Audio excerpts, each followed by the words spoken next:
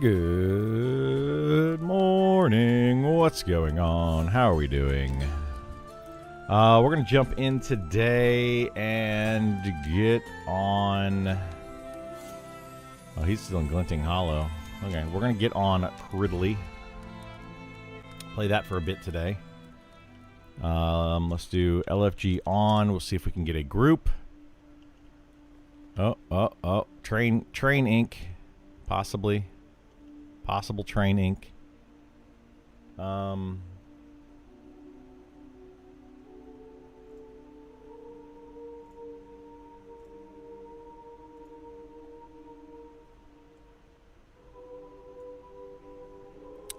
So let's see. What level am I? 19. Where can I go to XP at 19? I've got a couple of places. A couple of places.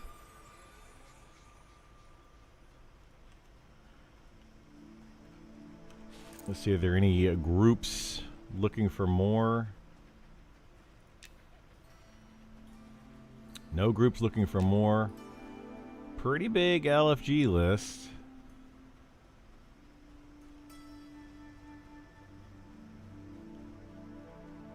We'll see what happens. There is a monk, a spellblade, a rogue, an archer, another monk we could group with. Oh shoot. What level are these?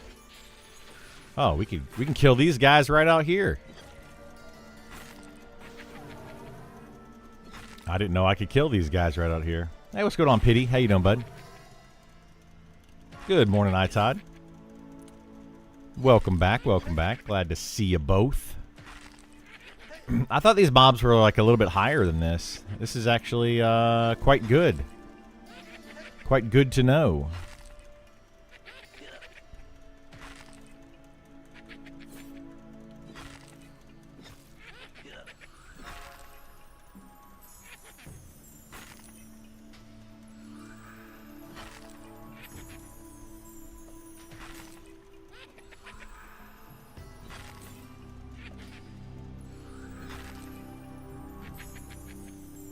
I don't know, like, how blue these guys are, but they are blue.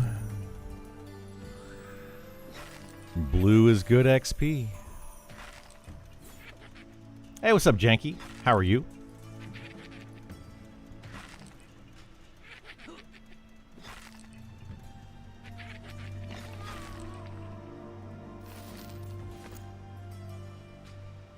So let's see. I don't have Lesser Spell Shield up for whatever reason. Wait, did that cast?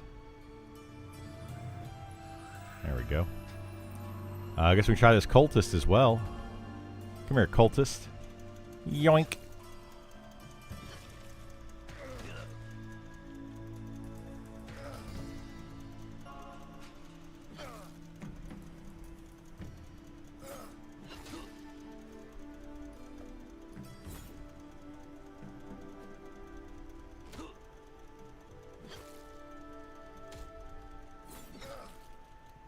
Might actually get a one of the special lanterns here.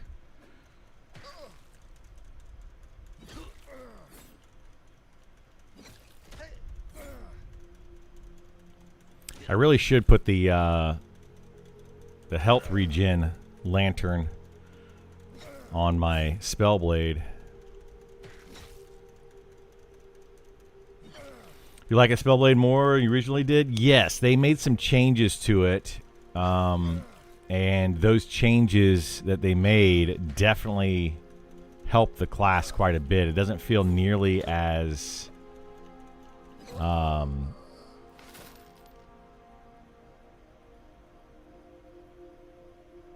what is this bait? What is this? Is this a quest item? Probably is.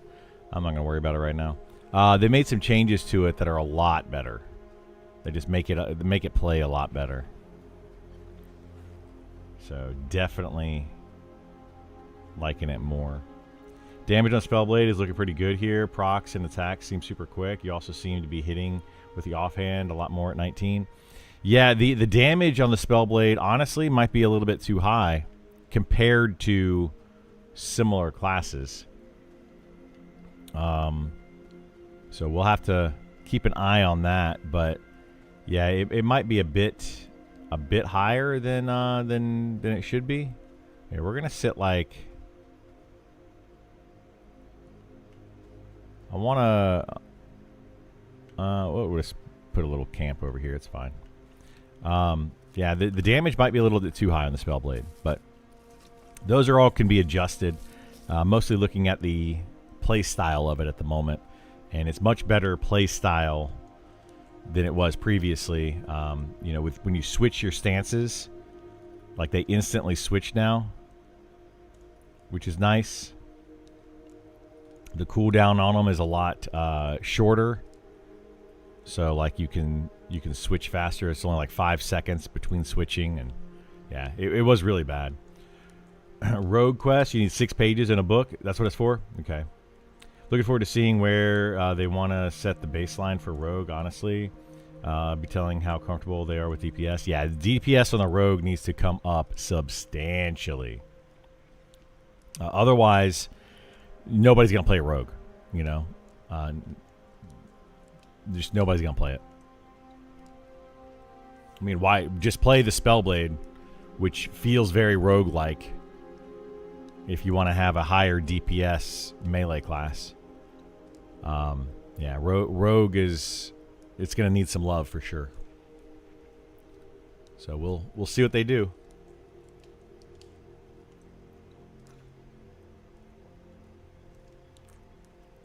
This morning I got a big glass of water and I got my soda. But I told myself the only way I'm going to drink my soda is if I drink all my water and then pour the Coke into where the ice is for the soda. So it's like a reward for drinking a lot of water. That's going to be my reward today. It's my goal anyway. I made a goal. If you can do Cultist, then the cave by Northgate is probably good for you, and those stay through the night, unlike the current spot. Yeah, but aren't there mobs that spawn at night or during the day here?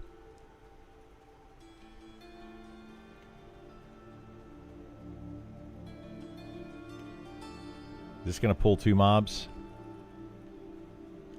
There are 2 mobs over there. Let's get this guy over here. Yeah, I don't remember. I thought there were mobs that spawn. Anyway, we'll kill these for a few minutes.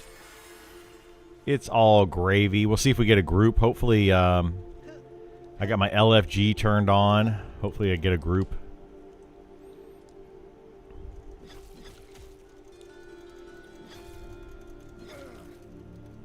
I love how people keep saying before you judge Wizard DPS too much, wait until the other classes get reworked, because maybe they want DPS classes to do less damage now, yet they already reworked the Archer and Spellblade and both feel strong. Yeah, it's a whole silly argument, Pity. I agree. I don't understand why people are like, well, you got to wait till the other classes. Well, you've done 4 of the classes, so comparing those 4 classes, the Wizard is weak.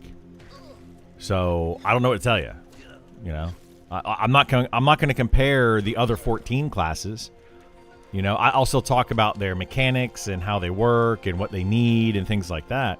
But yeah, I don't understand it either. I don't understand why people can't look at the 4 classes they've redone and say, well, here's what's good and here's what's bad about those 4 classes.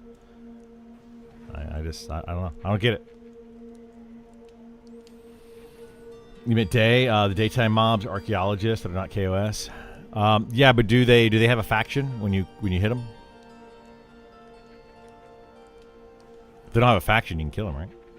Also, great job on making a concerted effort to drink more water. A lot of health benefits. Yeah, absolutely. I try to drink a lot of water.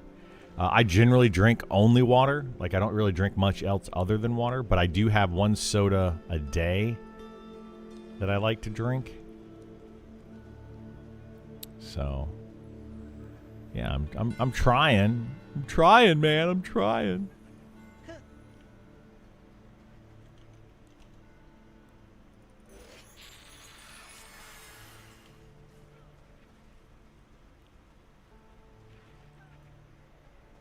Pull this back over here to my little campfire. Do I have bandages? I don't have any bandages. What a silly person. I'm just a silly person.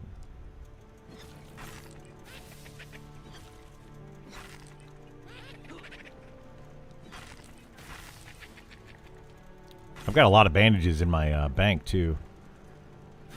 I should probably grab some.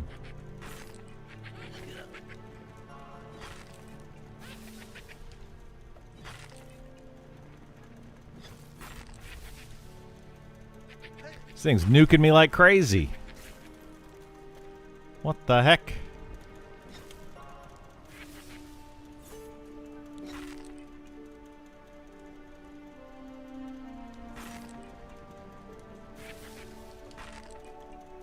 Alright, well now he's out of mana finally.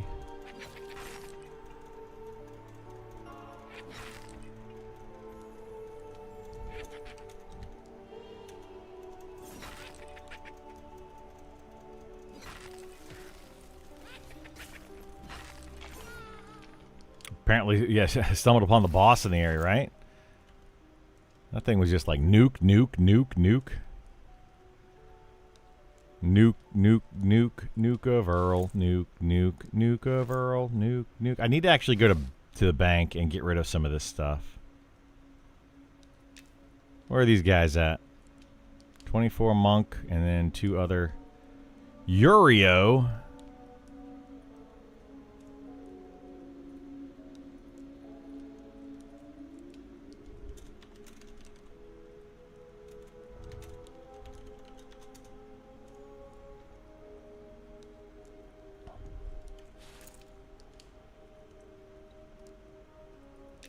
Oh my goodness, I have 10,000 coin. 10,000. Isn't that 1 gold? 10,000 copper?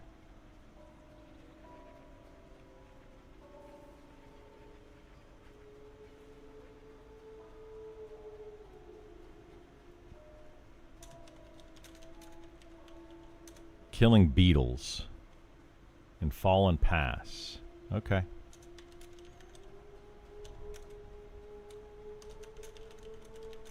They are killing beetles in Fallen Pass. Those are pretty good.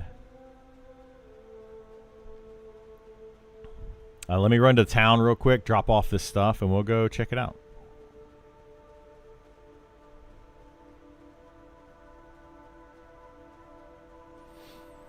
We'll go check it out. I'm trying to do more grouping, more pugging on this Spellblade, since not a lot of people think that I ever pug and ever play with other people outside of my static group, so I'm not allowed to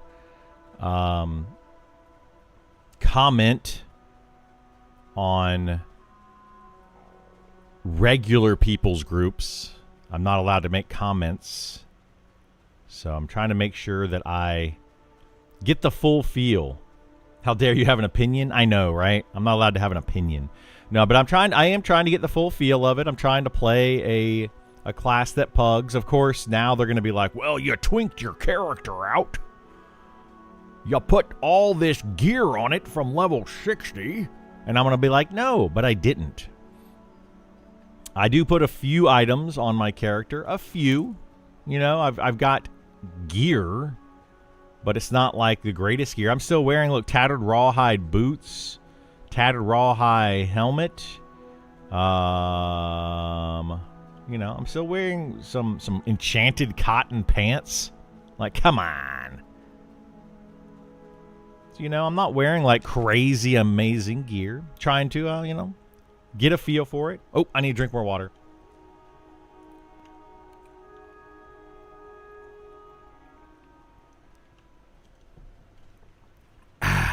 So yeah, we're trying to get a full feel for it. We'll see how long it takes to level up. I can tell you it's going to take a lot longer to level up this character than it took to level up my wizard. So we'll see. Not even green beetle armor? I don't have green beetle armor, no. Can you use that on a Spellblade? You probably can. Is it all? Can't remember. Be glad I leveled Wizard when I did. I did that on purpose. I kind of suspected that they were going to screw the Wizard up. Like, even near the end there, they're like, okay, the Wizard's coming out. I was like, let me make sure that I level up this Wizard before the Wizard actually comes out. I was very suspicious. Very suspicious. Mine is honestly not put a single point of XP in over a week. Yeah, it's rough out there. I mean, you could join a group. You can still group with the Wizard. But yeah, it's just, it doesn't feel as good for sure.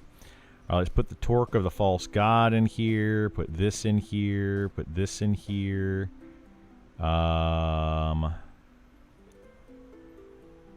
Rawhide scraps, wool scraps. We'll put the cloth or the wool scraps and cloth scraps in here. And we're going to pull out cotton bandages. We'll pull out cotton bandages. What is this? Lightly scented parchment. I don't think I can put that in here. We'll put that up here. And then we'll hit convert coins. All right, cool. We are good to go for a little trip. Going on a trip.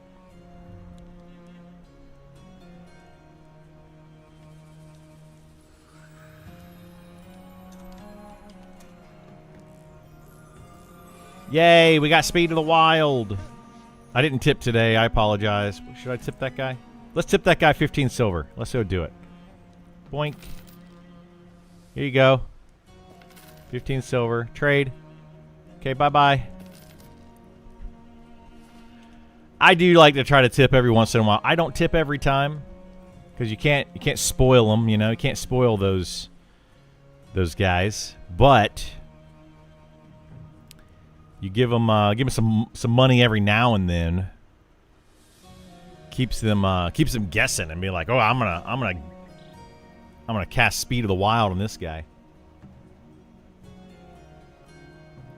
Thanks, Ketalone. How you doing, bud? Good morning to you. Kerrigan, welcome back. Welcome back. Glad to see you on day number 2. Golly, I keep doing it and I don't do it. I keep thinking I need to set up the chat so that you guys can see chat on both sides. Let me see if I can do that. I don't know if I can do that without using like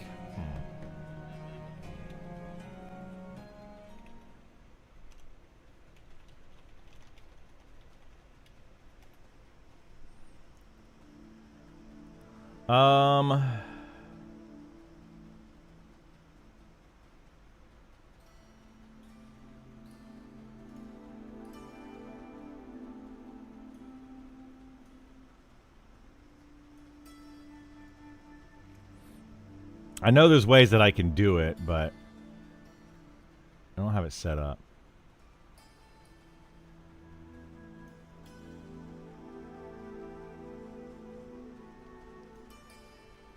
Social Stream Ninja?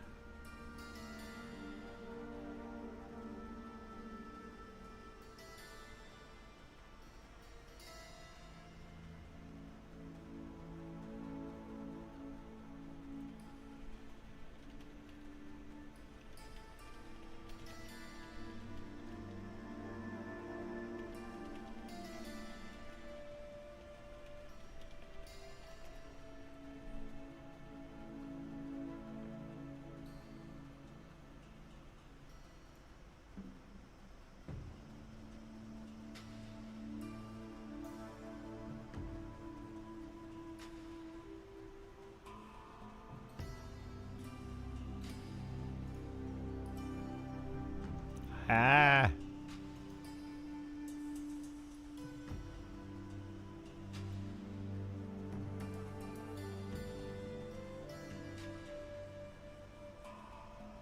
That's really loud. You guys can't hear it, but it's really loud to me.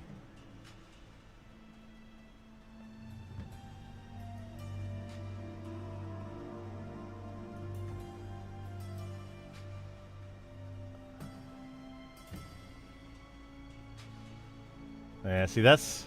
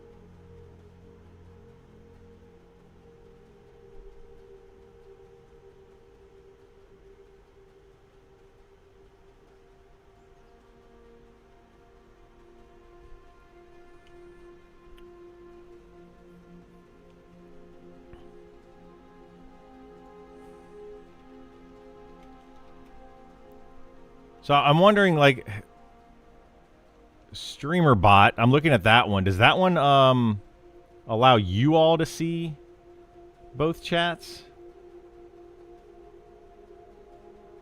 I don't know.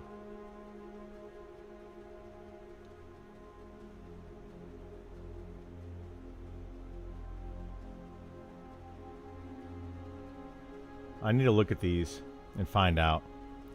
Because, like, I want you guys to be able to see each other's chat if you're on YouTube or on Twitch. And that's kind of the thing that I'm looking for. Anyway, speaking of gear, is there a reason I never see low-level int gear being auctioned? Maybe I just missed it. There's not a lot of it. There are a few items. What I would recommend is trying to get in with, like, a tailor. And a tailor can make this kind of stuff. So enchanted cotton pants, this is the tier 3 stuff, and you can actually make higher stuff, or this is tier 4. Yeah, you can make like up to linen, which has like 5 int or 6 int or something like that on it. You can also make an enchanted cotton hat and a vest or shirt or something. I think you can also make like shoulders or something. Anyway, there is some lower level stuff that you can make. I think there's a program for that. I watch other streamers that have chat up on screen for all to see. I can do chat up on the screen. That's not hard to do. Like, I have all of y'all's chat together in one thing. It makes it easy for me to see. Like, I can see it all, but you guys can't. And it's better for you. So got level 5, killing some gators while grouped to my wizard. How do I go about making a little money as a lobby? Unfortunately, it's hard to make money as a lobby.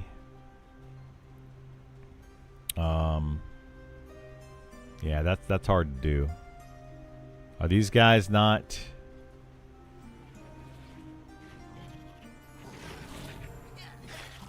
That's not my group. Where's my group?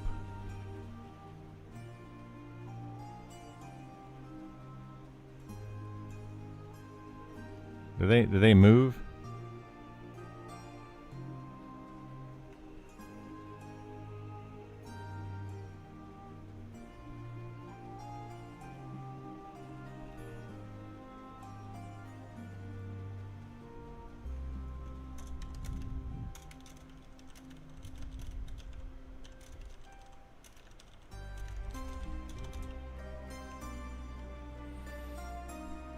So anyway, I'll have to. I gotta work on the chat system.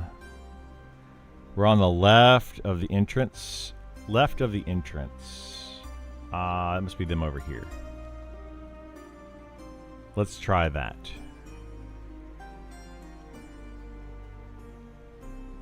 All right, we need to go here. We need to go here. Taser. Yoink.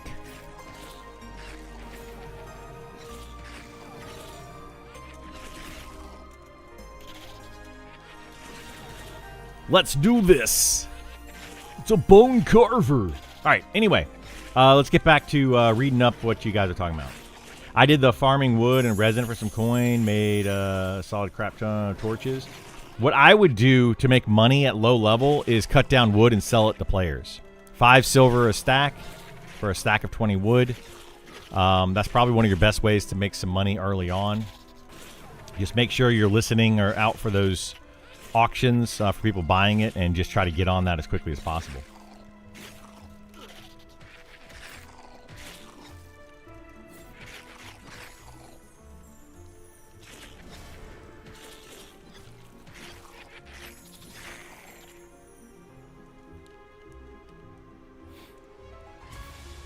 Spider and Keeper's Bite log drops 2 different int pieces around level 17. There you go. There's a named bat, I think, in Night Harbor that drops a few int pieces. All right. I like it. I like it. Yeah, I didn't know about the spider. I never killed the named spider in there. Making money as a lobby basically means you're forfeiting doing crafting, so you're selling pelts, copper, wood, bone chips, so on. Kind of have to pick a route for the short term. Yeah, it's tough. It's tough making money for sure. They kind of did that on purpose. On porpoise.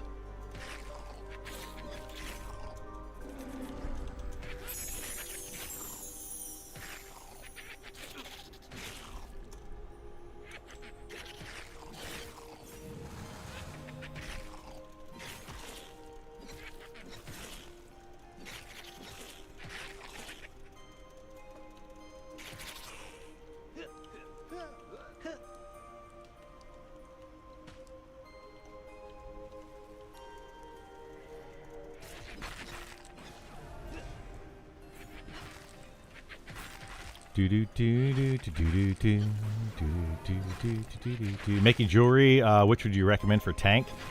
AC, HP, strength, stamina. Honestly, strength, agility is going to be your best tanking jewelry. At low level, strength, dex might be good just to help you hit a little bit more and do a little bit more damage. But ultimately, agility right now is the best. Is the best tank stat in the game currently. Torch is a great starter. Leveling helps if you can kill monster XP. Corroded bronze. Yeah, you can do that too. Evertree Weld has some decent drops now from some of their named. A couple int pieces I know of.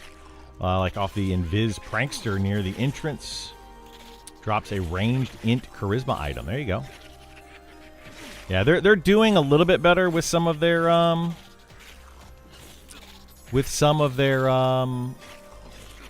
itemization, but yeah, it's got a long way to go. Curious your thoughts on this game. Does it have real staying power? Worried about a Pantheon scenario. I think this game has more staying power than Pantheon does, mostly because the devs have their head on a little bit better. They have more of a plan. More of a cohesive vision. Now, there are some things that are missing. This game does struggle from a few things as well. Is it going to be the next big MMO? Probably not. But as far as comparing it to Pantheon, it's leagues better than Pantheon. I don't recommend anyone play Pantheon. I feel like it's a good base foundation, but after a while, some amount of time, you're going to be like, man, this game's really missing a lot. And then after a little bit more time, you're just going to feel like you wasted your time. I personally feel like with Pantheon, I did nothing but waste my time on that game.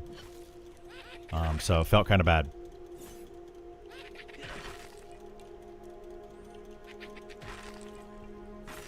So yeah, I feel a little bit burned on Pantheon, but I don't recommend anyone play it. Not at least not now. Give it a lot of time, see if it gets better, and then maybe come back to it at some point in the future.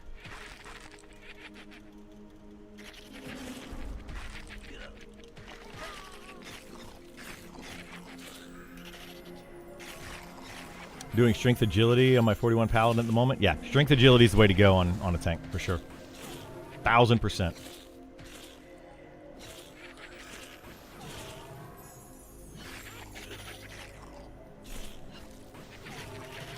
Pantheon changes are looking a mess. Yeah, they've been like that for 12 years.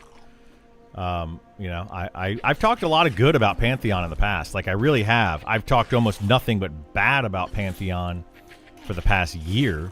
But in the past, I was a huge Pantheon fanboy. Huge. Probably bigger than anybody else.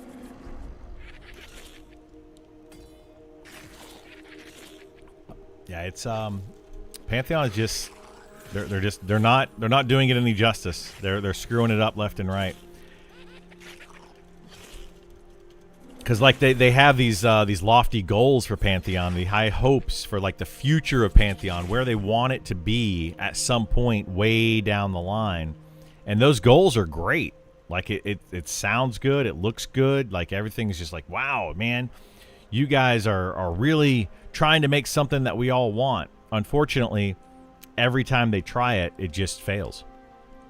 They have yet to succeed in any type of you know, solid change. It's just overall just kind of bad. So it feels bad. It's unfortunate. Imminent is the closest thing to a proper EQ2 I've ever played. It's great. Yeah, exactly. This is the closest game. If you liked EverQuest, this is the closest game you're going to find to EverQuest.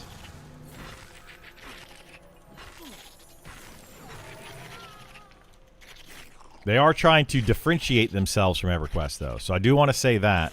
Right now, a lot of the classes are still very EverQuest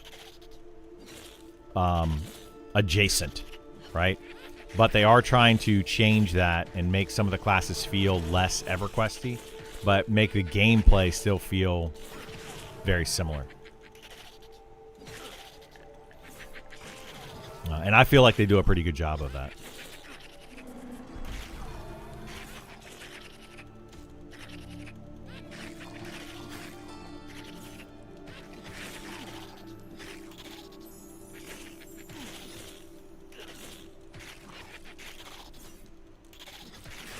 It's an easy way to explain the feel, you know? Yeah, absolutely. Oh, it is. Yeah, it's the closest thing you're going to get to an EverQuest feel. Pantheon is going to go more, from what they're trying to do with Pantheon, it's going more the route of World of Warcraft. Which, you know, some people are going to like, some people aren't going to like, but it's definitely going more the route of World of Warcraft with the idea that they want you to group. Unfortunately, they're just not hitting the mark very, very well with Pantheon's systems. But yeah, we'll see what they do with it. I was able to level up a character on the PTR from 1 to 10 in like a couple hours. Completely solo, didn't have to group up. They have now expanded that PTR, I think, up to like level 20 or 25 or something. I don't know. They've increased the level on it. My understanding is they want to make it to where you need groups and you're supposed to group, and that's supposed to be the best way to go. I don't know if they've done that or not because the rest of the game is too janky, unfortunately. Like the classes are way out of balance and all that. Hi. Oh, you went and got chicken biscuits? Oh my goodness. Thank you. Huh? You got a drink. Nice. Hey, what is this? Oh, jelly. Thank you. I guess the lady wanted a chicken biscuit. And she's like, she asked me this morning, she's like, go get me a chicken biscuit. And I'm like, well, she didn't ask me. She demanded of me, go get me a chicken biscuit.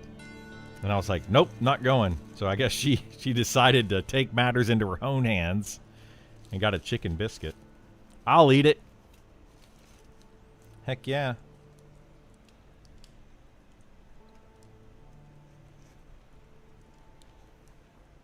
Mm-mm-mm.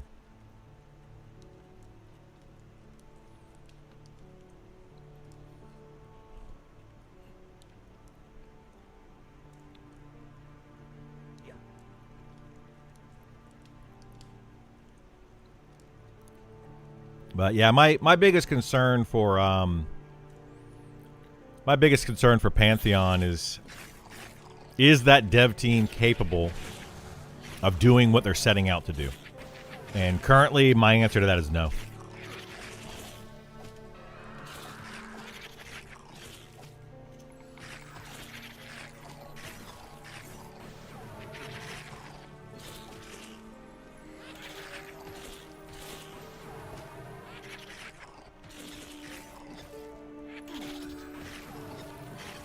It's good to hear playing Eminem the past few days and loving it. It makes me worry when I feel it.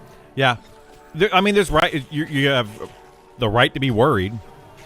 Right now, I would say that Monsters and Memories dev team is doing very similar things to Pantheon, and they are possibly biting off more than they can chew with some of these class changes. They're trying to make some very big, bold class changes that may or may not work out. Now, the big difference here is they're doing it during beta when nobody is paying them. So we are testing the game right now. Nobody's paying for it. We're all here to try to give them feedback and let them know what we like and don't like.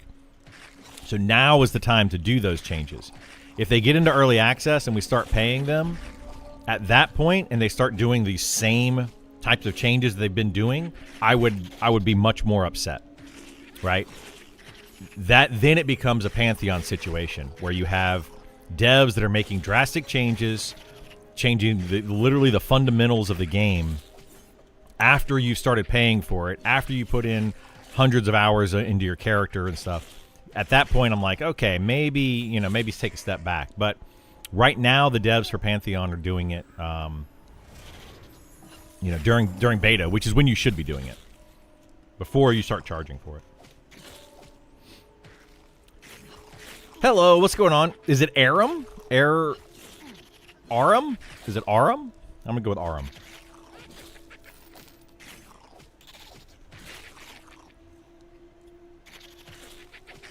Aram. Got it. Sorry, I'm eating a chicken biscuit. I apologize.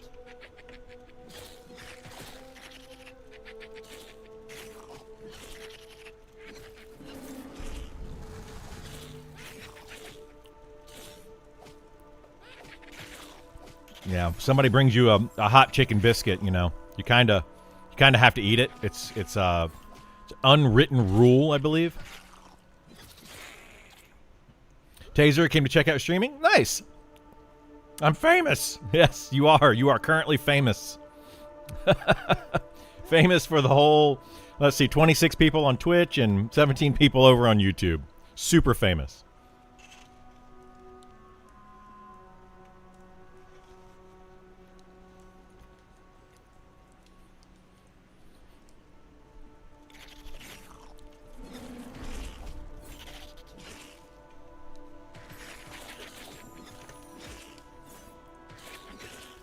Who would have ever thought, back when I was, let's say, 10 years old, playing video games, and I'm constantly like, Mom, watch this. Dad, watch this. And I'm playing a video, just doing whatever in my game, and I want everybody to watch me. Who would have ever thought that would turn into a career or, just a way that people play games, and it's just, look what I can do. Look what I can do in this game. It's crazy to me that where we've come.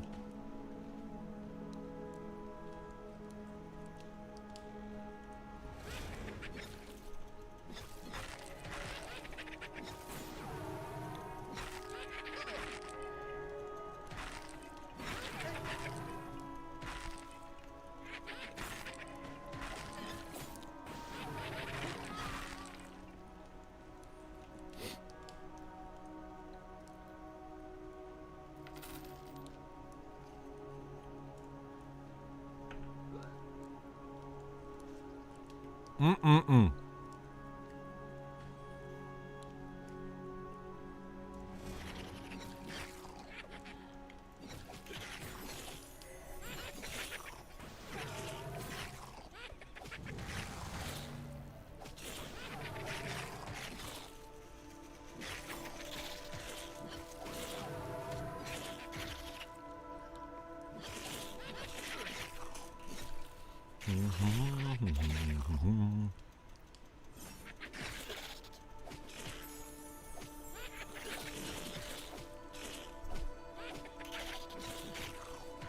Okay. Chicken biscuit consumed. We can now continue slaying beetles. I will say that coming over here and slaying these beetles, it's good XP, but unless you're over here at the Nefarious camp, which is the big camp over here, you really don't get any money, you don't get any items, it's just XP, which kind of sucks. I wish they would add a little bit more items that you can sell that stack. You know, like the beetle eyes and the beetle legs and things like that would be good, but anyway, just to get a little bit of money. Anyway, sitting on the couch during a sleepover and watching a friend play Final Fantasy VI and passing the controller after major bosses was such an amazing time growing up. Now the couch fits, you know, hundreds of people. Yeah, exactly. I think it's great. I mean, I used to do this when I was, oh man, I would say 13-ish years old, 14 maybe, middle school age. A buddy of mine came over, and I would play video games all day. He would watch me all day. We would pass the controller back and forth. We'd play games together. Some of my fondest memories were playing Meridian 59 on my parents' computer, playing Meridian 59. He's sitting there with his chair, you know, right next to me, and I'm playing whatever, and we're chatting with all sorts of people and trying different things out. And then my other favorite memory of that same guy, we played Resident Evil, the first Resident Evil game, when we were like 16. I think it came out in 1996. I was 16 years old. We went up to Blockbuster. No, we didn't go to Blockbuster. We went up to the what now I think became GameStop. It was like the electronics game store or whatever, up in the mall, and I bought Resident Evil. Both of us were like, he's a real big horror movie buff, and I enjoy watching them, you know, but I'm a big gamer. So we found a game that we both liked, bought the game, and played Resident Evil all weekend during a snowstorm, during like a blizzard in Georgia. And we were snowed in. I couldn't drive anywhere because my mom was like, nope, you're not driving in this snow at 16 years old. So we sat on the couch, played Resident Evil like all night long, and it was so much fun. Those are my biggest. Electronic Boutique, that might have been what it was called. Yeah, EB. The EB store. We had one in our mall, and is that what GameStop became? Did GameStop buy them out, or did they just go away and GameStop just kind of came out? It was bought out by GameStop. Okay, that's what I figured. I assumed that's what would have happened, but man, I remember going to those EB stores. I used to go to that store every day when I went to the mall. Anytime I was at the mall, I'd go to that store. They had a kiosk set up at the mall that I went to, or that I was, you know, as a kid or whatever, and later. They had a kiosk set up for the Virtual Boy. The red, you know, Virtual Boy, where it's supposed to be like that 3D with everything is red lines. I remember that set up. That was crazy. I love that store. Too many drops that don't stack, yeah, makes pain. It does. It makes it a kind of a loot pain. So they need to make sure they have that. What I don't like, what I didn't like of Monsters Memories, so you can tell what buffs are in your party have. If it's part of design or be implemented later, but it's something that Pantheon does much better. So yeah, Stone, I don't disagree with you on that. I think that I kind of wish that you could tell what buffs your party members had easier, but you can do that in this game. For those that are not aware, there's a spell called Sense Magic. I don't believe I have it on the Spellblade. Yeah, I don't see it on my Spellblade, but I might get it. I haven't bought spells in a little while. I need to go to the town and buy my spells. But Sense Magic allows you to con or consider your target, and it lists their buffs or debuffs when you do that in the chat window. And for some people, that's very annoying. I don't find it too bad. Like I just gotten used to it, but I agree. I don't really like it. I would rather like Sense Magic. I could target, like, let's say that I target Taser here, right? I target Taser, who is currently dead in my target window for some weird reason. But if I target Taser, I wish it would put all their buffs down here that I could hover over if I have Sense Magic up, or even without it. Like, I would prefer it without Sense Magic. Like, I just don't like the idea of Sense Magic, but you should be able to target them and see their buffs, just like this buff window right underneath their health bar. I would like that, but here we are. That's what it is. Dude, same age. We rented Resident Evil from Blockbuster because it looked cool. Gamer life change. Yes. I think we're the same age. Absolutely. That game, I want to say that I went to rent it, but I think I ended up buying it that year. And that was back when PlayStation games, you had like the little tab that you had to open, and then you open it up this way. It was before they changed them to the actual CD cases. Like, they actually had like cool looking cases with graphics and all sorts of things on it. I wish I still had that original game, because it's probably, I would say it's probably worth something. It may not be worth like a lot, but it's probably worth something. You get Sense Magic for foes, but not for group members. Yeah, I kind of agree. I think the Sense Magic, you know, that like it does work out better for foes. But anyway, that's how it works. Those kiosks was the only time I ever saw or got to play one of those 3DO systems. Yeah, dude. I never played 3DO either, other than those kiosk type things. I think we had one set up at the local game store, or at my game store there. They had a 3DO, a PlayStation. Like, they had a couple of setups there, like they do now. But that was unique back then when I went there. And the TurboGrafx 16, I almost bought a TurboGrafx 16. I was so close to buying one. I think it was TurboGrafx 16 or... Was that the Dreamcast? I don't think it was the Dreamcast. I don't remember. I'd like to just give a huge shout out to Hoku from Rampage, absolute legend. Did a raffle today, and messaging seemed a genuinely awesome guy. Yeah, I mean, Hoku's pretty cool guy. He did a raffle, though? Where did he do a raffle at? Just out of curiosity. I didn't even know he was doing a raffle. Yeah, Hoku's a good guy. Like, I have no issues, really, with most people in Rampage. I know that there's a bad rap that some Rampage members are getting because of raiding. So, like, if you are part of Cohesion or part of Shade... and you at one point did raiding and stuff, or like, you know, some of the higher end players, I get it. Some of those people just don't like Rampage, and that's fine. But overall, I mean, most of the people in Rampage they're great. There's nothing wrong. Sure, they talk some smack every now and then, but they don't. None of them that I know of will intentionally do anything to ruin your experience. So yeah. Remember Neo Geo? I do remember the Neo Geo. I never had one. I know a guy who had one, but I never owned one. Remember trying Virtual Boy at KB Toys? Nice. Yeah, the Virtual Boy, man. I was like, when I played that, I'm a huge gamer. Always have been a huge gamer. I tried it out at the mall, and I was like, there's no way this is going to work. I thought it was cool. I was like, man, this is really neat to see like 3D images, because that was in like the 90s.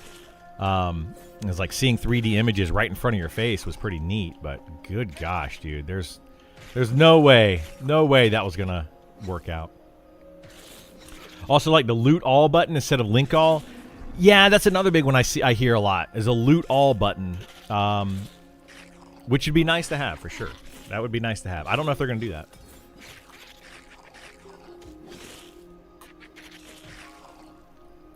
Alien versus Predator for the Atari Jaguar. Wow. Dude, I never got an Atari Jaguar either. Set up the game store. You went near my house? Yeah. Dreamcast was 91. Sorry, 2000. Okay, I got a Dreamcast. I owned a Dreamcast for a time. That system was super cool. Super cool. Is the same Rampage from the TLP EQ servers? They were on P99 blue or green, one of those two. It's that Rampage. I don't know about TLP servers, but maybe.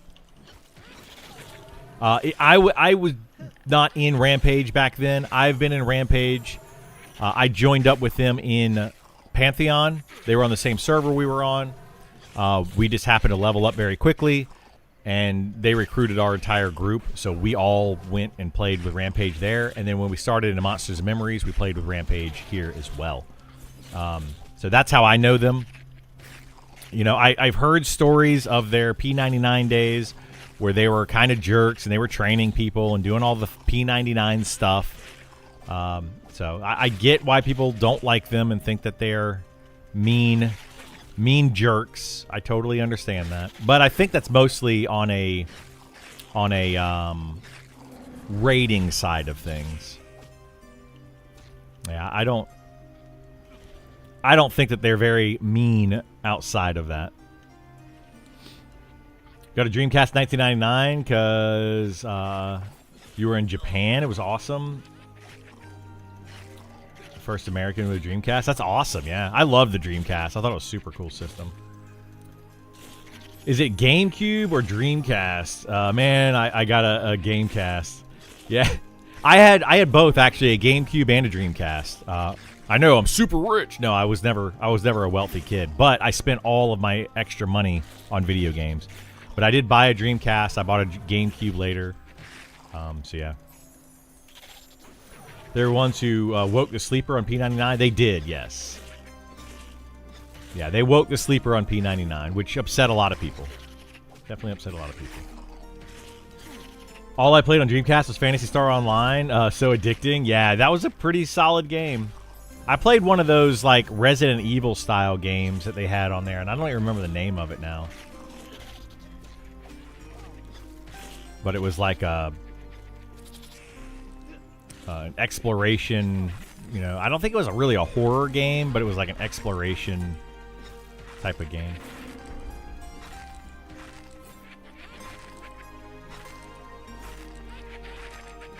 You told him BMR got some rap on Pantheon? Yeah. Yeah. I'm sure. Like, I mean, here's the thing. If you are in a top-end guild, a lot of players, or you're doing in-game raids or something, you're going to get a bad rap on in these games, in MMOs. You always will. I mean, people hate on me right now.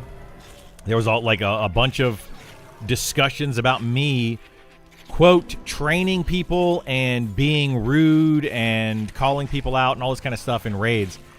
The funniest part about it is I showed up to a few raids in this game. I spoke to literally no one outside of my guild during those raids. Literally no one.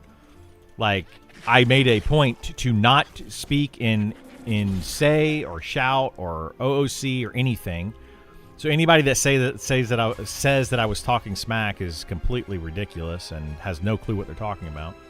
And the training thing, I've never intentionally trained anyone. I may have accidentally, somebody got trained by some mobs that I aggroed. Sure, that happens in a game like this. There's not a whole lot of ways around that, but yeah. That's rude. How rude. So yeah, I mean, it just happens, man. It just happens. It's silly that people get so worked up over some of this stuff.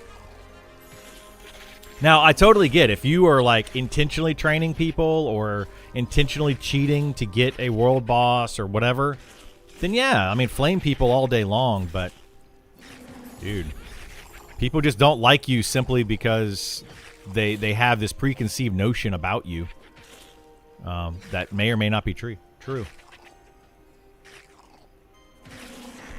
I thought EQ was my first MMO, but Phantasy Star Online may have been the one actually.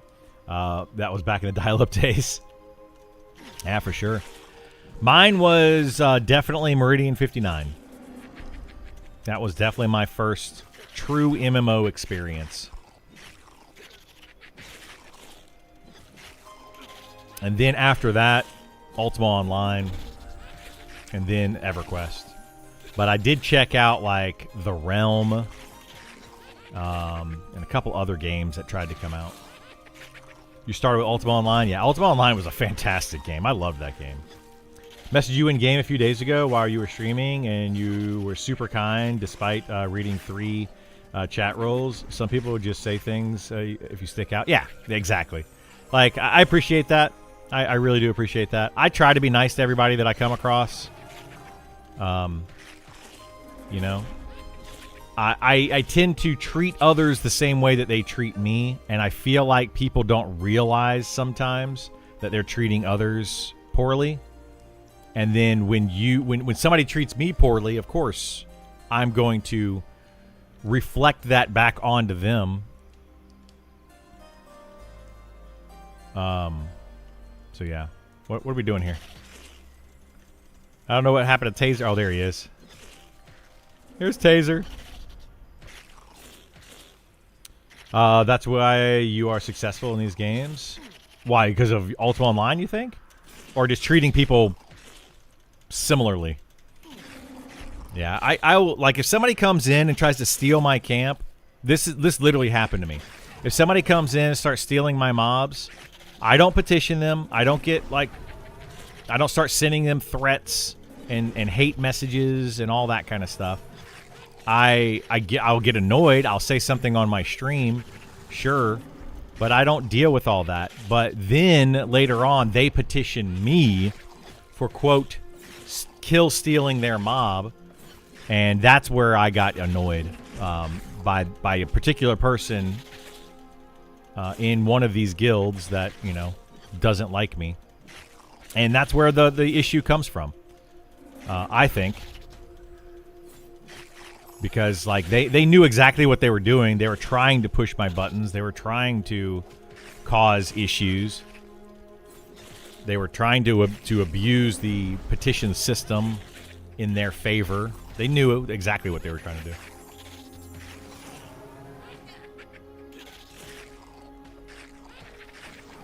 And it's frustrating. But hey, whatever. For the most part, I've had very good interactions with most people in this game.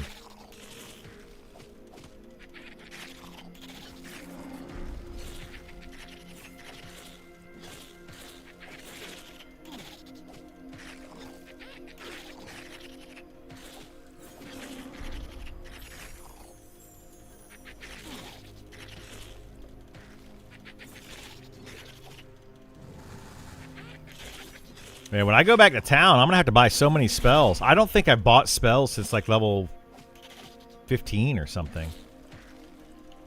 Like, I could probably be doing more damage, but... Let's see. Phase Strike, this was level... Shoot. This was level 7. Infuse Slash, level 10. Arcane Spear 2 is level 12. Recharge might be my highest level spell. Nope, that's level 10 as well. Lesser Spell Shield. Wow, I haven't bought a spell in forever. I should probably do that. How do you like the Spellblade? I started one yesterday, and I'm also doing a Shadow Knight as well. Nice. I'm liking the Spellblade. It's much better now. So, originally, the Spellblade was good the way that they had it. It was very strong. It was actually overpowered good. Then they did a revamp of the class and kind of janked it up a little bit because it just felt bad trying to switch between stances and use, like, your abilities. But they've recently fixed that, and I think the class is playing very well now. It's probably a little too high DPS, but we don't really have a lot to compare that to. So we'll have to see what they end up doing with it, but it's a very solid class at the moment.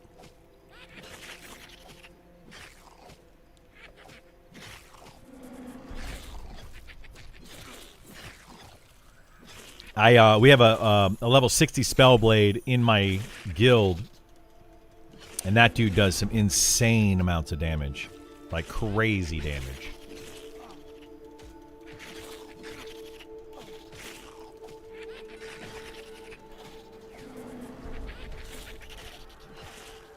Wanted to make mine more of a fast attacking dagger class, but I see a lot of people using bigger one-handers. They're actually better off getting the faster attack weapons because of the procs. So yes, you do want to do that, but unfortunately at low level, there's really no super fast weapons. I think I could probably get one that's like a 28 speed now. I think mine are 35. But yeah, 2 one-handers is just better. Whichever ones you can get.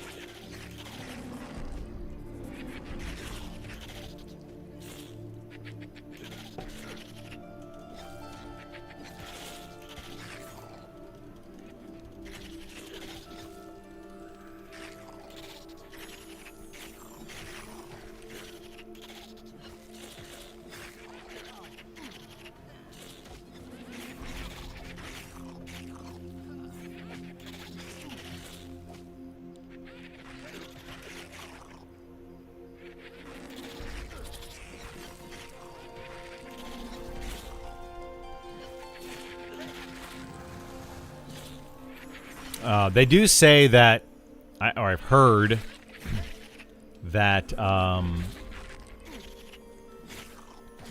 what's the word I'm looking for?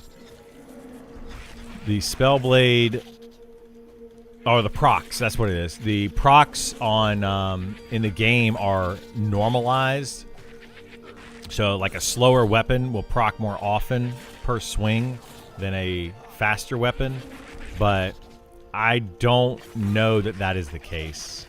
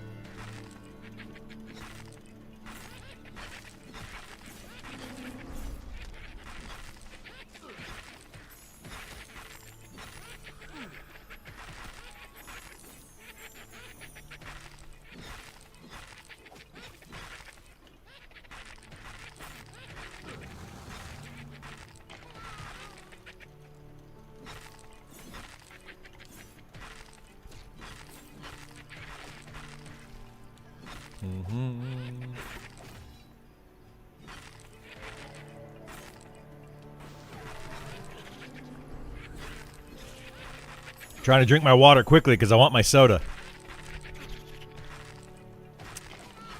I want my reward for drinking lots of water.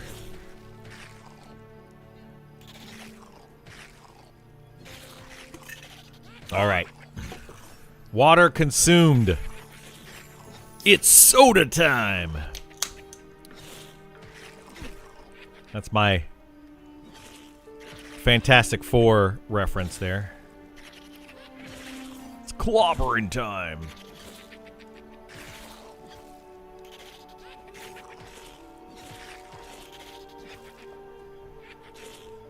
Oh boy, I'm excited. My once-a-day soda. Which sometimes turns into 2, but most of the time it's a once-a-day soda. Any decent quests to do early in Night Harbor to help get silver? Not really. There are 2 quests that I could point you in a direction for that don't really help you make money. I mean, you could sell the items, I guess, you get from them. If you get Ashira Tails or Ashira Bracers, you can turn those in to different NPCs in Night Harbor, and they will give you rawhide, like rawhide gear, like this, like tattered rawhide boots. And then you could go and you could turn around and sell those or wear those. So there is that.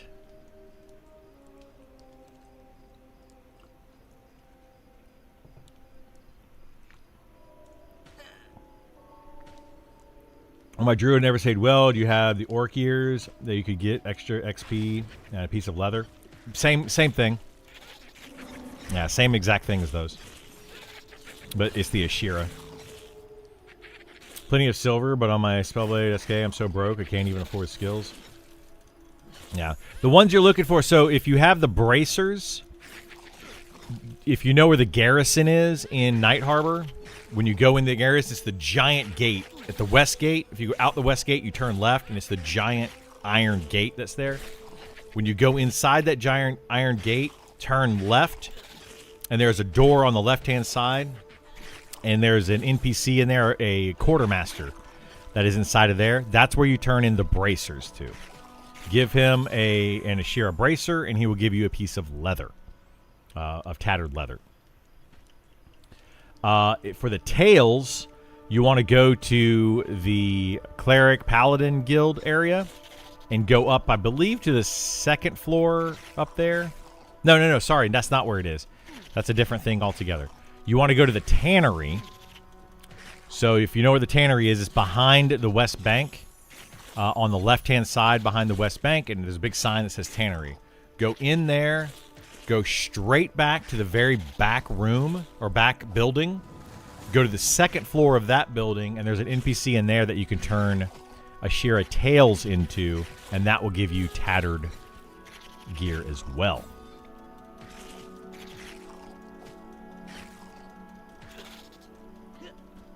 So yeah, those are the two kind of quests that you can do. There's also on the Evershade Weld side of the world, you can collect bee honey or something.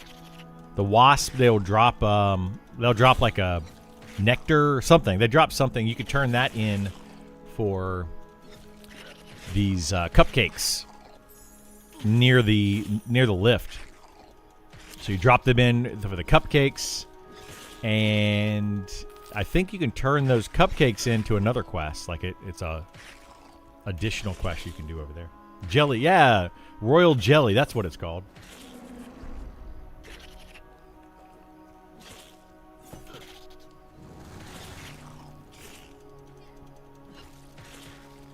Ashira should be a go-to early farm. Yeah, it is. However, I will say this. There is also a way that you can raise faction with the Ashira and eventually do quests. A long quest with the Ashira. So just keep that in mind. If you are killing the Ashira early, that's just more faction grind you're going to have to do later if you want to do that quest. There's a very good ring that you can get from that quest line. It's a long quest line, and it's going to take you until like level 40 plus to finish it. Maybe even higher than 40 plus to finish it. But that is also an option for you. Disease wolf pelts for the rawhide armor. There you go. Disease wolf pelts as well. I believe the disease wolf pelts are also for a quest. 6 spider eyes in Evershade Weld quest. There's another one for 6 spider eyes. Nice. Good to know. Murder goblins. Save a fox person. You could also murder goblins and save a fox person. Yes.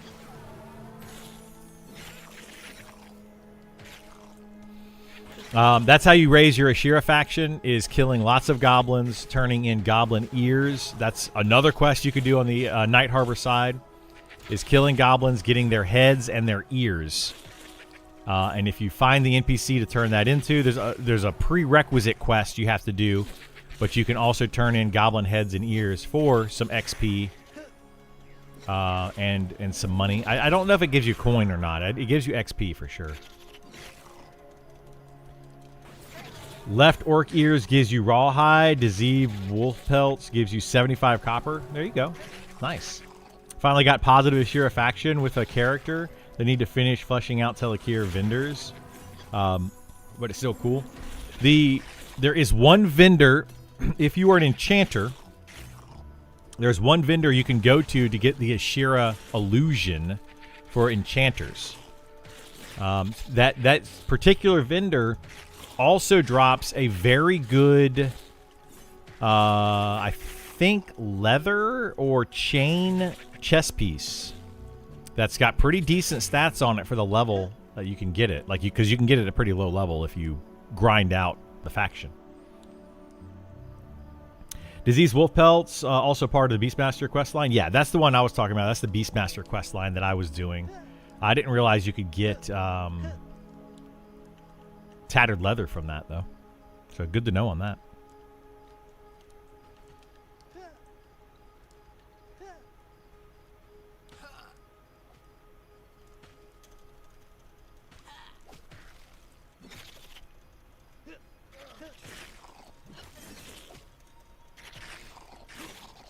But yeah, there's ways to make money in the game.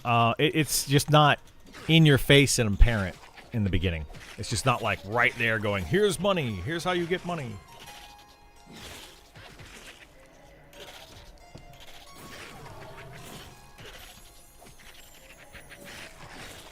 You want to know the easiest way to get money in Night Harbor? Find a shady vendor. Buy the items off the shady vendor that you know you can sell to another vendor. And take them to the other vendor and sell them. Easy way to make money at low level. Because that shady vendor will sell things. Like people will go up to the shady vendor and they'll sell beetle eyes and legs and bone chips, and they'll sell all sorts of things to those shady vendors. Buy those items and take them to the cook or use them for crafting or whatever, and sell those. But first, a bath. Yeah, you could also go get a bath, which is going to increase your charisma. I mean, I guess at low level, every copper counts. It may not be worth your time to walk over there and do it, but hey, it will add up. In PvP, the answer is murder. Yes, in PvP, the answer is absolutely murder for coin. Find somebody that's been XPing for a little while and just kill them and take their coin. There are murder crews all over town. They'll kill and steal your cash. They definitely do that. They will, in fact, do that.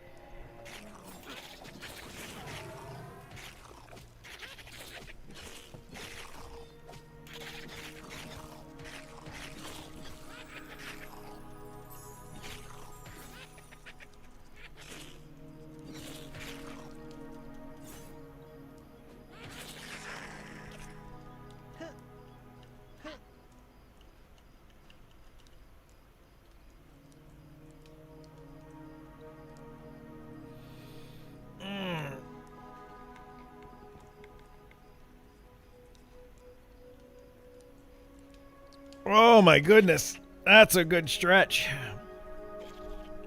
So for those that were around yesterday, our AC has been on the fritz, and man, it was hot yesterday. But they brought us 2 AC units, like window units to use. We have literally had the window unit in this one room that I'm sitting in all night on full blast. And it's finally starting to feel tolerable in here. That thing has been going full blast for about 15 hours. It has been absolutely awful.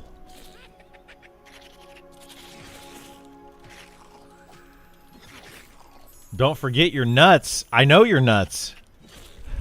Ha ha! Zing! Where am I located? We are in South Carolina. So it's like 90 degrees. 90 plus degrees. Very, very hot, and our AC went out.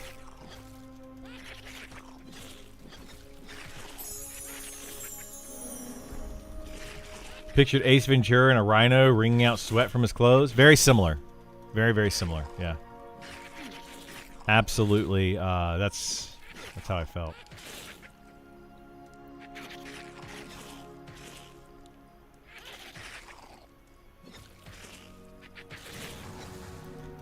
How am I supposed to go get your nuts?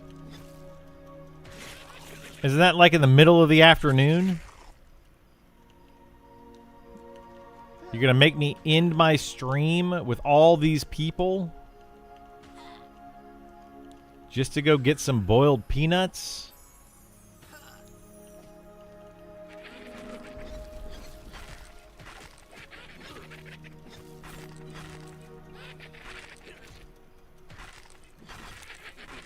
They need a lunch break too? I don't know.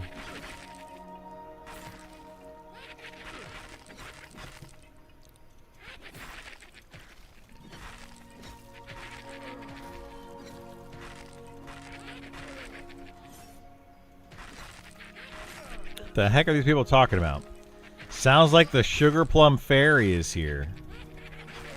My group... I got a group full of weirdos.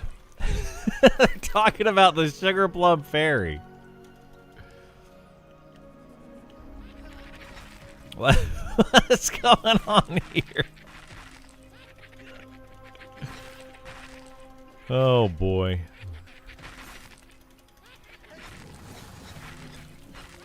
Taser was in the chat earlier? Yeah, he was. Taserface. Isn't Taserface, is that a horror movie character?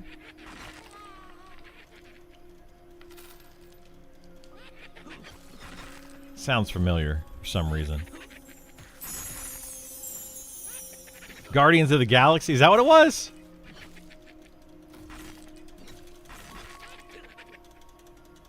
Oh, he's the guy. Okay, yeah, he was one of the crew. Right? He was one of the pirate crew guys.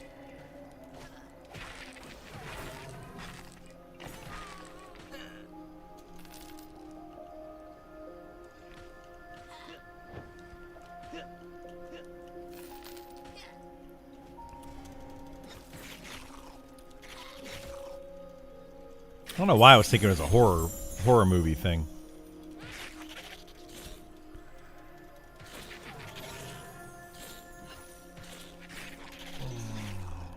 Gotta sit up straight. Drank my water today. Next thing we gotta do is make sure we sit up straight. It sounds horrific. It does. It would be an awful thing to happen to you, is to get tasered in the face.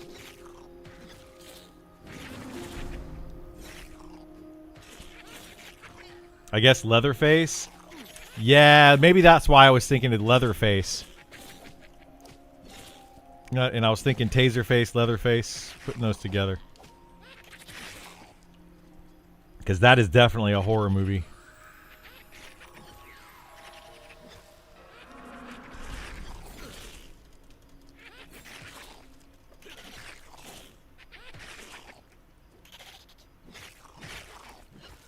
This XP here isn't too bad for a hell level. You know, not too bad.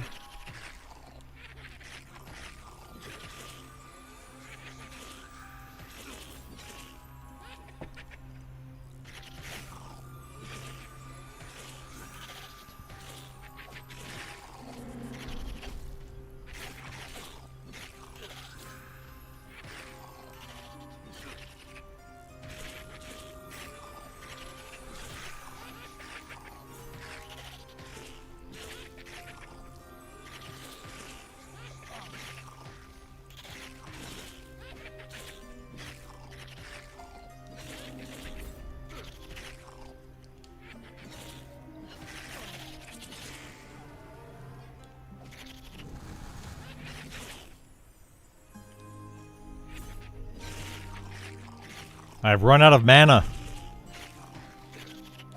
No bueno. Uh-oh, everybody's run out of mana. Our druid is out of mana. Necro's doing okay.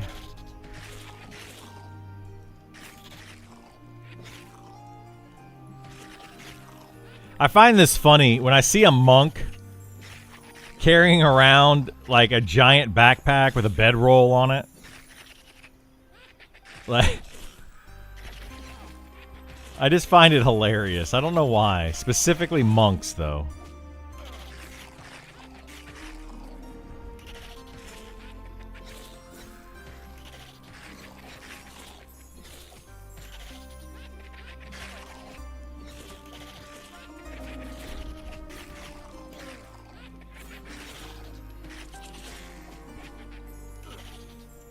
He didn't accept the minimalist tenant? He did not. He definitely did not. He's like, I got all my stuff. I might be a monk, but I got my stuff and I brought it with me.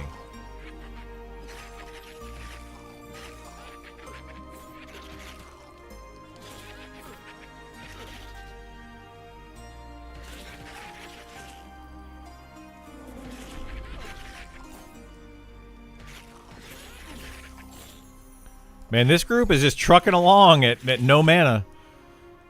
I mean, why not, right? Why not? This right here is a perfect example of why melee are generally better to have in an XP group than spellcasters. This is literally it. You can keep going with 0 mana.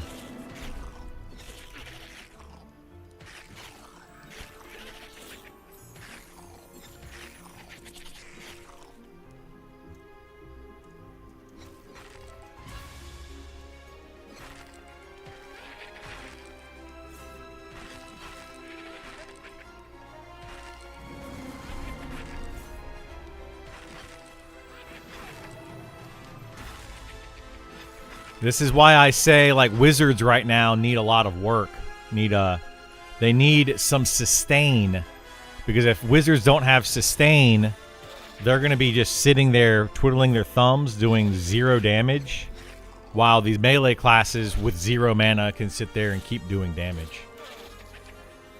As long as healers got mana. Well, our healer has very little mana. Very, very little mana. You just spam Fire Volley. I mean, that's all you can do. Spam Fire Volley until you... Well, even then, you're going to run out of mana eventually.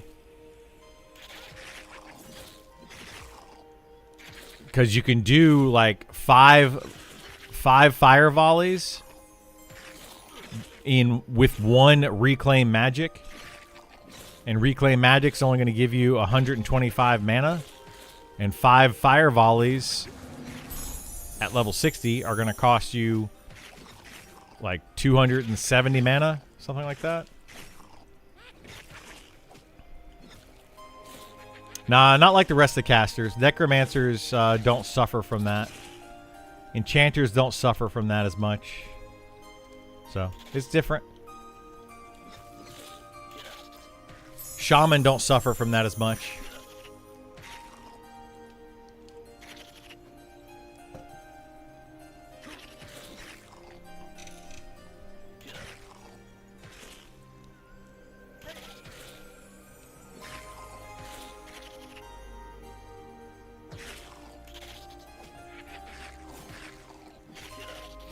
No mana buff? No, I don't have a mana buff. I mean, I don't need a lot of mana. I'm mostly a melee class. But I can use mana to do more DPS. Yeah, a bard pumping some Mana Song could be good.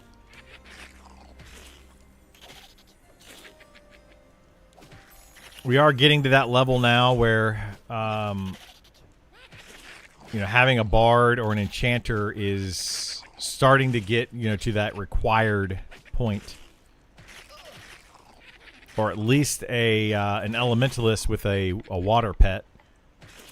Although the monk here, this monk does have mana regen ability, but they have to use their water stance. I don't think he's using the water stance. I mean, the air stance is generally better.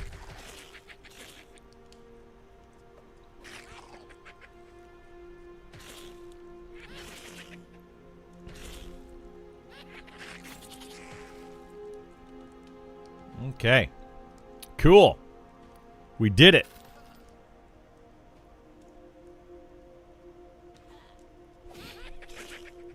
Oh, I guess Taserface went Link dead, huh?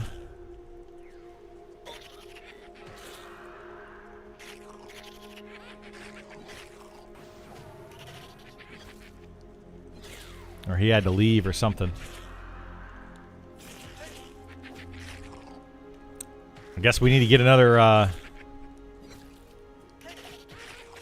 tank.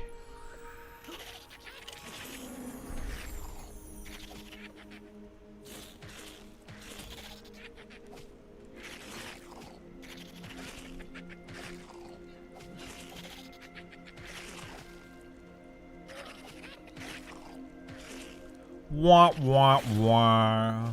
Need a tank.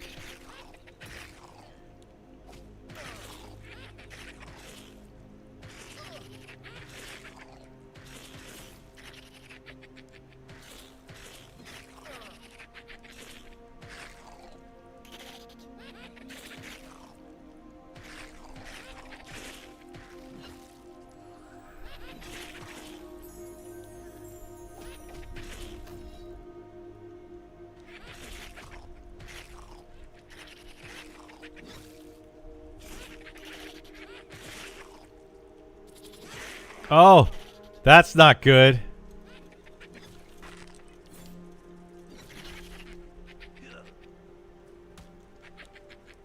That guy shout train. I don't think that guy shouted train.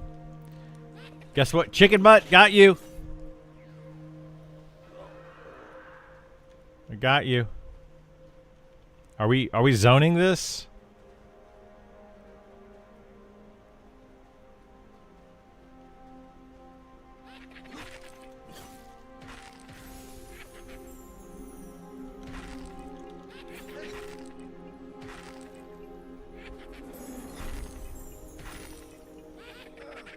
Here, let me assist. I guess we're going to assist the monk. Ah.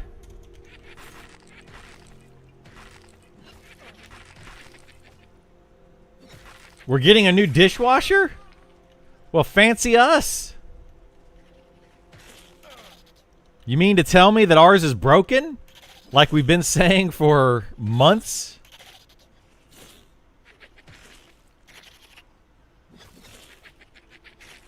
Where'd you meet her or him?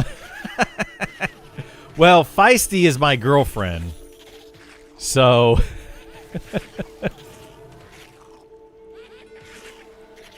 no, she doesn't get the joke, apparently. Who is the dishwasher is the joke. I'm getting replaced. I am getting replaced. You're not my... I am apparently your dishwasher, yes. I grew up with both Grace and Taser Grace. Pulled trains on us. Not sure he knows how to feign.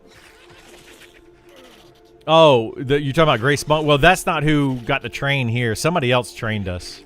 Somebody ran by and trained us. It happens.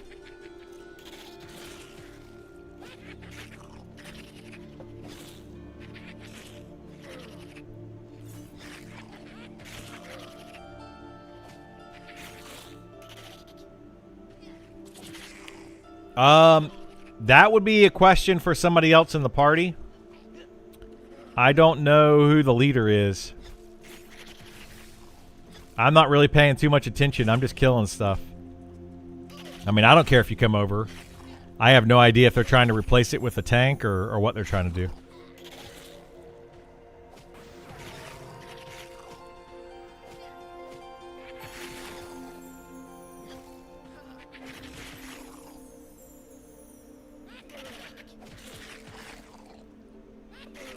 It looks like they might be getting a replacement.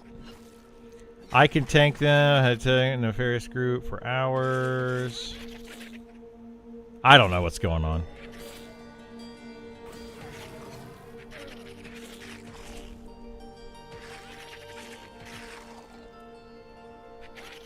Spoken like a true DPS. Hey man, I know how to live the role.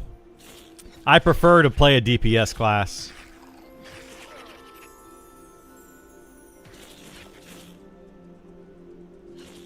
Oh no!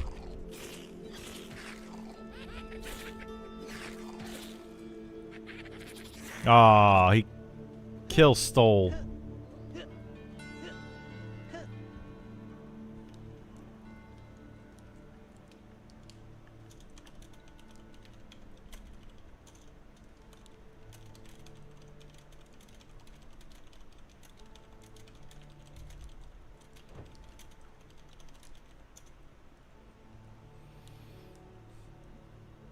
Oh, I guess we're reforming the group.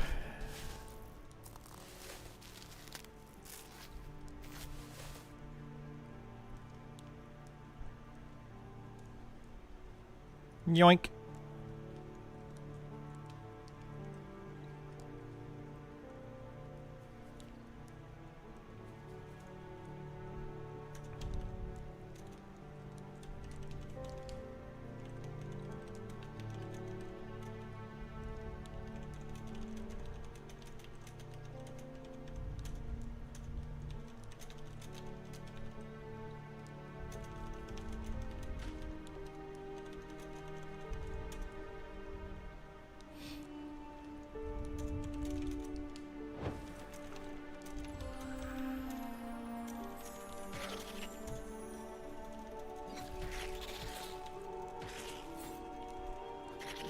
2 days ago, my whole group crashed and got bugged. It wasn't fun. Not sure if anyone reported it. Yeah, there's some issues.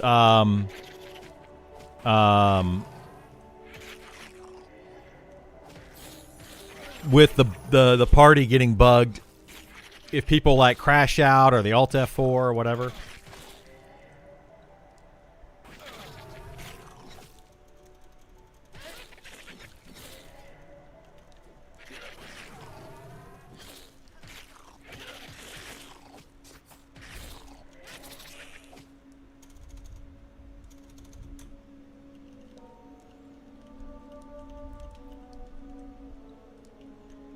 Looked like I was group, but it says I wasn't a party. Yeah, it'll do that. So the easiest way to fix that, if you don't have a group, try to click on here and go leave party. If that doesn't work, then you're going to have to log all the way out and then back in. Yeah, camping out will fix it usually. It's a group bug that keeps happening. It's kind of annoying. I don't know if they have a fix coming for it or not. I assume the devs know about it. I'm pretty sure that I've reported it. And some other people in my group have reported it, but I have no idea what the issue is.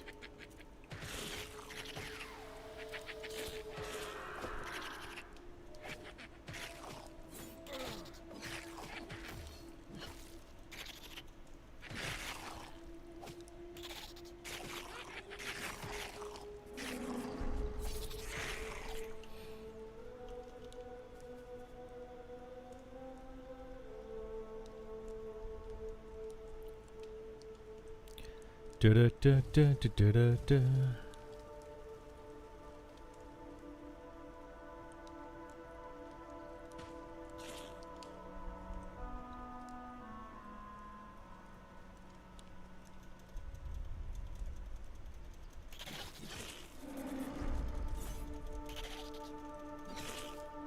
Wilderness assist the Grace Monk. Why not?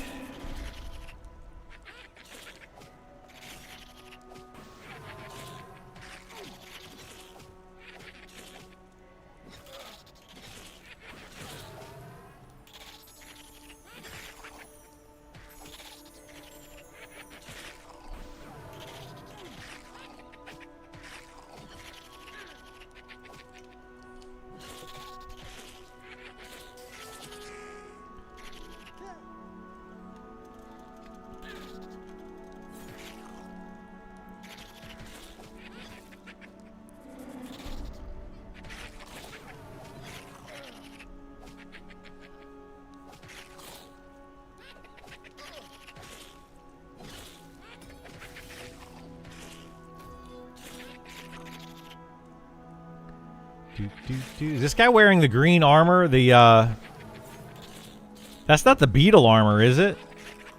What's that green scale armor? I don't actually know what that is. Is that the Drake scale? The green Drake scale armor from Evershade? That's the Drake scale? Okay.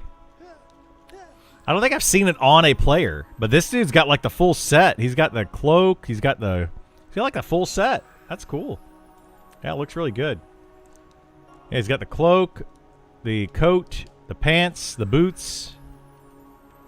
It's pretty cool looking armor. I like it.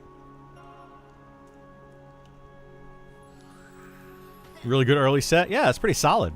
I like the look of it more than anything. Like it looks good.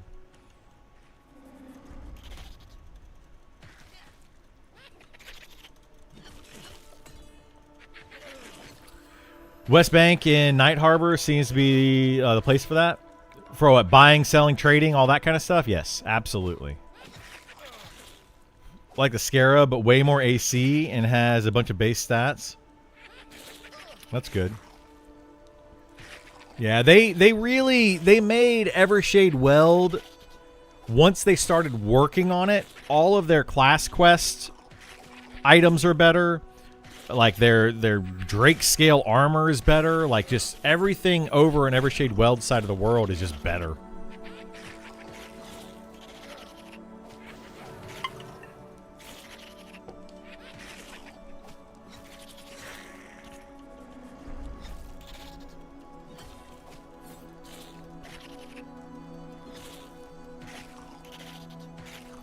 Yeah, it feels kind of bad because, like, I feel like the Night Harbor side of the world is more quote-unquote finished.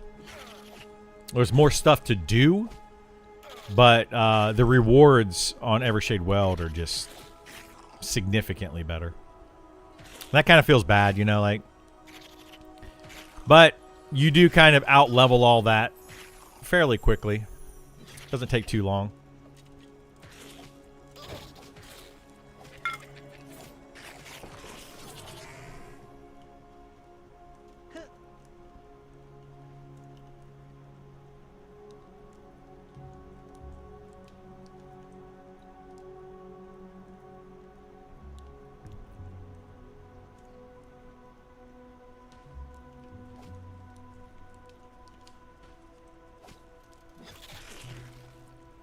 I know we talked about Wizard a lot, but how to deal with the mana issues. Mana issues is sit down, meditate.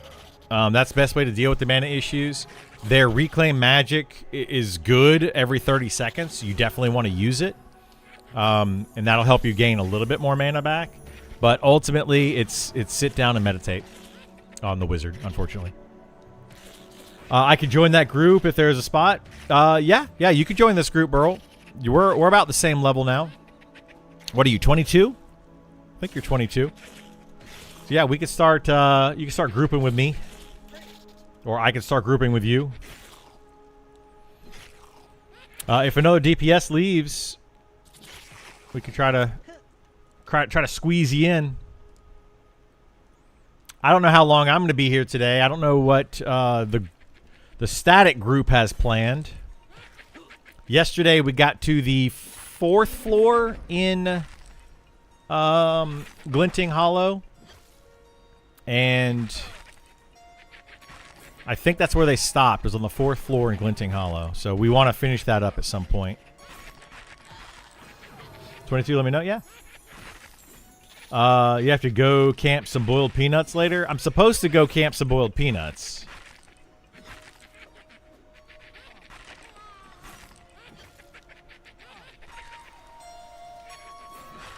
Oh, we got a assist Troll Carver now. Hang on a second. Troll Carver. Assist this guy.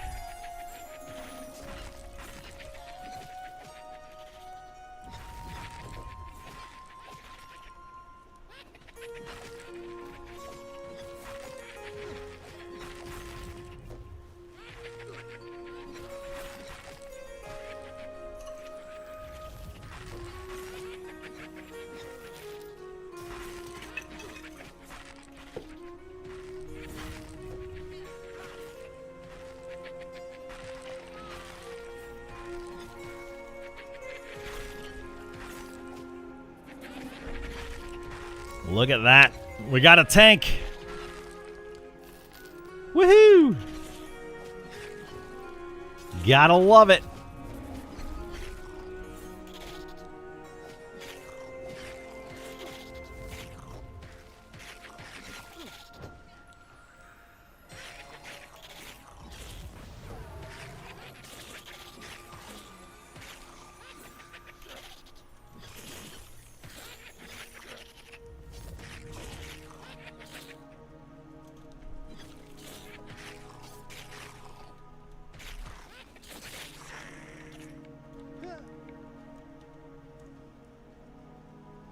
Oh boy, look at that. Another big train coming in. Choo-choo!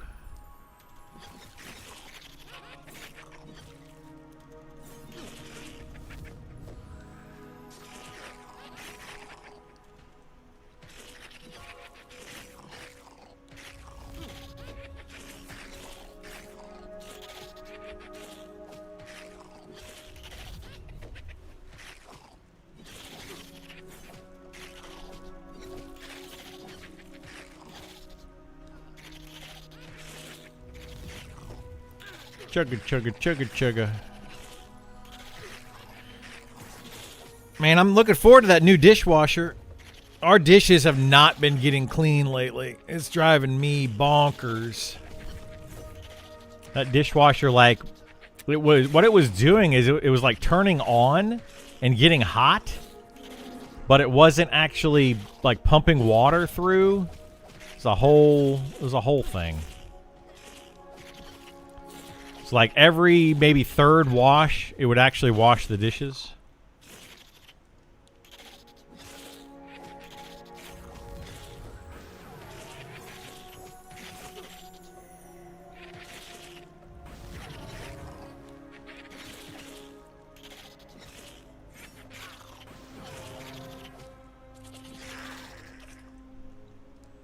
Mo Monk.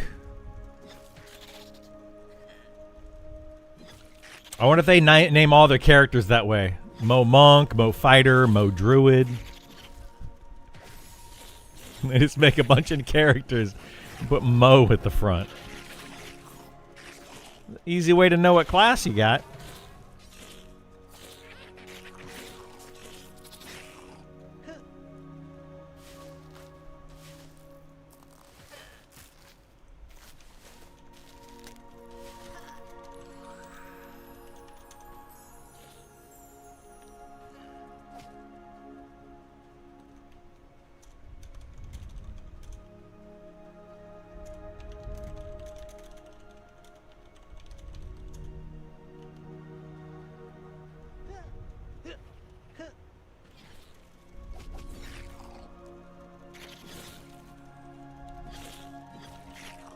Is it worth heading over there now if you think someone will drop soon? I have no idea if anybody's going to be dropping soon.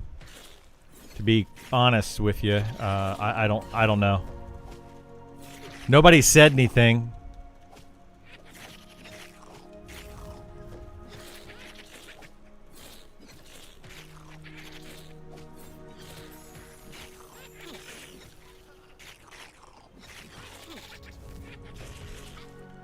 Hey, then give me 1 second though. I need to take a quick AFK.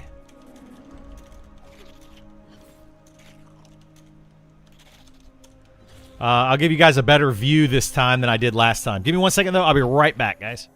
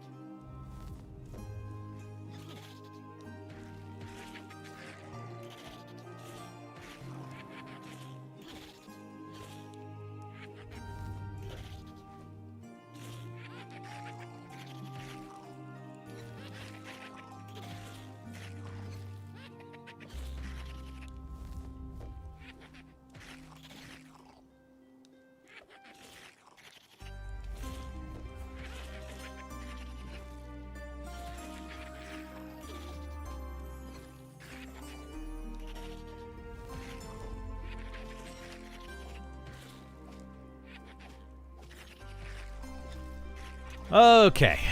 Sorry about that.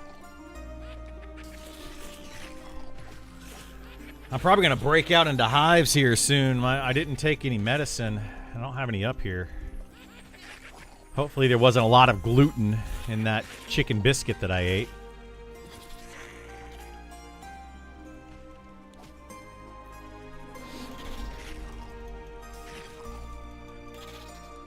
But there probably was.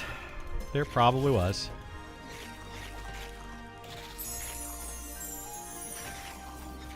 So we still haven't gotten the deep dive yet, right?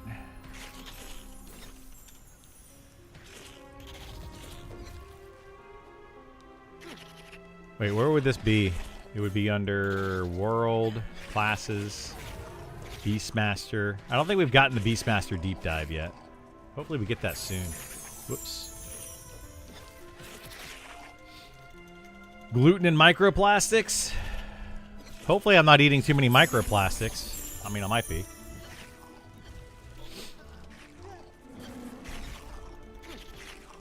Really hope they get out here there by this weekend. Would love to see what's lined up for us. I was hoping it would be over the weekend we would get it, but now it's Wednesday, so... I mean, Sean said, what was it, on Friday? I think he said on Friday that they the Beastmaster was the next deep dive. I was expecting it, you know, in the next couple of days. I'm surprised that that it hasn't happened yet.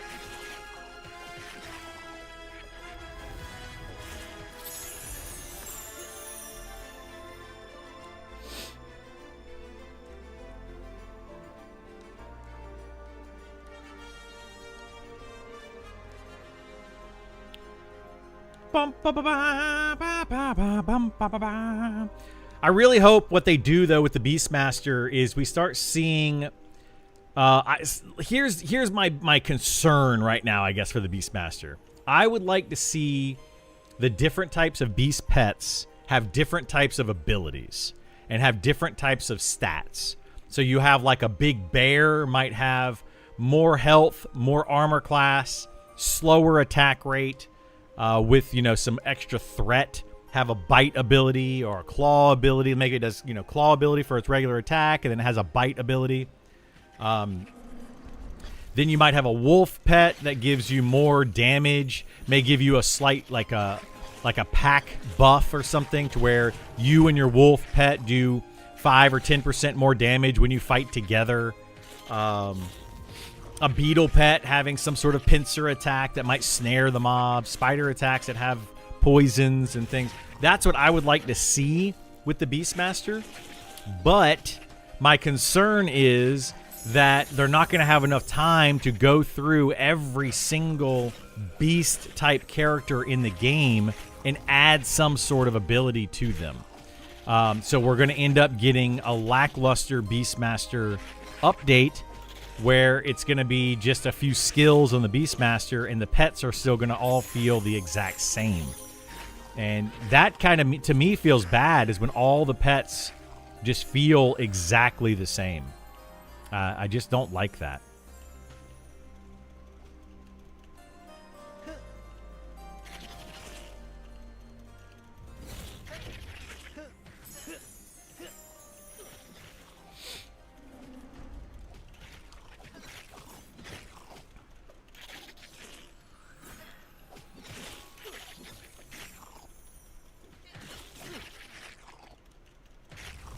Dude, I love the size difference. Look at this. The size difference between an ogre and a gnome. It's just massive.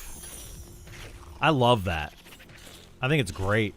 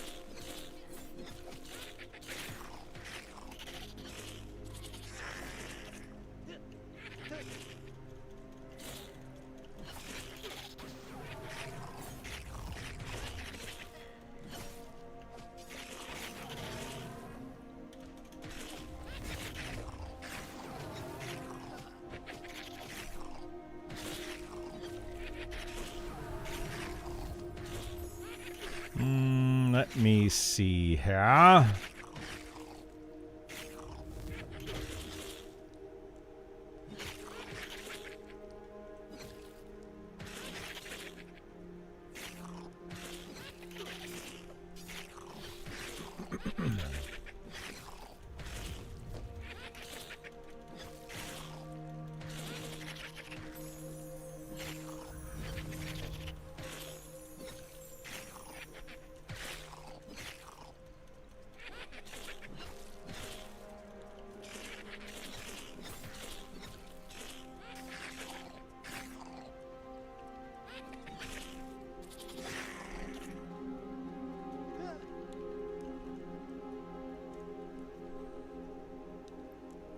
Oh my goodness gracious.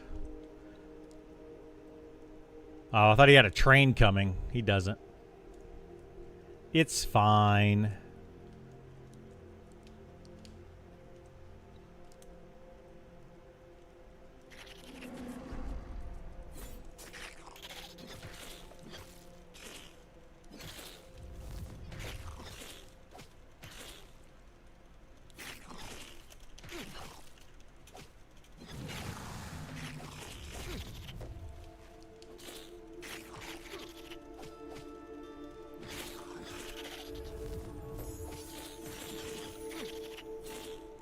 Good morning. How you doing, Zeno? Welcome back, my friend. Welcome back. Glad to see you. Glad to have you here.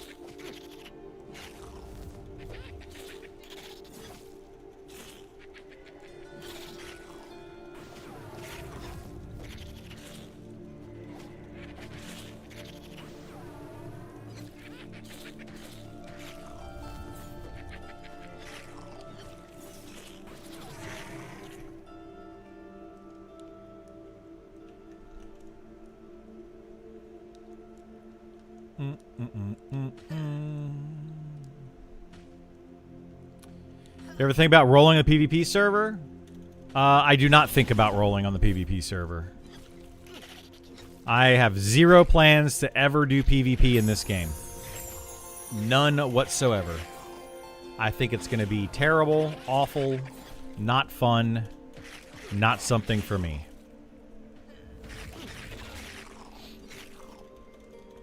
PvP's fun, though. PvP can be fun. Yeah, it can be. Not in this game. I have nothing against PvP. Like, I think PvP could be an absolute blast given the right circumstances. Not going to be good. It's going to be a grief fest in this game, especially as a streamer. Because I'll just end up getting stream sniped all day long. People will come in, they will just find me, and they will kill me, and then it won't be fun. So, yeah, I have zero interest in playing PvP in this game.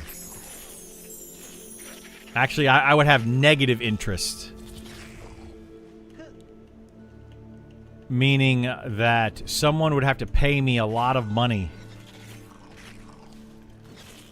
to even consider PvPing in this game. Team PvP server could work well. FFA, man, yeah. A team PvP server I'd be more inclined to play, or a some sort of server with rule set to it. I'd be more inclined to play. I still probably wouldn't do it in this game, but I would be more inclined to play it.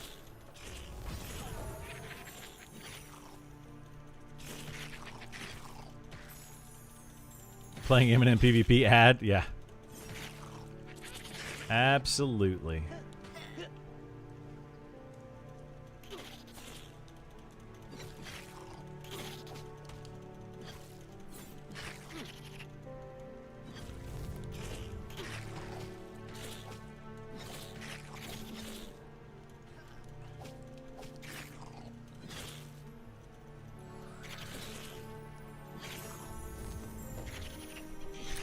I enjoy my slow-paced PvE gameplay where I can just play casually, chat with people, enjoy myself. It's just so much better.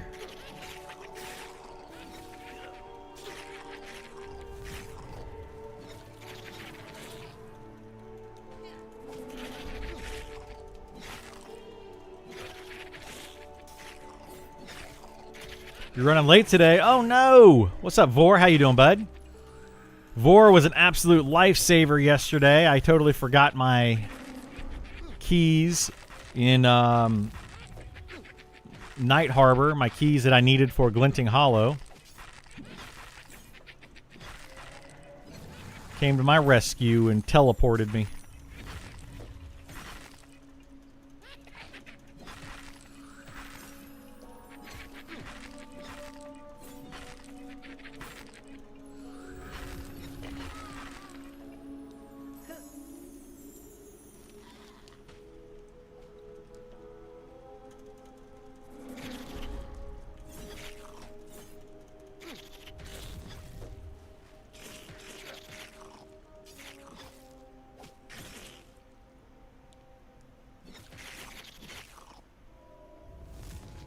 Streamer privilege? I mean, if I'm going to have a streamer privilege, that would be the streamer privilege. It would be how viewers help out the streamer. It's funny because people think that streamer privilege is how the devs help out the streamers. And, I mean, that probably does happen sometimes. It has not happened in this game for me. But you definitely get a little bit more help out from the viewers, so I will give them that. Glad to help. I appreciate it. You helped me a lot in the ways. Yeah, hey, it's people helping people. It's a beautiful thing. That's called networking. I mean, technically it is, right? It is networking. But yeah, people like to call it streamer privilege. Oh, you mean I was nice to somebody and they were nice back to me? That's streamer privilege? Oh, okay. I didn't realize that's what streamer privilege was these days. You mean being nice to other people and doing favors for them so they do favors for you? What? No.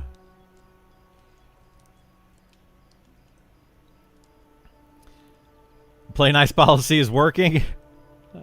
I mean, some of it does work. Some of it does work. It's a lot of work for the devs.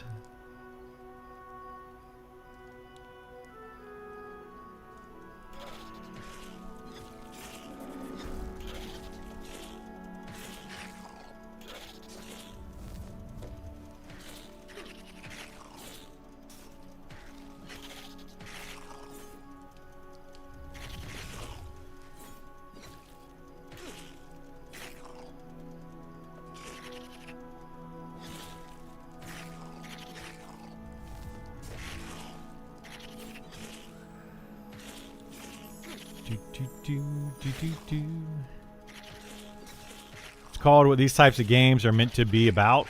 Community. Yeah, exactly. That's how I look at it. I get so tired of people being like, but I want a solo. Okay, well, go play a single player game. I don't know. I don't know what to tell you.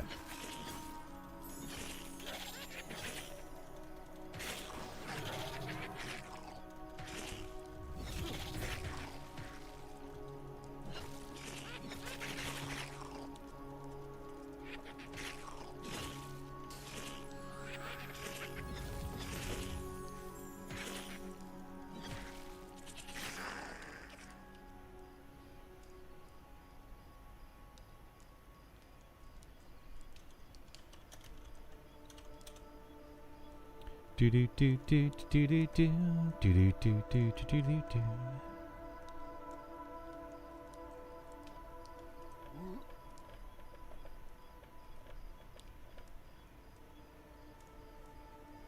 This guy's name Old Greggle? Is that what they... Old Greggle. Okay.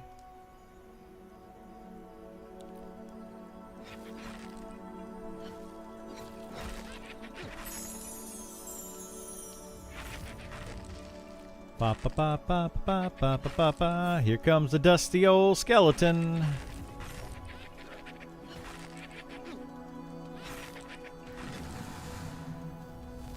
Old Greg the Second. Yeah, that could be it too. Old Greg the Second. Second of his name. The shaker of bones.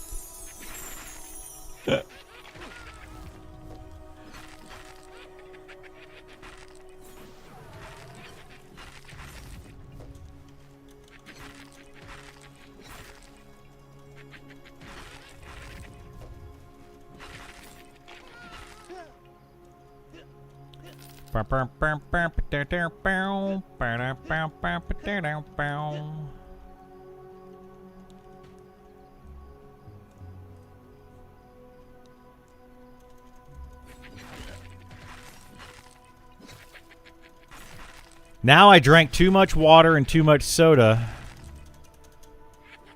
Protector of the realm, exactly.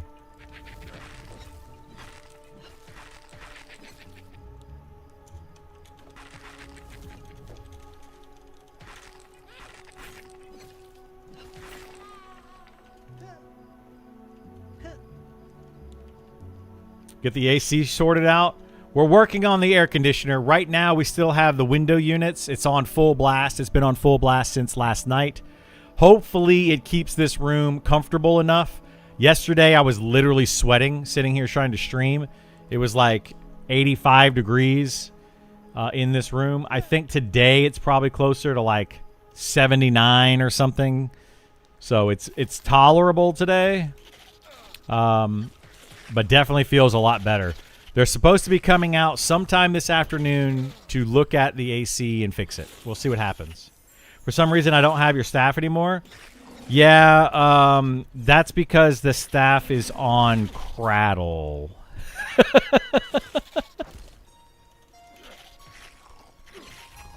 That's why you don't have your staff anymore. I stole it while you were gone. We need to get you some gear. Well, there's a long story with that, but I needed a staff for Cradle. I have a staff. I have a staff you can have though, Burl. I might actually have some other gear you can have as well. You almost died? Oh no. Yeah, I've got some gear for you, I think.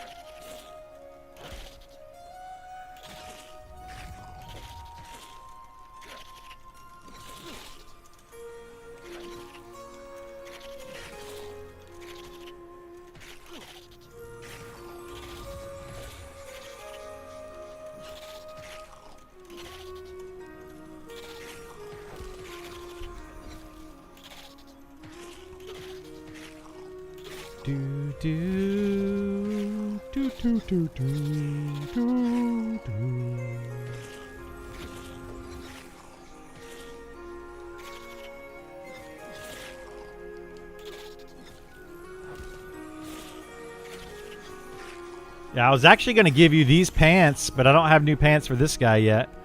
I was going to give you those pants. Oh, I have a pair of gloves that you can have. It's not these gloves. I think... Did I keep those gloves? I'm pretty sure I kept those gloves. So I got a couple items that you could have, Burl.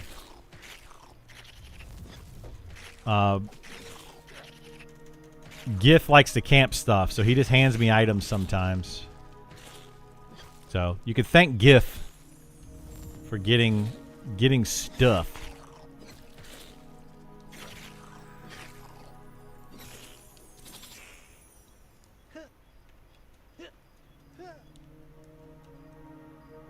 Oh, there was another game that I saw too, Burl, that you and I should probably play together. It was some sort of co-op game, but I don't remember the name of it. But it looked fun. It was a game where one person builds the town and the defenses, and the other person goes out into the world, kind of like Zelda-ish style. And they like fight monsters and collect things and bring it back to the town, and then the town person uses that stuff to build up the town defenses and such. And you kind of work together. It was a pretty cool looking game. I forget the name of it though. I'll have to see if I can find it again. But it's meant to be a co-op, a two-player co-op game.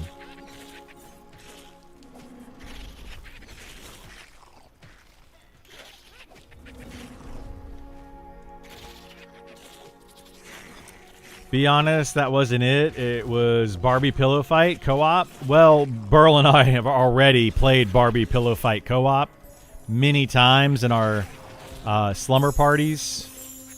Usually we do that after dinner, but before we do our nails. It's a pretty good time.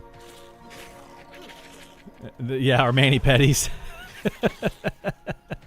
We don't want to break our nails, so we do the pillow fight first. Like it just makes sense. Is that the one where the town is a giant water turtle thing? It might be. Yeah, it might be a town with a giant water turtle. That sounds vaguely familiar from some games I looked at yesterday. Reminds me when I had to watch the trailer for this game. Oh, Retired Men's Nude Beach Volleyball League. That was definitely an interesting. That was an interesting watch for sure.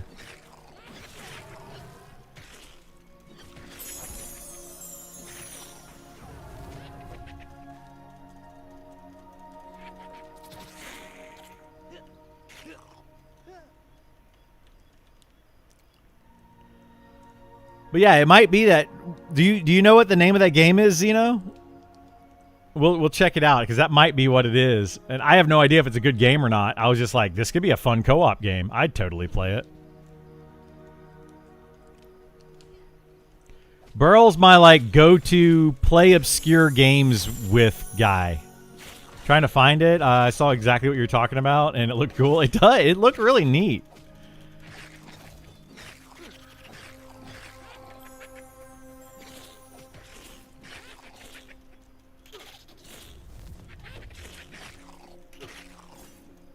Kingfish is what it's called. Here, let's look it up real quick. Quickly. I'm assuming it's on Steam.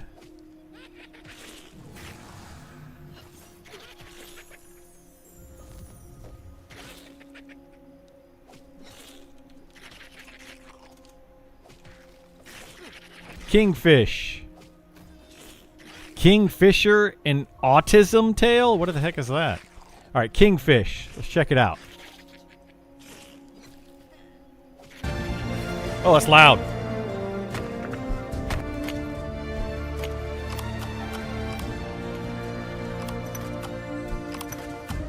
So yeah, like you're building one thing, your friend is out like running around.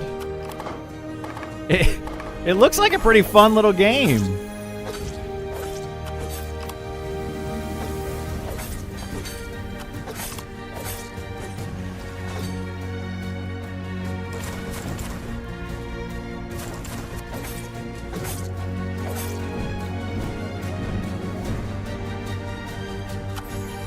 Lancelot.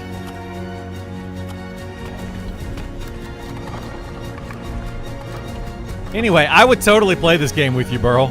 I would love to check it out. It would be a fun, like, co-op game for us. Yeah, and you're on the back of this giant turtle. Like, I would totally play that game. I think it could be fun. We'll add it to the wish list. Before I found you, I'll see if I can get a copy of it or not off one of my sites. Let me check. Let's check the old interwebs. let me download this too. We're gonna download that while we're sitting here. I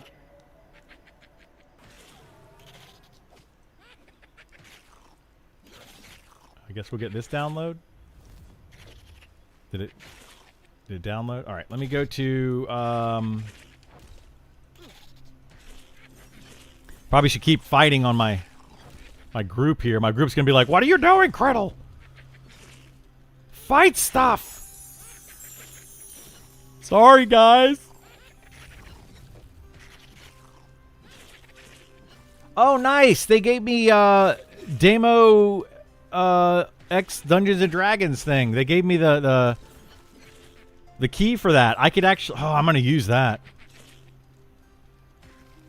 I am definitely going to use that. Is that for the Nintendo Switch?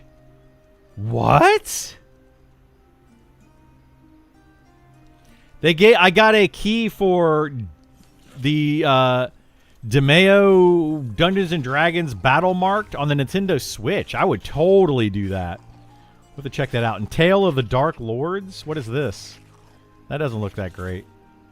Nah, I don't want that one. Anyway, what is the name? Kingfish? Kingfish. Kingfish. Follow. We'll follow that and see if we can get a copy. See if we can get a copy of that game.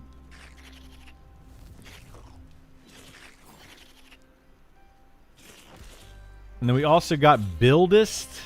What is Buildist? No, that looks not for me. Fading Echo.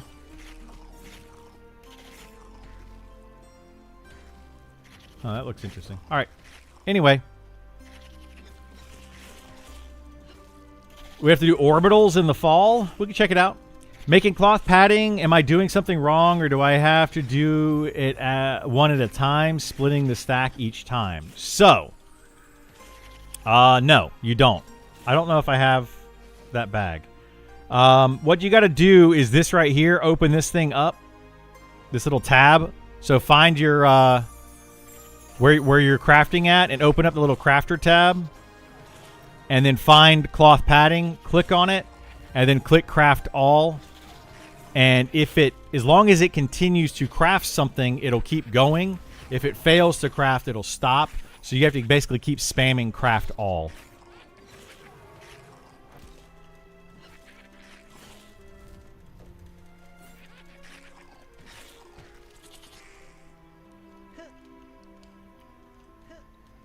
$20% XP to go in level 19.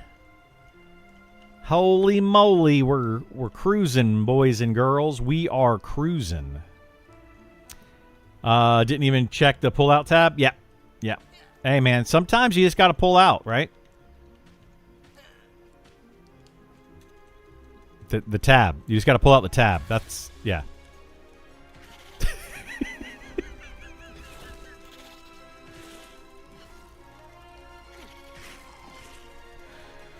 Oh, boy. Yikes!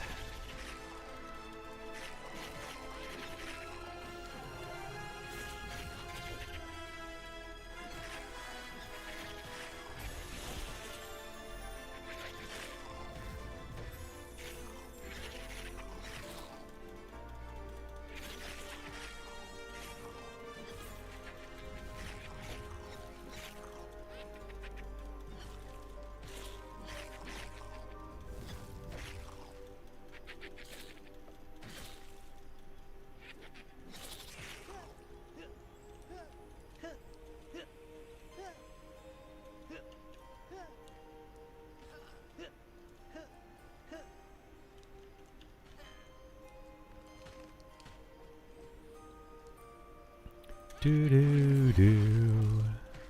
Oh, we can turn the sound back up again.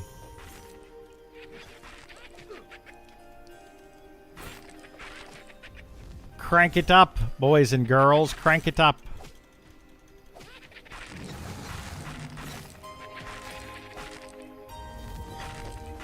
Dun, dun, dun, dun, dun.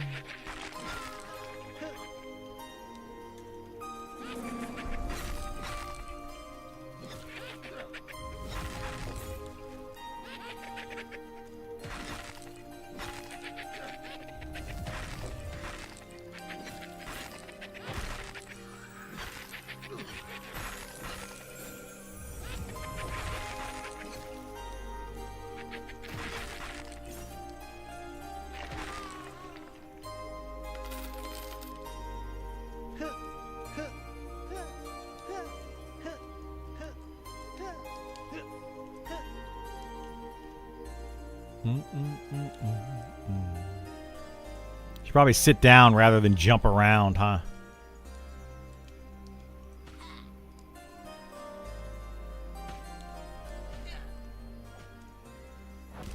My Nintendo Switch is not up here, but I want to get that. I want to get that game.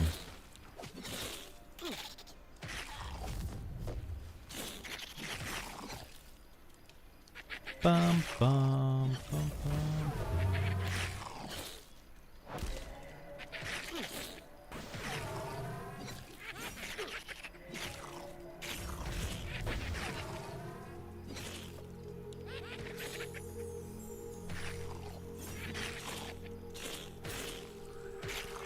Key not for resale. I know. Take me to my key. Take me to your leader. Alright, we'll copy that. Open up a notepad and paste. Alright. We are definitely going to be using that.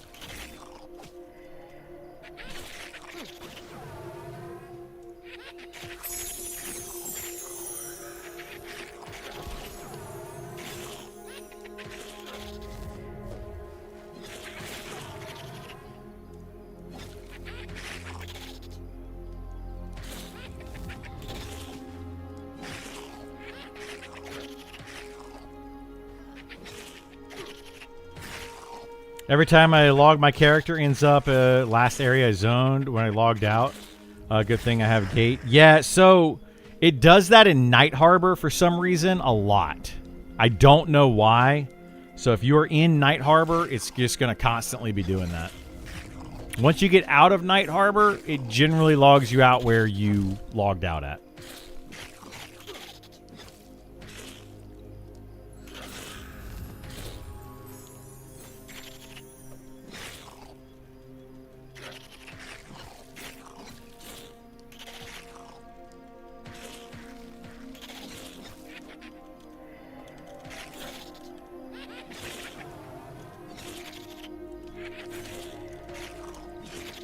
Hey, Burrow, we might have a spot for you, I think.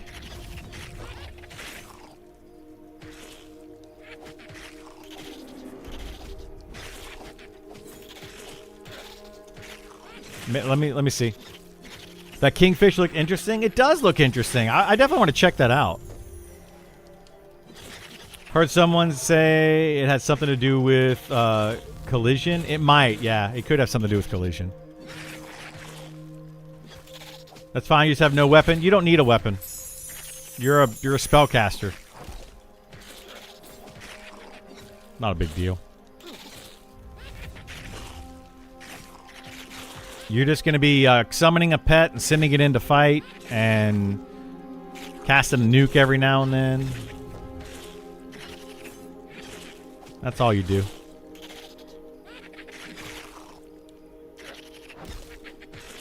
I mean, you see this guy right here? This mean mug? He just sends in his necromancer pet.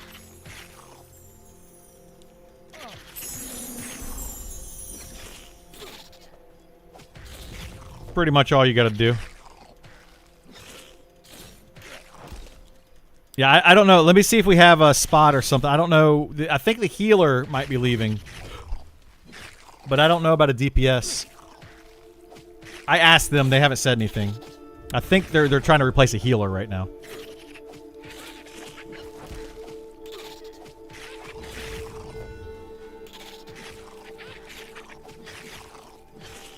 Yeah, I think they're getting a cleric. So, yeah, don't come here yet.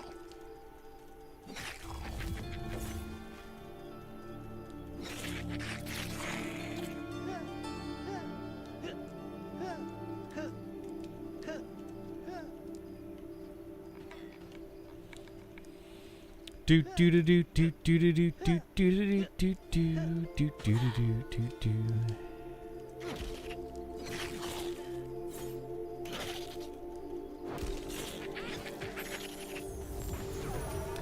Iruhini coming in with the Subaruni. Thanks so much, my friend. I appreciate it. Hope you're having a fantastic day. Really do appreciate the support. We're going to keep this Monsters and Memories boat afloat a little bit longer.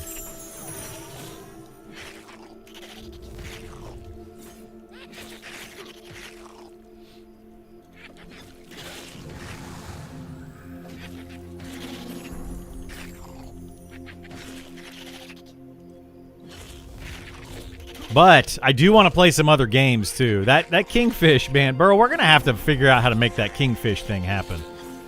I'm gonna have to reach out to the developers and see if they can get a key for me or something so we can stream that and play it. You know, using that streamer privilege that I have.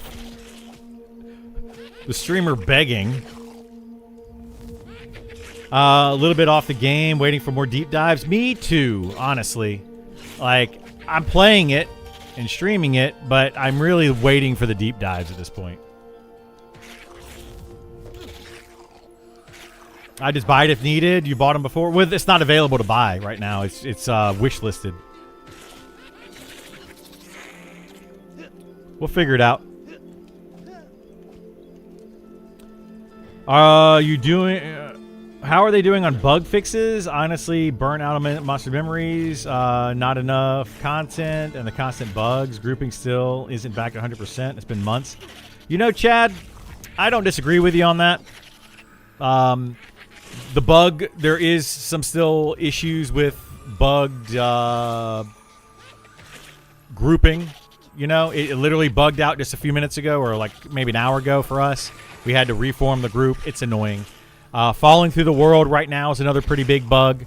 You can easily fall through the world. Another big bug is moving around your spells inside of your spell book can make your spells disappear. Another very annoying big bug. Camping out inside of Night Harbor, you end up at the zone line a lot. There's still a lot of bugs that they need to work out, you know, that don't need to be in there for the start of early access. So I totally agree with you. It feels bad. I will say that they are working pretty hard on it. They're trying to get some of these things fixed. You know, when, how long it's going to take, all that kind of stuff. I don't know. Unfortunately, I just don't know. First backpack accomplished. Nice. Second try failed, but super happy anyway. Don't make more backpacks. You only want one backpack. So, like, a lot of people don't realize, this slot right here, the very first slot, is your backpack slot. The next 3 slots are going to be bags. So you'll actually look at it at a thing and it'll say bag in it. That slot bag. That means that it is a satchel. And then the last 3 slots here will say belt slot, or they will say like pouches. So yeah, don't make all backpacks. For the bank, yes, absolutely. Put them in your bank. Backpacks are the best thing to put in your bank. Yes, absolutely. Unless there's better thing for bank. Not that I know of. There used to be these crates that you can still make, and you could put them in your bank, and I believe use them in your bank. But yeah, crates can no longer be used in the bank. You could put them in your bank, and you could fill them with goods in your bank, but you can't actually open them if they're in your bank. So don't put crates in the bank. Absolutely, backpacks is the way to go. Slot bag sounds dangerous. Close to HR had to put in the manual. You know, you're not wrong there, Chad. You're not wrong. I'm pretty sure if I went to work and I said, hey, nice slot bag you have there, I'd probably get in trouble. But luckily, we're on the old internet, and the internet has no rules.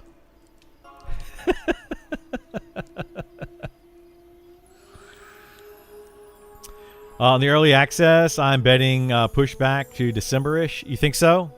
I don't know, man. I don't think they're going to push it back. I think they're going to release it October 1st. Of course, they could push it back, and they probably, in some ways, maybe should push it back. But I honestly feel like they're going to put it out in October, for better or worse. That's the date that they're pushing for because they need to pay people. I think that that Sean is getting to the point now, and people are coming to him and being like, man, I've got to get paid. I'm not going to be able to keep working on this without getting paid. I really, really, really got to get paid. I think it's starting to get to that point, which is totally understandable. This game has been in the works for 5 years, and nobody has been paid in 5 years that has worked on this game. So I feel like at this point, there's several people that have worked for 2 or so years on the team that I think could really use income right now. I don't know anything personally about any of these developers. I'm just basing it off of what I've heard from people like Sean and some of the other developers. And yeah, they definitely need to get paid. I mean, it's nobody should be working for free. I totally get it's a passion project and all that kind of stuff, but when they need to start charging people something and start paying people if they can. EA 2027 is your guess? Maybe, yeah. Since alpha at earliest, yeah. I mean, I don't disagree with you guys. I think the game needs a lot of work still. It needs a lot of work. But how much work does it need before it's ready to be released for early access and they can start making a little bit of money on it? That's kind of where we are at the moment. Sounds like artists need money. That's, I think, what it is, honestly, Vor. I don't want to call out the artists and be like, hey, these are struggling artists or anything like that. I have no idea the financial situation of anyone on the team except for Sean, because he talks about his financial situation often. So other than that, I don't know the financial situation of anybody else on the team. But to me, it does sound like the artists are needing to get paid. I know that Zukin or ZBrush, one of those two, literally works on his portfolio a lot of times, as well as Monsters of Memories on his stream. I don't know how he's doing financially, but I'm pretty sure, I think it's ZBrushed actually is what I'm thinking of. I'm pretty sure he could definitely use a paycheck. So if you guys can throw any love towards ZBrush, I would encourage it.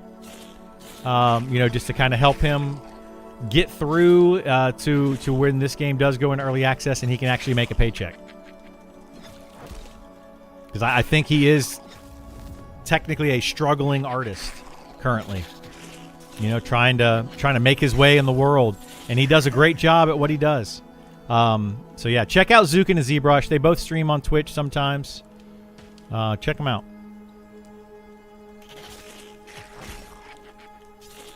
If you like to watch art streams, they can give you tips if you want to be an artist and do that kind of stuff too. They can give you some great tips. I agree with you on the need to get paid, but for sure it ain't ready. Yeah, it's not ready. It's definitely not ready. So it just depends. Is it going to be ready enough for early access to where people are going to pay for it and not complain too much? I feel like a Pantheon went into early access too quickly. I feel like Ashes of Creation went in too early, and it ruined their chances of possibly becoming a better game. Ashes of Creation had its own issues, but and Pantheon does too. But I think it ruined their chances of actually creating a good game by going in too early. So yeah, hopefully Monsters of Memories doesn't fall into that same issue. Classes, graphic optimization, itemization, serviceability, the list goes on. Yeah, there's a lot of things they need to work on. Absolutely. My theory is taking money and calling it anything, EA, beta, whatever it is, essentially a death sentence. I kind of agree, Chad. They're going to have to go into early access because they're not going to get to 1.0 before they start making money. They're going to have to start making money somehow prior to 1.0. So either they're going to have to sell it to consumers through early access and have it funded that way. They're going to have to do a crowdfunding where they just push the game back indefinitely and they crowdfund it on GoFundMe or Kickstarter or something. Or they're going to have to get investors which are going to want to have a say in the game's development, which they don't want to do. There's a couple options they have, and right now I would say their best option is early access, and just make it very clear to people the game is not finished come early access. I have a very big dislike for early access games right now, especially in MMO, which is technically never finished. And some of these companies are like, the game is clearly in alpha or beta testing.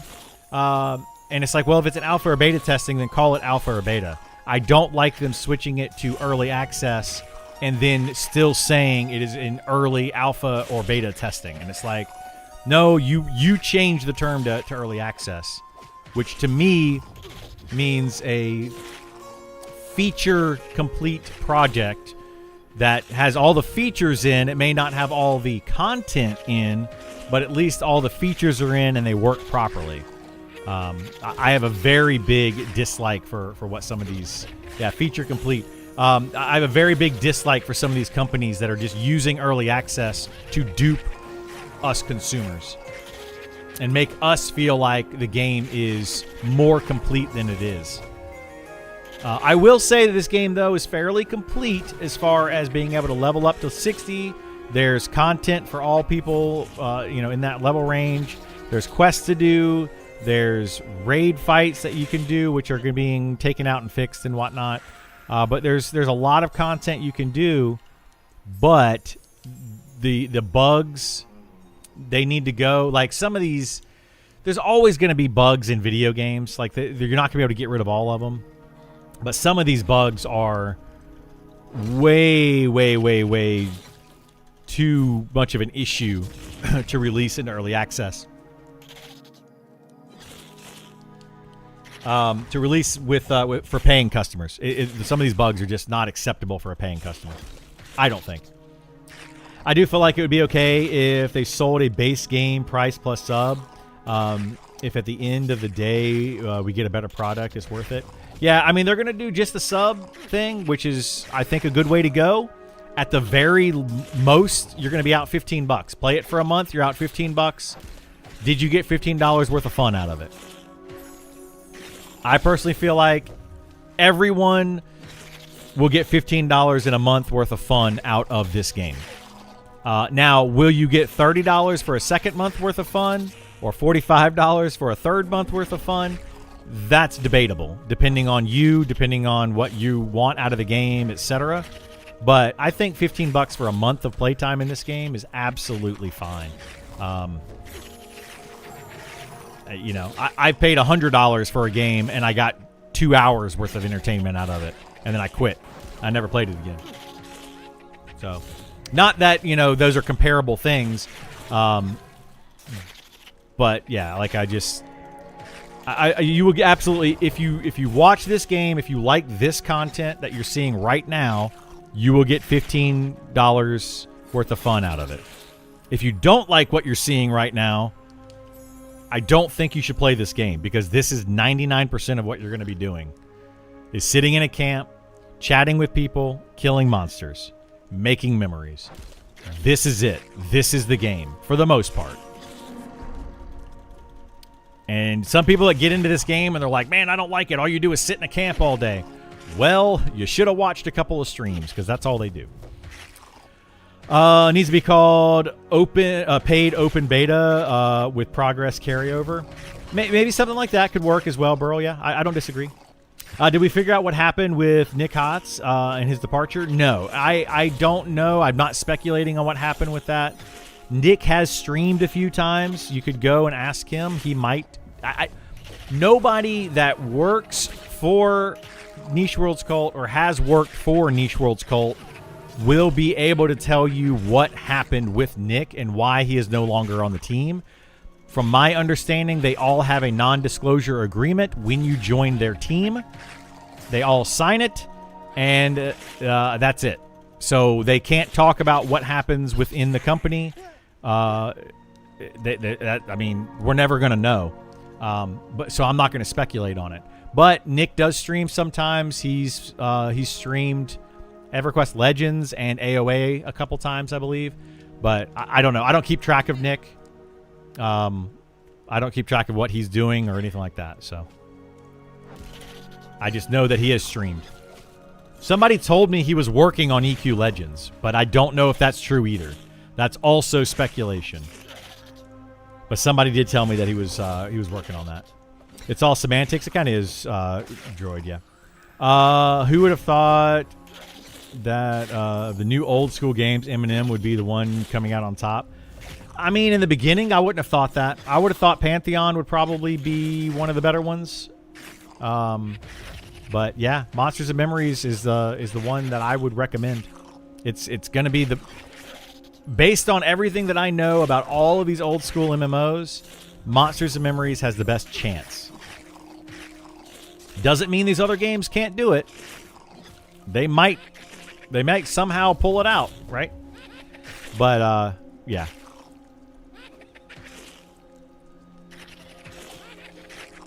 Yeah, I agree, Chad. If they start taking money, people are going to have expectations. That's going to be the problem. Leveling up with their 50s is booty. It is, yeah. It's not great. It slows down considerably. There's not a lot of content. They are making a dungeon, though. So Night Watch, or Fallen Watch, which is... Well, I can't see the castle from here. The castle, which is like right over there. Somewhere. That's not the actual castle. That's Upper Salmon.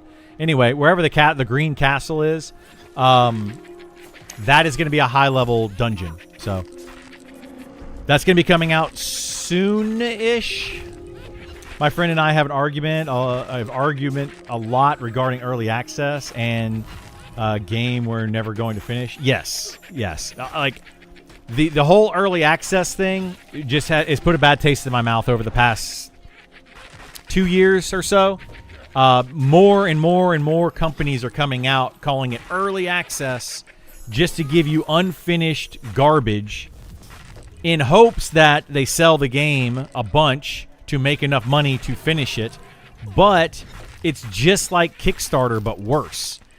Like in Kickstarter, if you fully fund something, they're supposed to send out a product, or they don't get the money or whatever, or they have to pay back the money, or however that works, right? They have to actually send out some sort of finished product. With these early access games, you're giving them money to continue making the game, but if they don't make enough money, they can always just go, nope, we're done, we're going to scrap it at any given time. They have no obligation to actually finish the product. Zero obligation. And that feels bad to me. And the main reason is because of Steam.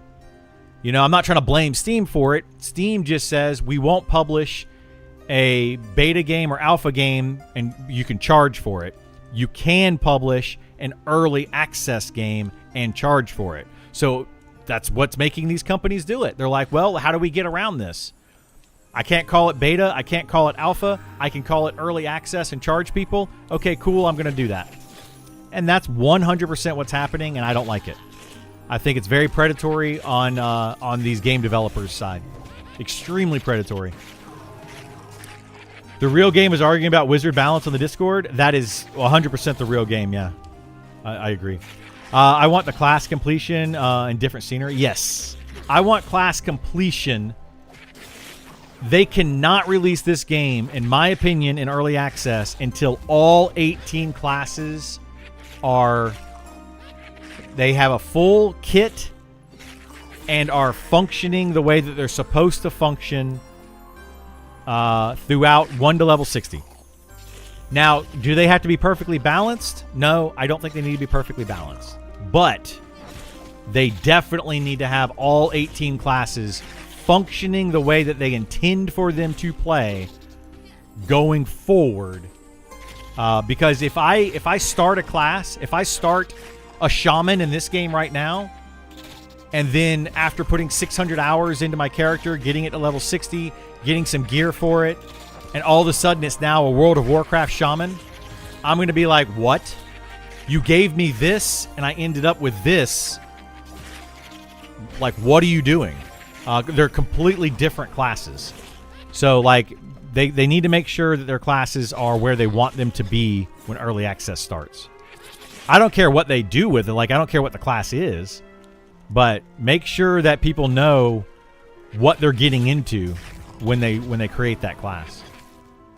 It's gonna feel bad if they don't.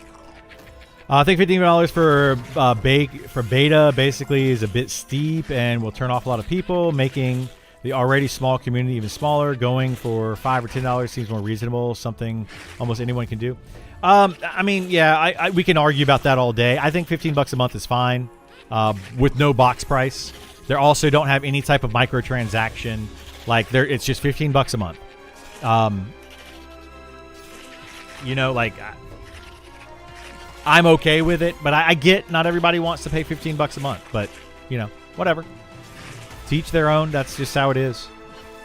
You know, if you can not go buy a Starbucks coffee a couple times in a month, or, you know, don't go to McDonald's and get a meal one day for lunch, things like that. Like, it's coming up with $15 a month is not difficult to do.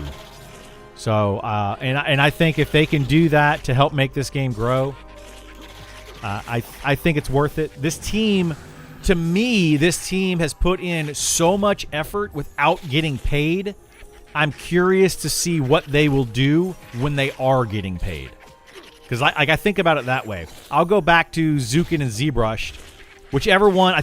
I want to say it's ZBrush. I can't remember. I get those two mixed up all the time. I'll go back to those guys, though. And they work on this game a lot. However, they don't work on this game exclusively. I've seen ZBrush, I believe. I've seen him stream other content creating things, not just Monsters of Memories. But if he could just focus 100%, 8 hours a day, 5 days a week, so his 40-hour week, right? If he could do that and just put in 40 hours a week in Monsters of Memories and make those bills that he has to pay, we're going to get so much more out of this game. So, like, that's where I'm at with it. I hope that the devs end up putting in more time. Because, like, you might have a couple devs right now that are only putting 10 or 20 hours a week, which is a lot for free. But if they can get paid and put in 40 hours a week and double, triple, or quadruple the amount of time that and effort they're putting into the game, think of how much more we could have, right? Like, we could have a lot more. So that's what I'm hoping for. Now, it's up to you to decide if that's something that you believe is going to happen or not, because it may not happen, right? I'd pay for what they have right now. Yeah, I would too, Kerrigan. Some people would, some people wouldn't. I'm also kind of looking forward to the merch that would be available. Yeah, that merch store is going to be awesome. I'm looking forward to it. I'm hoping the devs, you know, can nudge, nudge, wink, wink, hint, hint, send me like a box of stuff. I mean, I'll probably buy some stuff either way. I just won't buy as much. Like, I wouldn't mind having a hoodie, a hat, a mug, a t-shirt, you know, a few things, doing like an unboxing of it and just have fun with that. I would love to do that. But if it's coming out of my own pocket, money-wise, I'll probably just buy a t-shirt. You know, like, that's probably all I'll get. But I'll do something small. I wish I had all the money in the world and I can just buy tons of merch, but I can't. For month 1 of EA, I'm sure a massive percentage of those players will be people who have engaged in tens or hundreds of hours with the alpha, beta, open test. If you feel cheated for spending $15, then I suggest you ignore the project to 1.0. Yeah, I kind of agree with that, Todd. I kind of agree with that. Like, I'm going to be playing this game day 1 of early access. As of right now, with what they're doing, with a October 1st release date, everything that I'm seeing in this game, I have all the plans in the world to be playing this game October 1st, and I'll be paying that $15 a month. Now, will I keep playing after a month or 2 months or 3 months or whatever? That's going to see what they do with it once they go into early access. Could be a scam, like CU compared. Monster Memories is great. I don't think it's a scam at all. Yeah, this is definitely not a scam. I don't see it being a scam. People already have expectations without even paying yet. They do, yeah. And those expectations are going to skyrocket once you start paying. I want all upcoming MMOs to succeed. Everyone can choose what they like. Yeah, I would love to see them all succeed.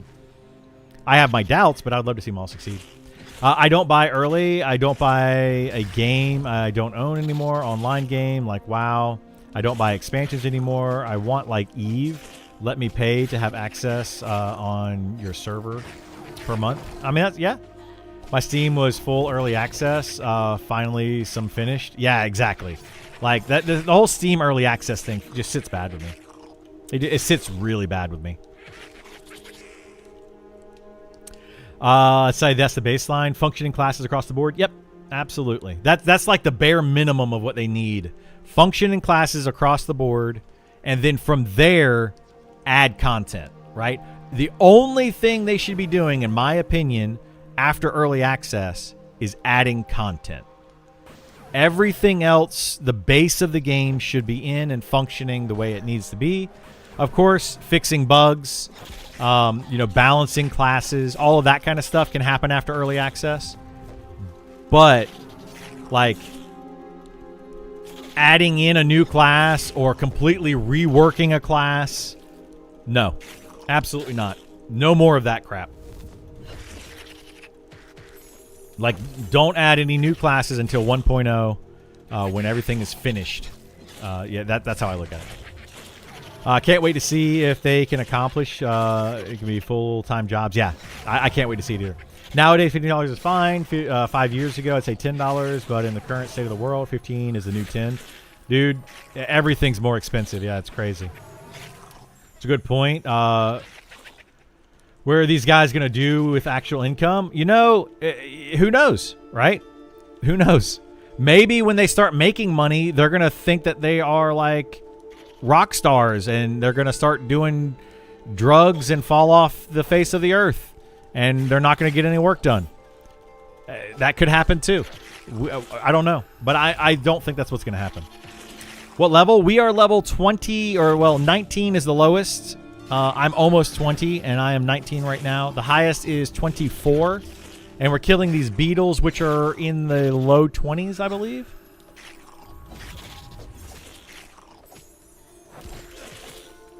The economy is bad, but $15 a month is reasonable for live service and more. Yeah, I think it is.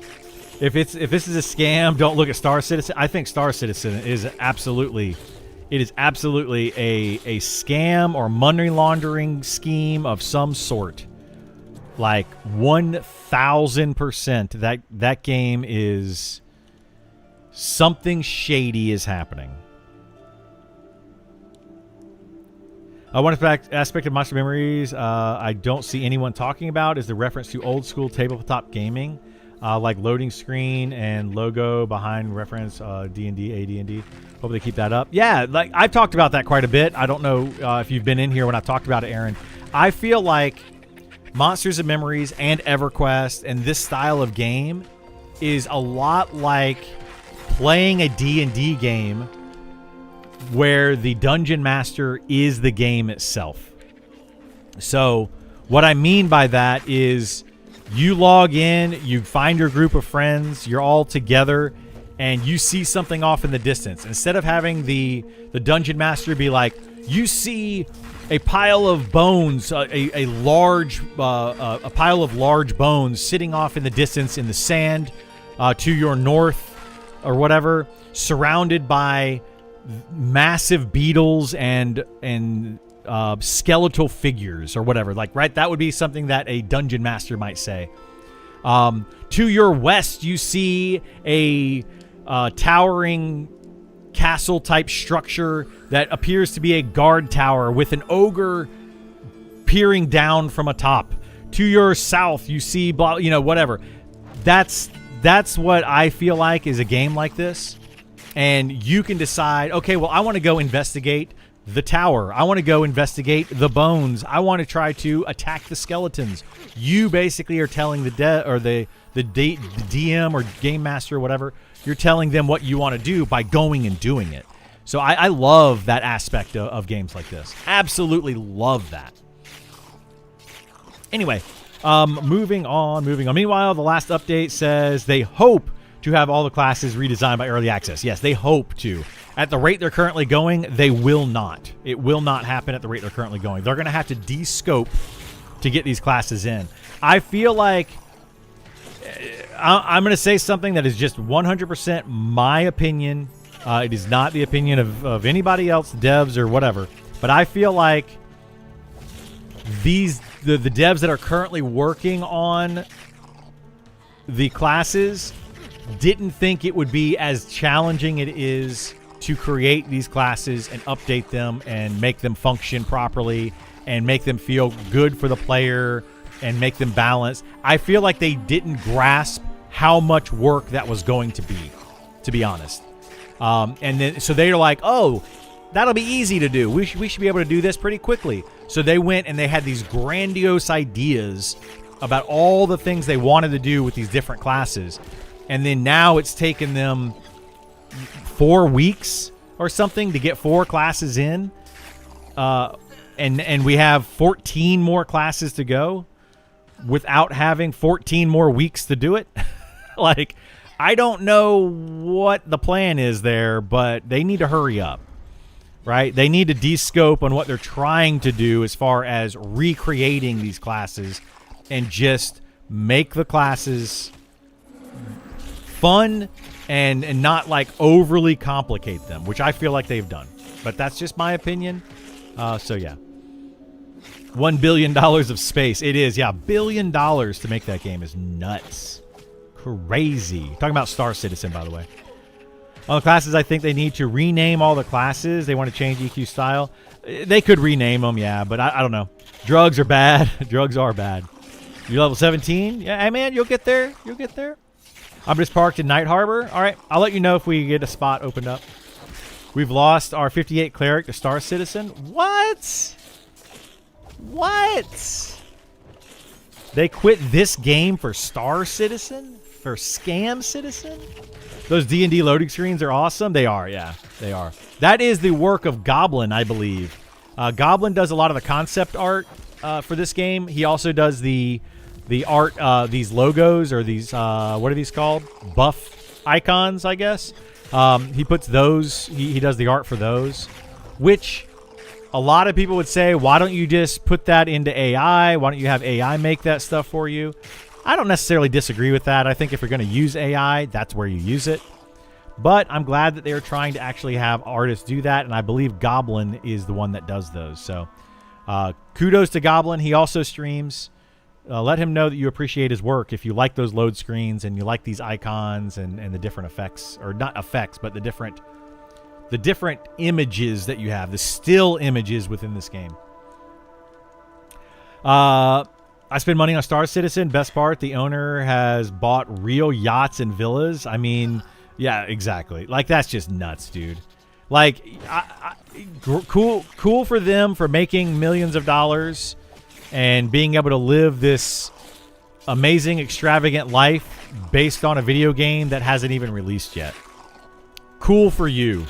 I wish that I could tell people, hey, I'm creating a company and we are going to, I don't know, do your lawn work for you. Go ahead and throw money at me, and once the company is created, we will eventually get to your lawn. But meanwhile, I'm just going to go sit on my yacht and sit in my mansion and just keep bringing in money. Like, it makes no sense to me. I will not play Star Citizen because of that. I don't think I'll ever play Star Citizen or its spin-off games that it's now trying to make to pay for Star Citizen. It's a whole thing. These issues is that there are people that simply cannot play this type of game. You got to be okay with losing. Oh, absolutely, yeah. In an era where everything is built for everyone to win. Yep. 2027 launch. You think so, Quackums? I don't know. I don't think that they're going to push it back again, but they might. I feel like a certain one, which shall not be named, set them back a lot in areas. Yes, that's kind of where I was getting at with Vor, with what I was saying, is that one person kind of set them back a little bit, I feel like. And now the current devs that are working on the class design are having to kind of reinvent the wheel, but now they are falling into the same trap. The previous dev that worked on it took the easy road of copy other game, paste into this game. The new devs working on it are taking the very difficult road of let's recreate everything and completely change the entire fundamentals of all these classes, which I think is also a bad direction. There is a middle ground there between those two that needs to happen, which is let's take some ideas from this other game over there and figure out how to implement them into our game to make it feel good. I don't know why they can't go that route. I don't know why they're not just like, okay, let's wizards. How do we want the wizard to be? We want it to be big nukes. Do we want it to be, like what do we want it to be? And just make that. Like, we don't need to go crazy with it. This whole glyph system, I think, was too much. It was too big of a scope and too much of a change that took them a long time to get to work properly, and it was an absolute fail, in my opinion. I just think it was a failure, but other people may disagree with that. I feel like it was just a waste of time, though. I feel like a certain one, so we read that. He'll be back. There's only so many hours a Star Citizen MMO player can handle. Yeah, Star Citizen's not gonna last. What influences the melee damage variance? Hitting for 1, then 12, then 1, and then 22. Is that strength? So, Kerrigan, this game is a lot like D&D. When you roll to hit, right, you have a chance to hit, so you roll your D20. Do you hit? Yes, I hit. Now, on my weapon, I roll a D6 or a D10 or whatever for your damage. I can hit for 1 damage. I can hit for 10 damage. That's where a big variance comes from, is you have a large range that you can swing for. Then, on top of that, you have strength bonus. So you might hit for, like in D&D, 1 to 10 damage. You could hit for the full 10 damage, and then you have a strength modifier of +2, right? Because you have 14 or 15 strength, so you get +2. And that is where that comes from. So you get a little bit of bonus damage. So it basically works like that, is the very simple version. As you get higher level, your strength starts to affect it more because you're going to have more strength and you get higher level and it unlocks those damage caps. But that's effectively how it works. Hopefully that made sense. Can you fill us in on the Star Citizen scam for the uninformed? Sure, I mean, I can do a little bit of it. I don't follow Star Citizen very closely, but basically the short version of Star Citizen is they did like a GoFundMe or whatever it was, a Kickstarter, whatever, to get a bunch of money for it. They're selling off spaceships in that game. They're literally selling assets in the game to people to fund the development of that game. That game has been in development now for like 10 plus years, like maybe 15 years. It's been in development for a very long time. They have put $1 billion, literally $1 billion. This is the most money any company has ever invested into a video game, supposedly invested. But they have made $1 billion and invested that into that game, and it still is not released yet. It may never be released, is where the scam side of it comes from. People are saying that the entirety of the thing is just the hope and the hype of trying to sell a game to people. They're not intending to ever actually release it, is what people are saying. And they're just going to keep nickel and diming people for as long as people will continue to give them money. They'll release a new spaceship. They'll release new whatever. And they sell it to people. That it's like selling NFTs, right? You don't really own anything. You own a digital thing. You don't physically own anything, so there's nothing to say, hey, I own this, and they can take it away at any time. It's literally you're just giving money to this corporation in hopes that one day you'll have a video game to play. So that's the short version of it. I heavily enjoyed the glyphs, but I bet it took a ton of time. This is the 1% of the time I disagree with you. I mean, the glyphs, the system is okay. The idea is okay. It just fell flat, right? Like, is it necessary? Is the where I'm going with it. The glyph system is a cool system, and I like it. But does it fit this game, and is it necessary to play this game? And I'm going to say that neither of those It is not necessary, and it doesn't fit this game. It just doesn't feel like it fits. It's a very cool system though, but that's the issue that I have with it.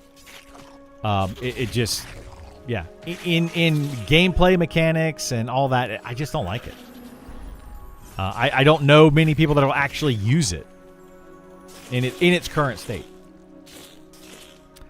Emulate rather than imitate or re-innovate. Yes. It's all dice roll. Yeah, it's basically a dice roll. The Archer rework is great. I've heard that the Archer rework is really good. I would like to check it out. I camped a Salt Lash. The second spawn had it.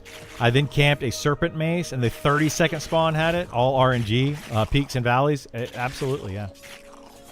I played quite a bit of D&D style games in my old 49 years. Love me some D&D. Love it.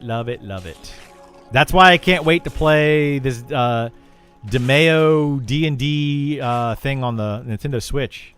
I'm looking forward to that. It's basically just a D&D dungeon crawler is effectively what it is. AAC tried to pull a Star Citizen. They did. They sure did. 1 billion? Yeah, they have literally... It's over 1 billion now. Let's look. Here. We'll Google it so that I am not telling you all lies. How much money has been spent on Star Citizen? There you go. Star Citizen has raised over $1 billion in lifetime funding.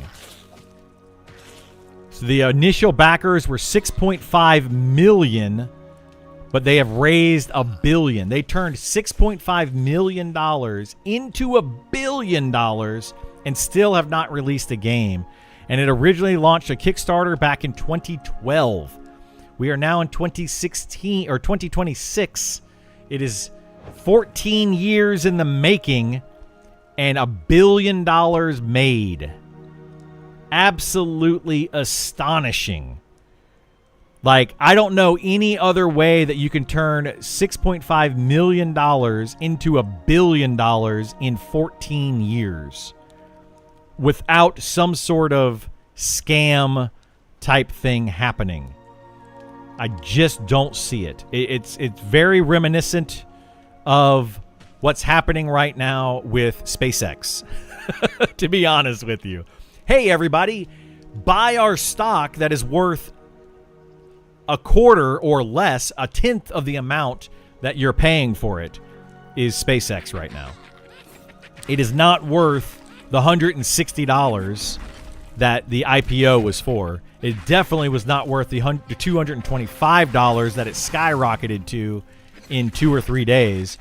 It is still not worth what it is today, which is like less than $160 after 8 days, 10 days, or whatever it's been of trading.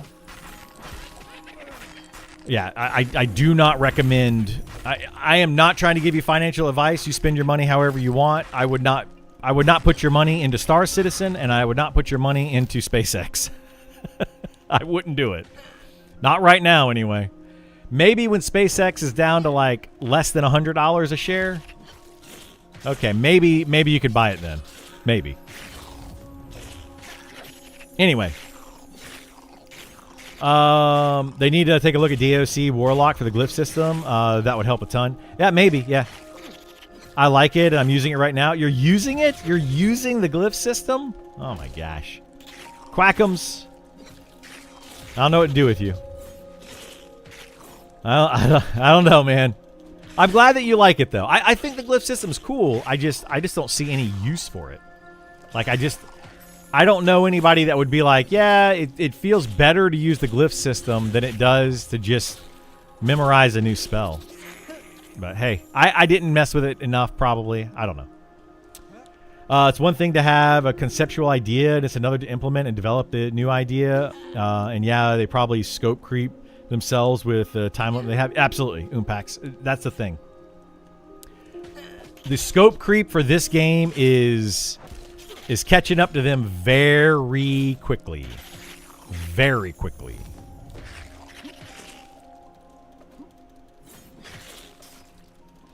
Can you link the D&D game? Haven't heard of it? Yeah, it's not really D&D. If you want to have the best D&D game experience, I would recommend a different game. But this right here is the game that... Oh my god, that's loud. I apologize. Let me turn that down. This is it right here, though. It's D&D style. Gather your party and step into the Forgotten Realms. Rally up to 4 adventurers, or brave the dungeons alone in turn-based combat that captures the spirit of Dungeons & Dragons. Your decisions shape the story. The dice determine But your anyway, fate. this is it. You stub your toe. Combat rewards cunning and coordination. Ignite gas clouds. So yeah, I love D&D games. If you want the best possible D&D experience, tabletop D&D put into a video game, that's going to be Solasta. So library, Solasta, Crown of the Magister. I have 554 hours in Solasta. Solasta 2 is coming out later this year, which I have 5 hours into because it's just a demo. This is in early access right now. This particular game. Again, I'm not a big fan of early access games, but I do think that they're going to come out with this game. They did create Solasta, Crown of the Magister. I love this game. It's got like 3 expansions to it. Fantastic game. If you like tabletop RPGs, tabletop 5th edition Dungeons & Dragons put into a video game, this is the game for you. I am not kidding. You will love it. It's cheesy, but it's a good cheesy. The combat is almost exactly like you would play. And then if you want to have a newer version of that, the Solasta 2 game. Now, you can play Baldur's Gate 3, which is based on D&D 5th edition. Also a very good game, but it's got some big changes to it that make it not D&D, but it is also a very good game. It's a more story-driven D&D experience, less of a tabletop gameplay experience, in my opinion. Mind explaining the glyph system? The glyph system is... let me try to do it a short way, and if you want more information, let me know. So the glyph system for the wizard is you get 5 glyphs. So over here on the right-hand side, you have the abilities. You have 10 different abilities you can put in. Usually you would put in spells, right? 10 different wizard spells. What you can do with the wizard, however, is you can put in 5 glyphs. Or 4 glyphs. 4 glyphs plus an activator or a spell catalyst. So it's 5 total abilities you put over there. And by combining different glyphs and clicking your spell catalyst, you will cast different spells. You can do up to 36 different combinations of spells to create 5 spell slots into 36 different spells. So that's the idea of the system and how it functions. And it works relatively well, but it's a little bit clunky because why would I put in... If I want to cast the nuke, I might have to put in 3 glyphs and then press the spell catalyst button. That's 4 clicks. Or I could just put the spell that I want on the bar and push the spell button one time and cast it. So it just kind of feels a little bit clunky. You have to play with it to see if it's something that you would like or not like. But that's the glyph system of the wizard. I'm quadding at 59 with glyphs right now. Are you? More power to you, man. I mean, it's probably better now quadding that way because they made it to where you can use the glyphs while moving, and then you just have to stop to use the catalyst, so it might be a little bit better. A product is worth whatever people are willing to pay for it. It is, yeah. Neverwinter Nights, yeah. I'll play that with you, the D&D one. Absolutely, yeah. I have it on Steam. You like it? Awesome. But the glyphs are super buggy, and they're clunky, but I do get utility out of them. Yeah, so there's a lot of utility you get out of them. But the question is, a lot of people have brought up, is the juice worth the squeeze? Is that utility you gain out of the glyphs worth using the glyphs for? Or is it better just to put the spells that you want up on your bar? I personally, on my wizard, found it just better to put the spells up on your bar. I cast the spell that I want, and I'm good to go. I don't have to worry about the glyph system at all. And I find it to be a better way to play. But, again, it's going to boil down to your personal style. There is another game there is another game that I want to point out. And I like to tell people about it. It's called Sunderfolk. Whoops. This game right here is a super fun game. If you like turn-based games, you can play it. One person has to own the game, and up to 4 people can play it, and everybody uses their phone or a tablet as their controller. It's a really cool concept. Definitely check out some video on this before you buy it. But it's a really cool concept, and it's pretty fun to play. It's kind of like playing a board game online with your friends. You can like stream the game to them and stuff. There's ways that you can set all that up if you want to. It's a fun game and a fun concept, and I would love to get more people into that game. But it is one of those games that's kind of hit or miss. You're either going to like it or not like it. So, yeah. I get bored of turn-based games. I enjoy For the King, but mostly turn-based is bad. I totally get you on that. Yeah, turn-based can be very boring. For the King, though, is super fun. I love For the King. Speaking of Burrow, we need to get back into For the King and play that some more. But, yeah, For the King is one of my favorite games. I love playing that. Like, it's one of the best co-op games I've played in a long time. But you need to play that with a group of people that like to... that work well together. Like you need to play it with people where you're willing to have conversations. People are going to take their turn in a timely manner. I can't stand playing board games with some people because technically all board games are turn-based for the most part, right? There might be a few that are not turn-based and you kind of do them action-y kind of like card games and stuff. Anyway, and a lot of times people just take their sweet time on their turn, or they're not paying attention on their turn, and I can't stand playing those games with some people. But I've had a lot of fun playing For the King with some of my friends. So, did you get a friend pass with it? With what? The DeMeo game? I don't think there's a friend pass on that one. Look that up, Burl, and see if that DeMeo D&D game, if you can play it, if you both have to own it, or if you can play it without that. I honestly don't know. I do have it on my my VR headset, which I really like playing the game in VR. It was a lot of fun. Like you feel like you're actually there and picking up and moving pieces and stuff. I really enjoyed that. Glyphs are buggy in laggy zones like Night Harbor. Yes, the utility is amazing. I never have to open my book again. Yeah, it's good and bad. Sunderfolk is by a former Blizzard company. Is it? I didn't know that it was a former Blizzard guy or person. It's great for local game night too. It is. Yeah, it's great for local game night. I love Sunderfolk. Like I think the idea there is excellent. But I do recommend people try it out. I don't know if they have a demo of it. I think they have a demo that you can download. I definitely recommend getting the demo, checking it out, and playing it first before you spend the money on it. But if you vaguely like that game, throw them a couple bucks. I mean, I don't think the game is that expensive. How much was Sunderfolk? Page store.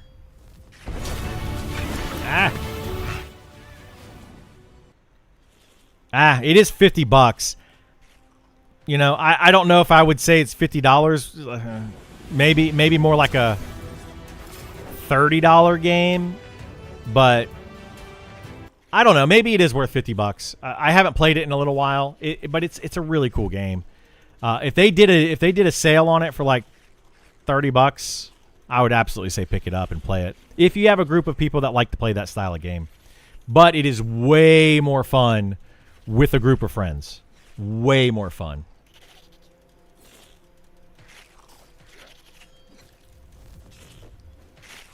There's a new multiplayer open world RPG coming that seems interesting. Can't remember what it's called at the moment, but it's a hex-based map with open world locations. That sounds cool. Yeah, I'd love to play that.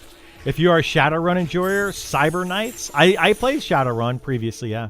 Flashpoint's really good. I played Shadowrun, the video game, a lot, like on Super Nintendo, way back when.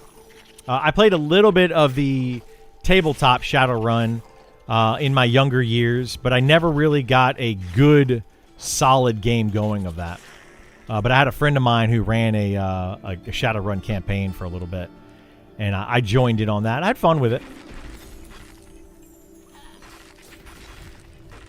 DeMeo, I would love to buy, but I've been burned times on buying games to play with people and then not being able to play or finish. So let me know. Yeah, we can look at it, Burl. It's a fun game. I mean, I'd play it with you for sure, but it would just be me and you. That's the issue that I've always had with those types of games. Even Solasta, Divinity, King's Quest, or not King's Quest, For the King, like all of those co-op games, the biggest issue is finding people to play them with you consistently. That has always been the problem. I did play Divinity Original Sin 2 with 3 other guys. We played it a lot, and we would only play it together when everybody was available, and we made sure that people were available as much as possible. Had a blast playing that game co-op, but yeah, the problem is getting a group of people together to do it. I would love to. I would love to play some more of those games, like Solasta. I want to get 4 people together to play Solasta 2. I would love to do it as my first playthrough, and I know Burl would do it, and I think I have 2 other friends of mine that would probably play it. But unfortunately, the biggest issue I have with that is everybody has to own a copy of the game. Right? No. Solasta didn't have that, right? Didn't Solasta 1? You were able to join in on me, right, Burl? Or did you have to own that game? I can't remember. Even when something isn't turn-based, it's turn-based? Yeah, if you're playing with other people, it often is turn-based. It feels bad. The other thing I don't like about turn-based games like that is it ends up a lot of times being one player kind of taking control of the game, especially like in a board game. This has happened to me so many times in a board game where you're playing some sort of cooperative board game and one player is like, hey, if I do this and you do this and you do this and then you finally do this, we'll be able to do this big extravagant thing. And it's like, I like the communication side of it, but I don't like when one player comes up with the idea and just tells the other players what they should do on their turn. Like to say, hey, I'm going to do this and, we could all work together to accomplish this thing at the end. Like that's okay, but it quickly turns into one person basically playing the game and telling the other people how to play. And that, I don't know, ruins the game for me. Same thing can happen in something like a Divinity Original Sin or Solasta, where they're like, hey, I'm gonna cast, especially in Divinity, we did this quite a bit. I'm gonna cast oil on the ground. Are you gonna do a fireball next, kind of thing? And everybody's just like, kind of always trying to do these combos, and it just makes the game very clunky and take forever. One game I do love, though, like Civilization, we played that one quite a bit. And it's a super fun game where, it's turn-based, but you just have to make sure people take quick turns, Have like a time limit. You got 5 minutes to take your turn, otherwise you got to skip. That can be not fun as well. DeMeo, I would have to buy, but I've been burned. Okay, we let me know. I think you played as me. I have to own it. For the Solasta, you think you have to own it? I swear, I don't. Did you own Solasta? Usually just say, hey, focus on X. They're most dangerous. Yeah, that's the best way to do it. I don't think it's Solasta. Let's see. Does everyone have to own a copy of Solasta to play? Yes, every player must own a copy of Solasta to play online together. I think what it was, the game does not have a feature. I think what it was, only the host needs to own the DLCs. So, Burrow, you only had to own the base game, and then you could play the DLC with me on my game. I think is what we did with Solasta. And we never finished Solasta. I would totally play through the DLCs for that. There's at least one DLC we never played, never finished. Whichever one it was. What were the Solasta DLCs?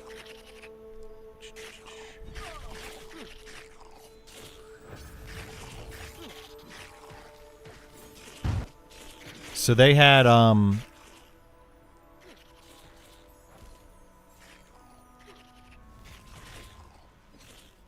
here we go. Solasta, Lost Valley, Inner Strength, Primal Calling, and Supporter Pack. We didn't play one of those. I don't remember which one, but we didn't play one of those. Oops. You do not own Solasta? Yeah, you should own the original game. You definitely played it with me at one point. It's a good thing I don't play the healer. Well, if I was playing the healer, I'd tab differently. I mean, I'm not doing anything this versus tabbing out. I mean, I'm just auto-attacking a mob.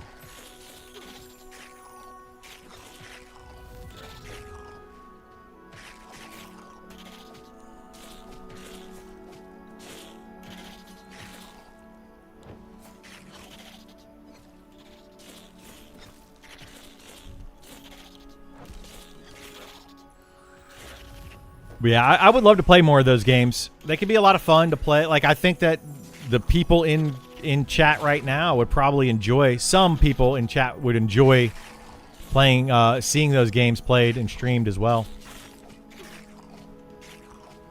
As long as we're having fun and doing it, you know, in a fun way. Like, if you're just like taking your turn and just be like, oops, and just like.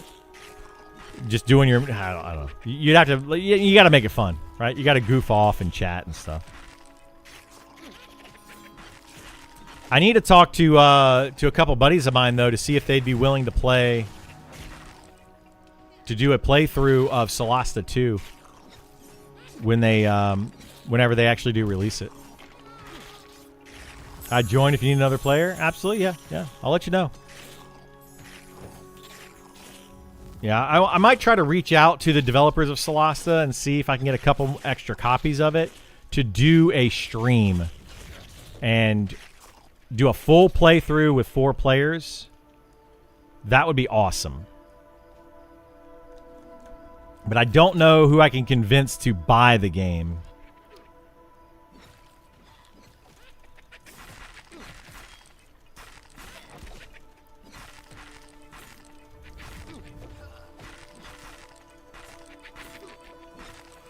Anyway.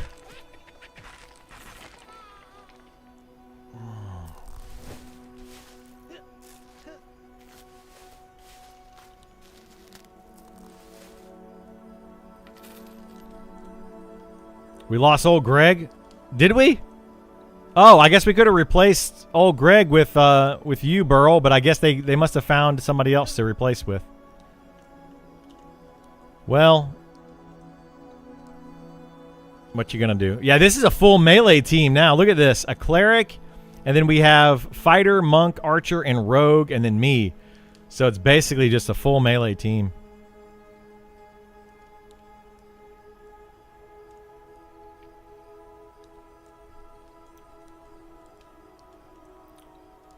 I'm game. If you want another, let me know. I'll pick it up. Yeah, I'll let you know if we end up playing it or not. Solasta 2 is not coming out for a while, so we'll see. You have a meeting in 45 minutes anyway, then I'm free. All right, I'll let you know if I'm still here, Burl. I don't know what the plan is. I do need to use the restroom, though. And we're not pulling right now. Let me go use the restroom real quick. I'll be right back in just a minute.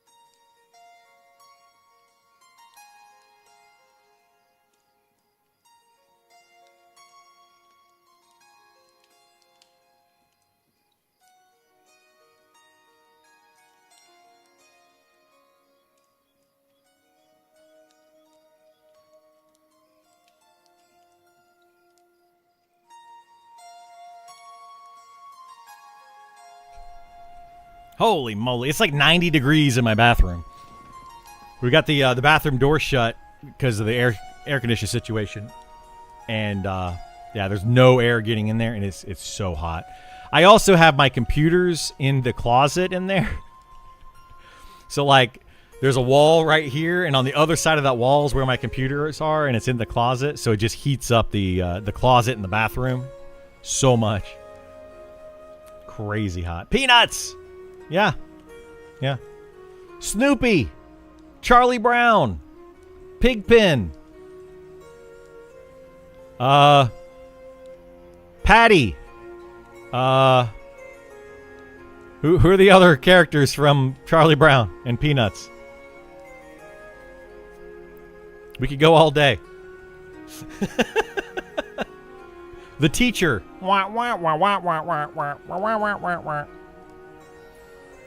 Just buy a new AC. You know, if it wasn't a rental property, I might consider that. But no, we're renting right now, so we have to wait. We have to wait for the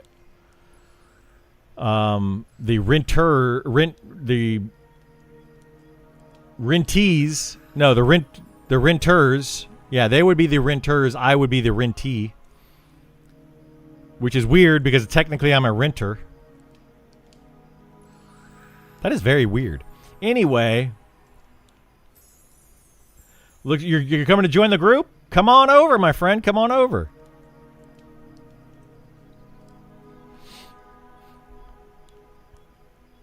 You mean the landlord? Yes, the landlord.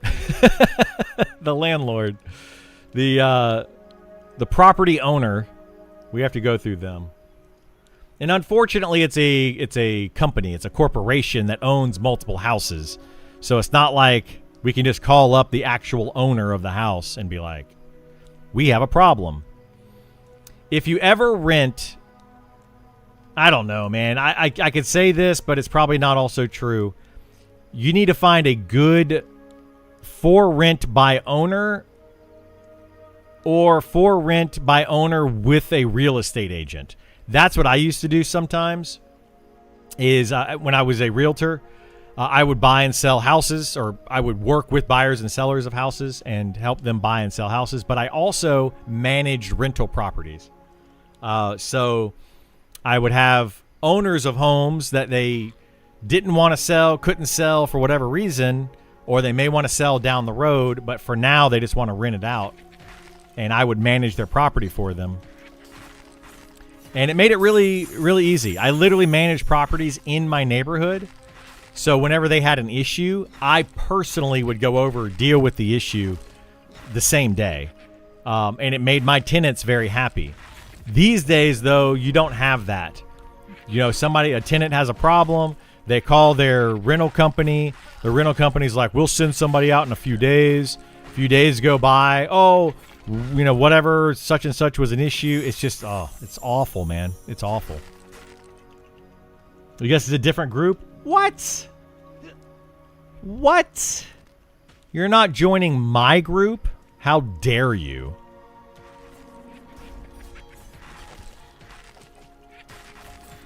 My group is the best group. Now, these are pretty solid dudes here, or people. I don't know if they're dudes or not dudes, but you know, it's been a solid group.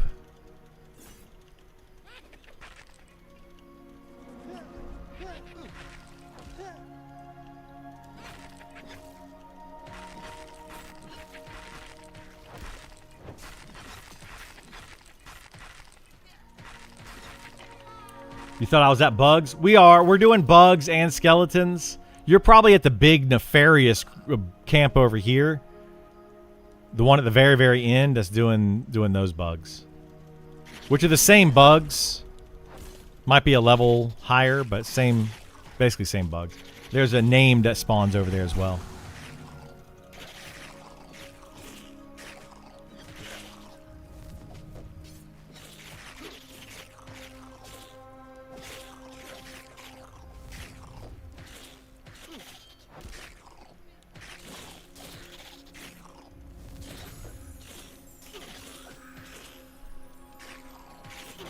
The undead at top pay better? They absolutely do pay better, yeah. They do. If you want to get some coin, undead up top, because then you can get, at least you're getting something. Every single kill, you get some coin in your pocket.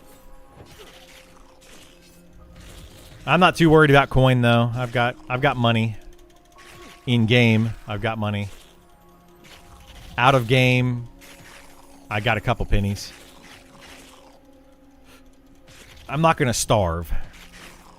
Put it that way.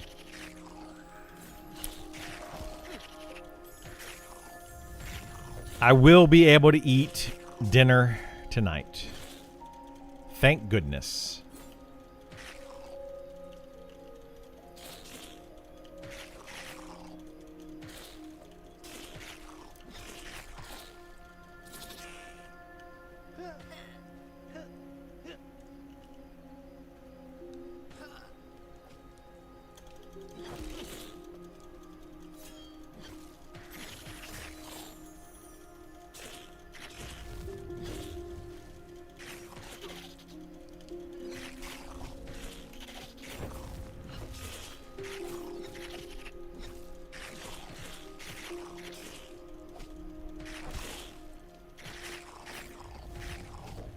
You're going to eat that chicken Caesar salad, and you're going to like it?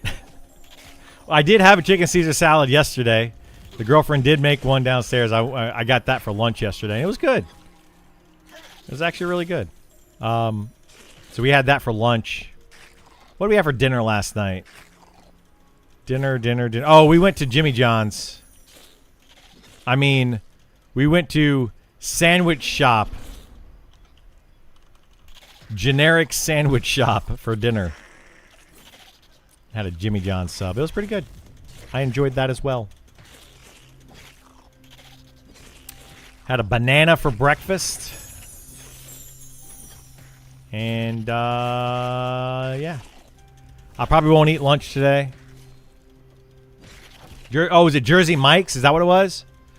Other sandwich shop. I don't know. Jersey Mike's.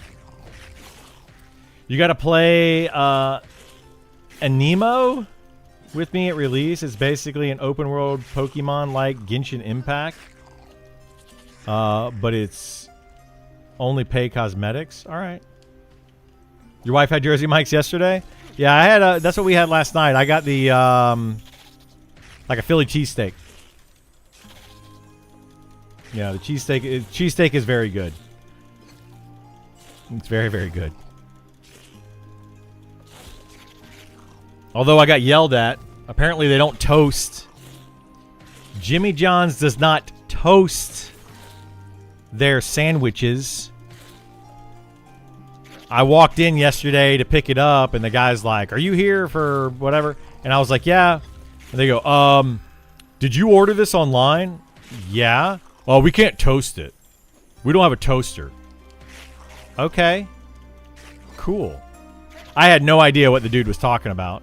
I come home, my girlfriend's like, "Yeah, I told him to toast it." And it was a whole conversation.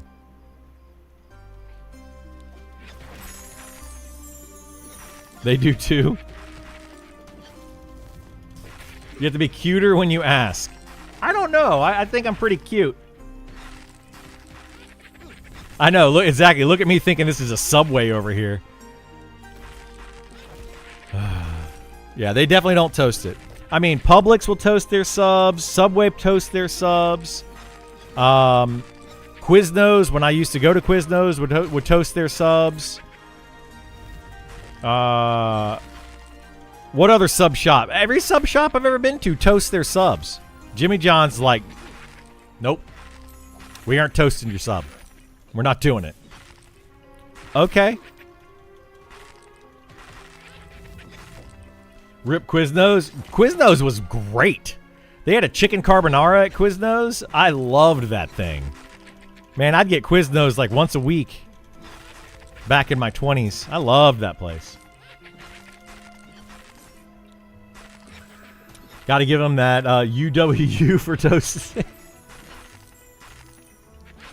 You have to put the bread on the griddle before you put the cheese on it. It's not rocket science. Hey. It's not rocket science But the employees that work at Jimmy John's are also not rocket scientists. Right? Nor are they brain surgeons. They are sandwich makers. Now, I do agree that a sandwich maker should know how to toast a sandwich. That should be part of their training.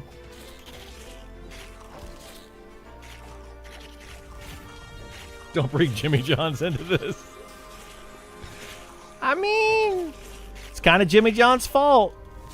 Jimmy John didn't hire the right people that know how to toast a sandwich. Just saying. Even I know when I make burgers at my house on the grill, I can take the bread, the buns, and put some butter on it and slap them on the grill for 30 seconds and toast them up, right? Even I know that. And I'm not a professional sandwich maker. Like, come on. Maybe Mike from Jersey should hire better? Maybe. Maybe. They don't have ovens, a fire hazard? I don't know. I don't know. Mr. Way from Sub. First name Sub. Oh my gosh. Yeah, Mr. Way, he knows how it's done. Actually, I don't like Subway sandwiches. I had a Subway sandwich when I was about 24 years old. Went to Subway, ordered myself a sub. I got it toasted.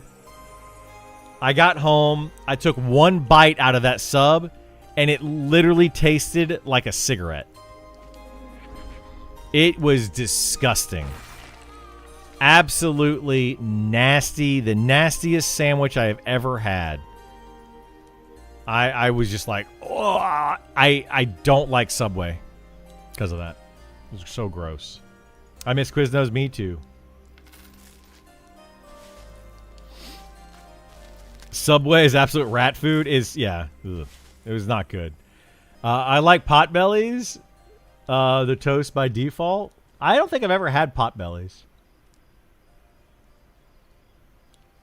I think I've ever had that.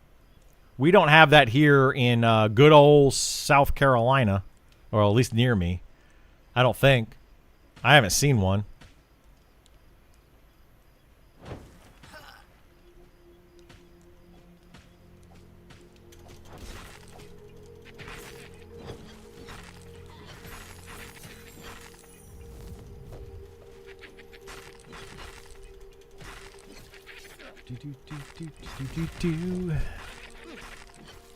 Y'all gonna end up making me hungry. I'm gonna have to go get boiled peanuts. That's alright. We got till 4 o'clock to get boiled peanuts. How far is Fort Mill? That's the only one in South Carolina. Fort Mill? I don't know where Fort Mill is located, which means it's probably too far for me. I'm not going to go there to buy a sandwich. Second backpack down. Now I have to go adult. Take it easy. Take care, Kerrigan. Have a good one. We will be here later if you come back, or tomorrow morning around 9 a.m. Eastern is when I start my stream usually. I was a little late today, but yeah.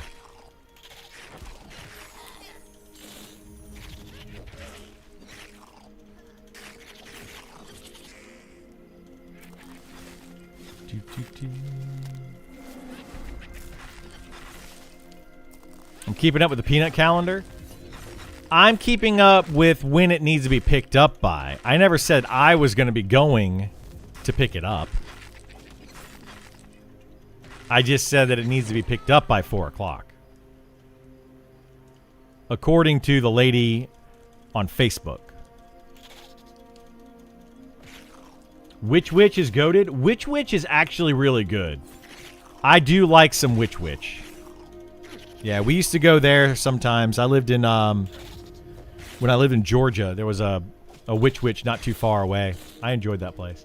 I don't like Subway because they out 1 gram of meat on their 1 gram. That's it. That's what I loved about Publix. I used to go to Publix. You know, you wink at the lady behind the counter, at the one that I used to go to. You know, do a little flirt action. Man, she would load up my sandwich with so much meat and just toppings in general. Like, I would just get so much food. So much food. The last time I went to Publix, though, to get a sandwich, well, maybe not the last time, but recently, I went in there and there was a kid that was making sandwiches. And I don't know how it came up, but Genshin Impact came up. And I was like, oh, yeah, I like Genshin Impact, you know, whatever I said. And he goes, you play Genshin Impact? And he was super excited to talk to me about Genshin Impact. That kid also hooked me up with a lot of food. It's got to be nice to people, man. You're nice to people, they'll help you out. It's weird, I know. It's a strange concept. You're from Belgium? Do they eat the peels of boiled peanuts? Because if not, I don't see why I'll boil the spice. The spice don't get into the peanut. No, it actually does. So, but you don't eat the outside. You don't eat the casing of the peanut. You only eat the inside of the peanut. But you boil them, and it absorbs the juices and stuff get inside to the peanut. So yeah, you do get the flavor from it. And it's freaking delicious. Boiled peanuts are great.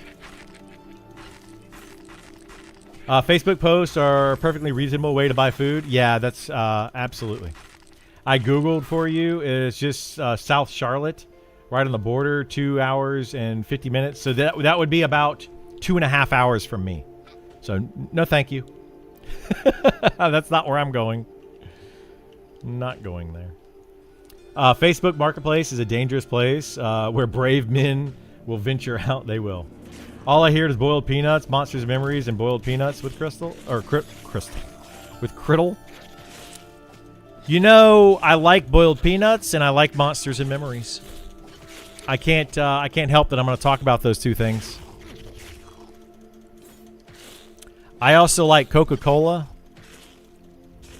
Long walks on the beach. Actually, I don't like that. I do not like long walks on the beach.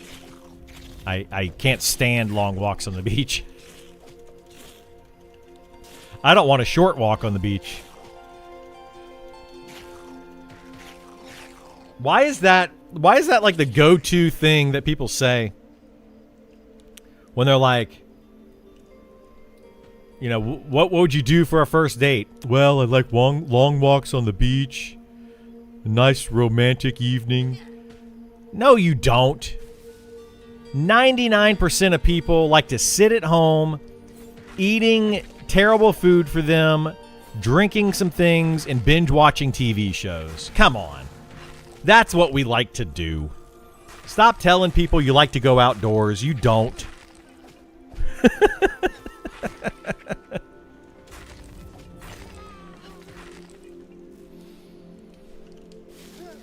Oh my goodness.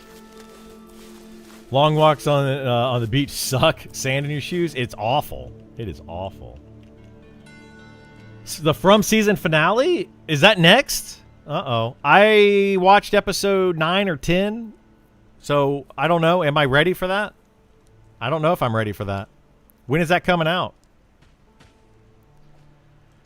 I think I watched episode 10 was the most recent episode. On Sunday? Uh-oh. Because you're thinking Sunset, California beach, not 104 degrees, 98 humidity, middle of the day, South Carolina beach. Sunset, California beach might be okay. Golly, my eye is super itchy. What the heck did I do? It might be okay. Those beaches can get hot, though, too. I don't like long walks on the beach at any time. It's the sand. It's not the temperature that's the problem. It's the sand. Sand gets everywhere. Temperature is also a problem, but I don't want the sand. Episode 9, Sophia and Elgin scene. You'll know if you saw it. Sophia and Elgin scene. Ooh. I don't know. Finds the picture? I don't think I saw that one yet. California beach has bums? I think every beach has bums. California's probably worse, though.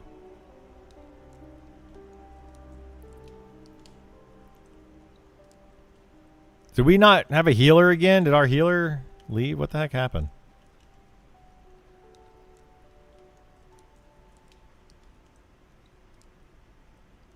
Wow.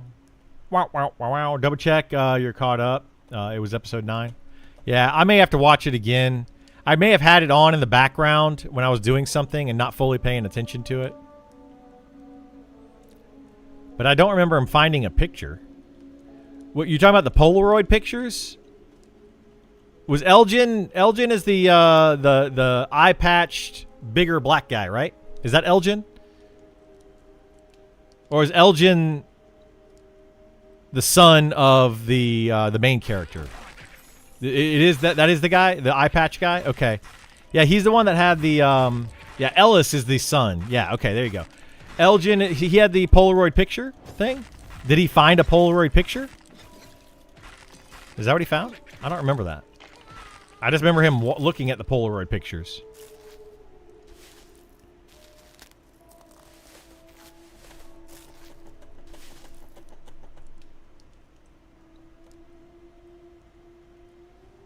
Now I've got that song in my head. Something, something like a Polaroid picture. What did they say in that?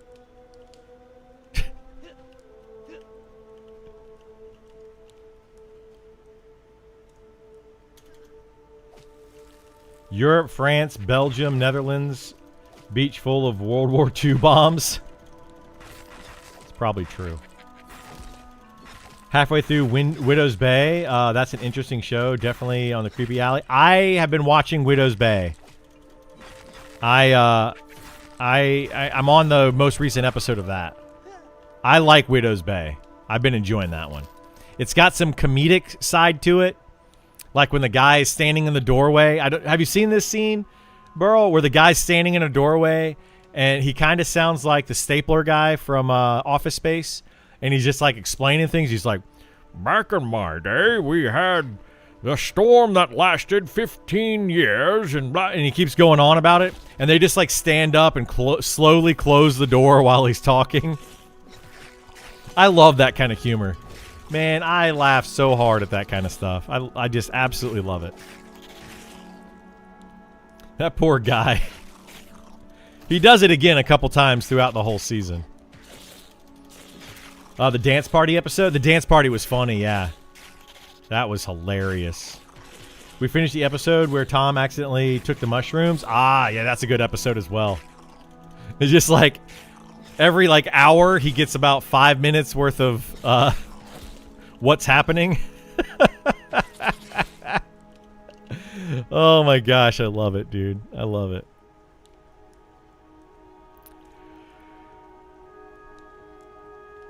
Never been there.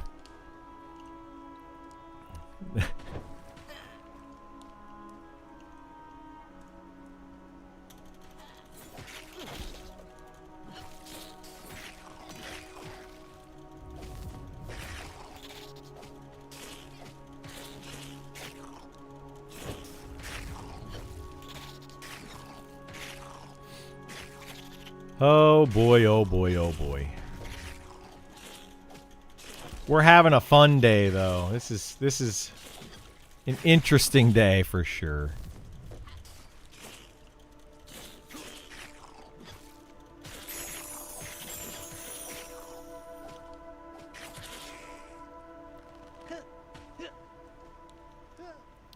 We don't have a healer, though. Anybody want to come heal this fantastic group? This group of hooligans.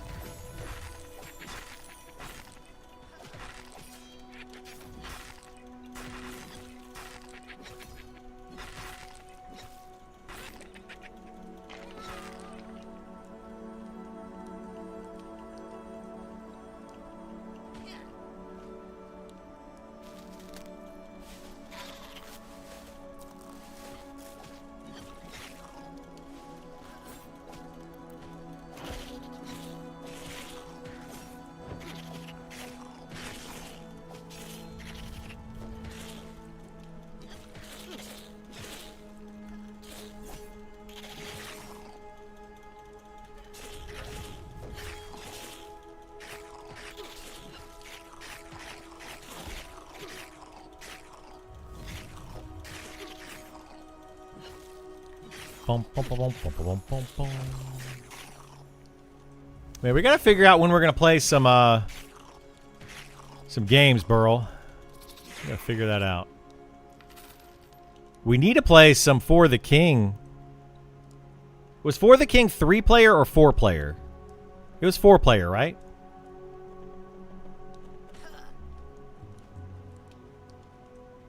Okay. For some reason, I was thinking it was 3, but I was like, nah, I think it's 4. We need to find people to play that with. I bet Andy would play it. Dirk might play it, but I don't know if we can get them to commit to anything.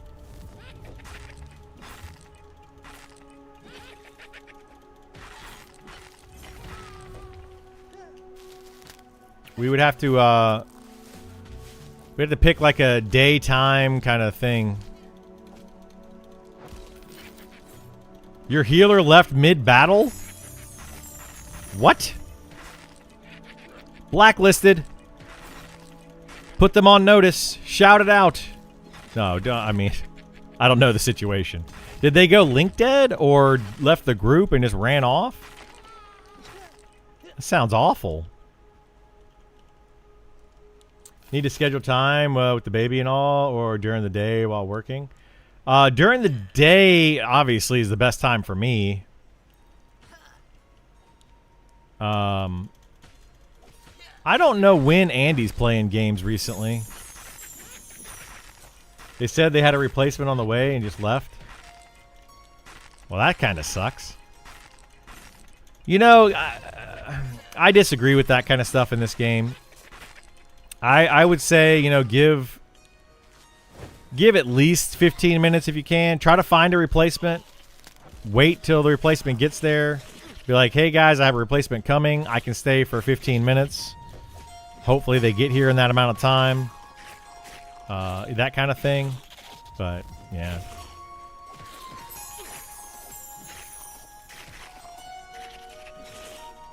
I get it. So, I mean, sometimes you got to go. Like, emergency situation. Gotta go. It happens.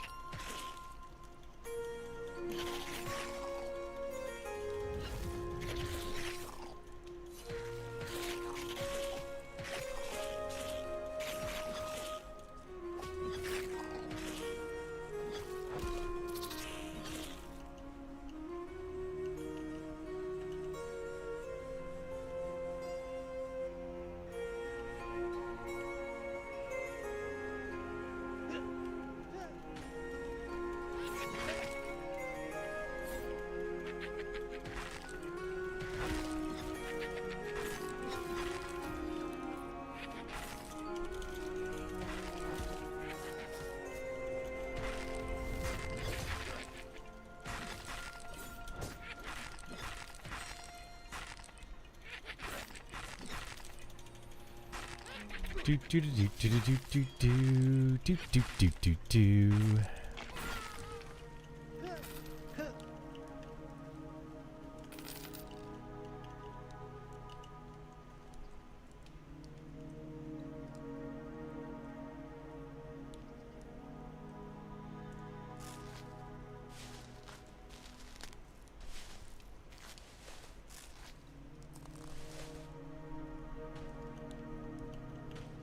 Oh, I'm level 20.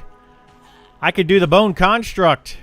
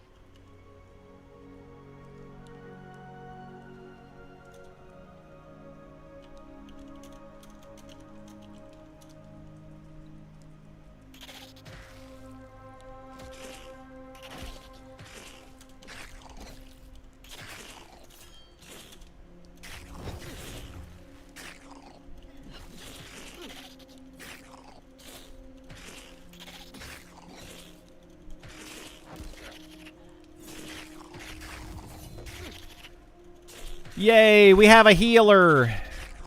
Healer on the way. You guys need to be using my my things here. This right here. Look at this. Riddle LFG. I got emotes. We got emotes.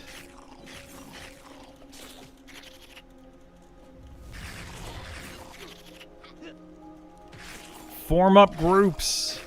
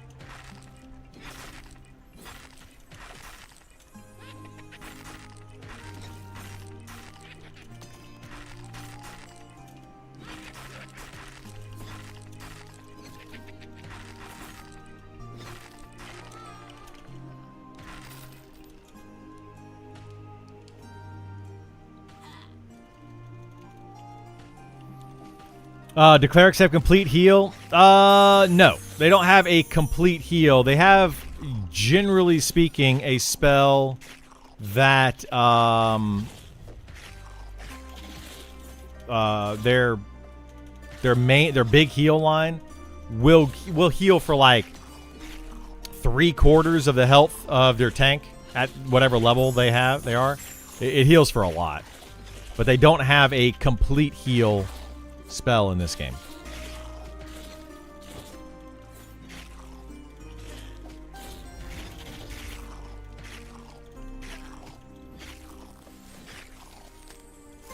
But like I have a friend of mine that can heal for like 3,000 damage in one heal. My level 60 geared tank without buffs has about 3,000 health. So he basically does a complete heal every time he heals. Now with buffs, I can have up to about almost 5,000 health, something right around there. So he does 2/3 or so. 2/3 to 3/4 of my health.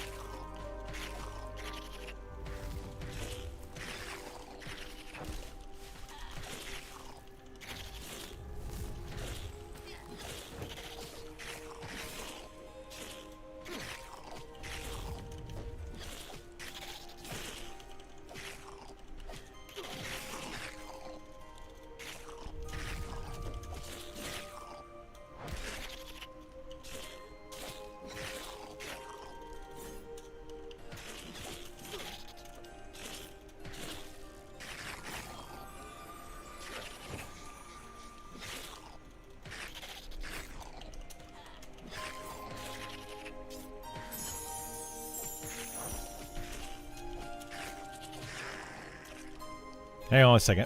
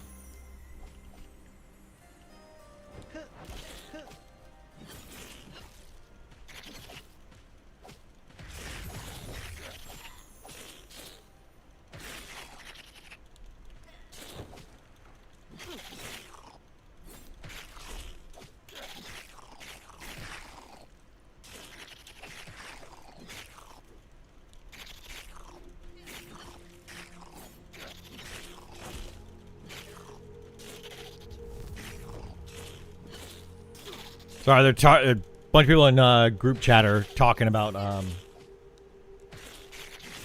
fixing up armor and such. What is this? Our next terrible movie. I don't want another terrible movie.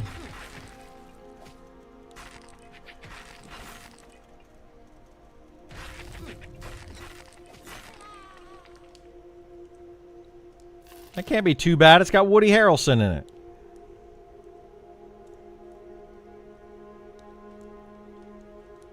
Isn't that Woody Harrelson? Yeah, it is Woody Harrelson. That can't be too bad of a movie if it's got Woody Harrelson in it. He makes nothing but gems.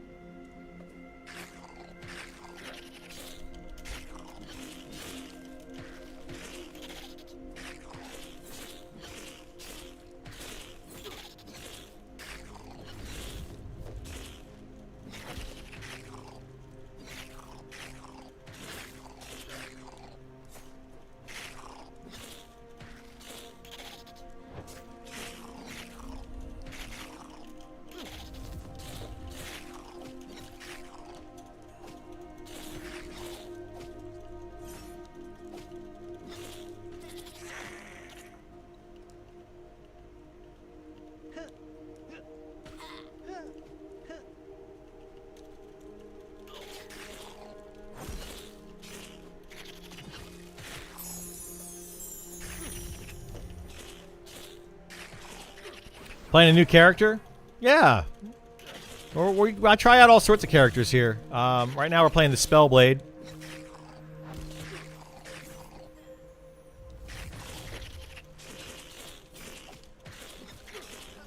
I was going to level it to 20. That was going to be my goal. And then kind of give my thoughts on it. But, you know, I'm digging the class. I'm having fun with it now. So we might level it some more. Is it fun? Yeah, this one's pretty good. Spellblade is pretty solid. Starts out a little bit slow. I mean, every class starts out a bit slow.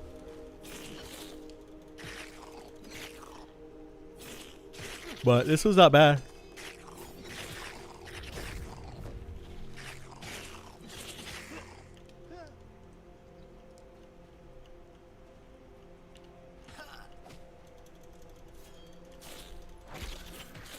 Uh-oh, Burrow. We might have a guy leaving in about 20 minutes.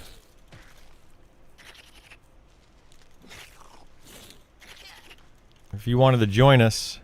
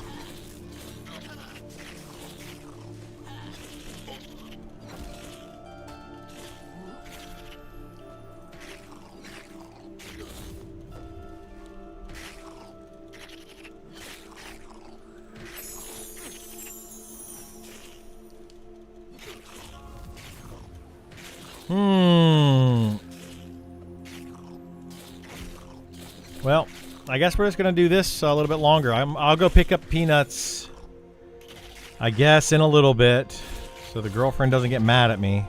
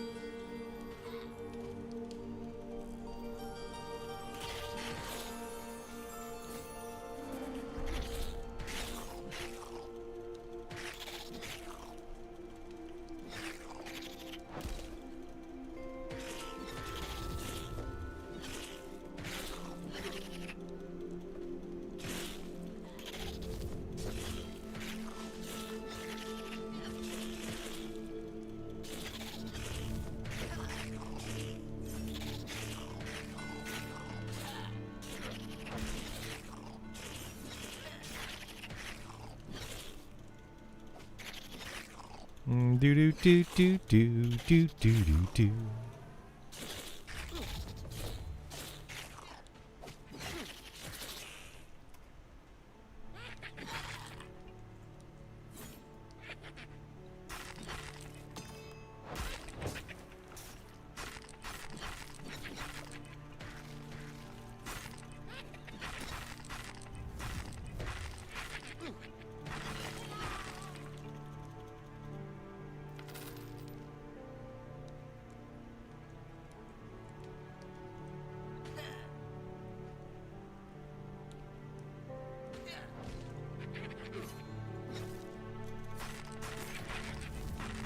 That was a weird little shift, huh? A little phase shift to the side. It was like, slide in. It's like sliding into your DMs.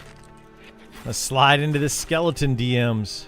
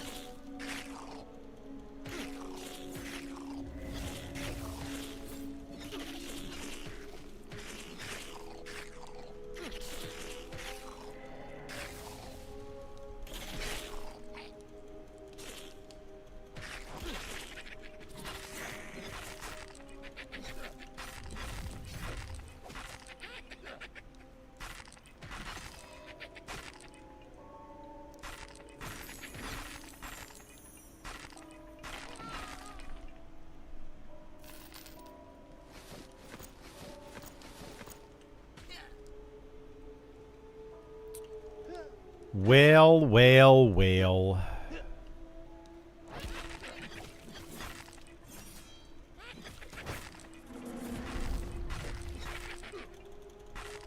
What could be our next topic of conversation? We need to find more games to play. I wonder if we could play this game while playing D&D.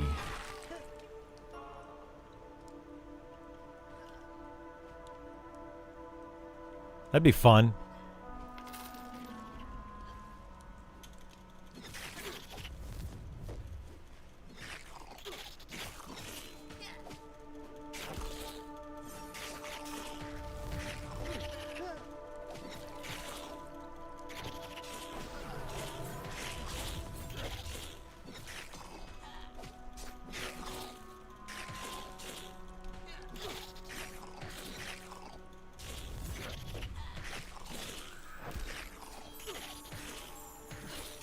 Play this EQ Legend at the same time? I don't know, man. I don't think I'm gonna get into EQ Legends. That game is not gonna be for me. It's mostly a it's like playing ARPG these days. ARPG in the world of Norath.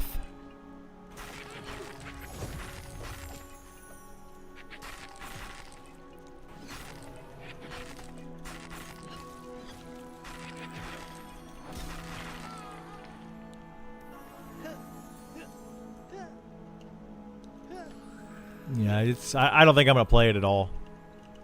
I mean, I hope people have fun with it and enjoy it, but yeah, just not what I'm looking forward to.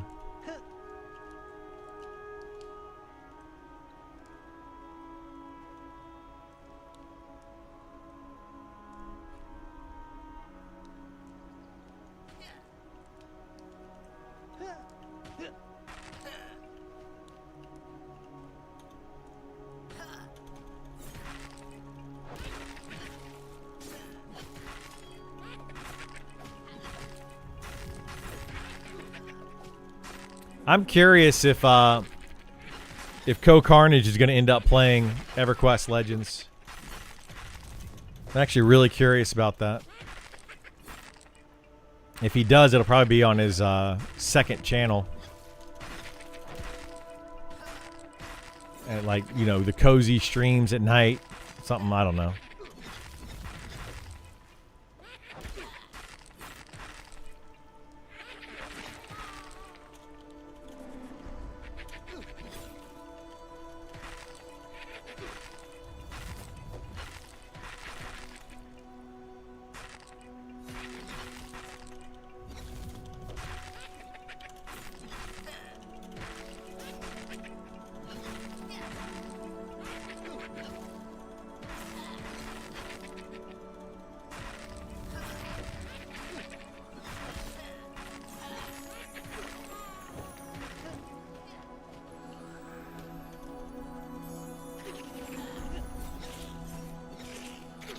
Comes out July 28th. Yeah, I'll be I'll be coming home from my friend's wedding.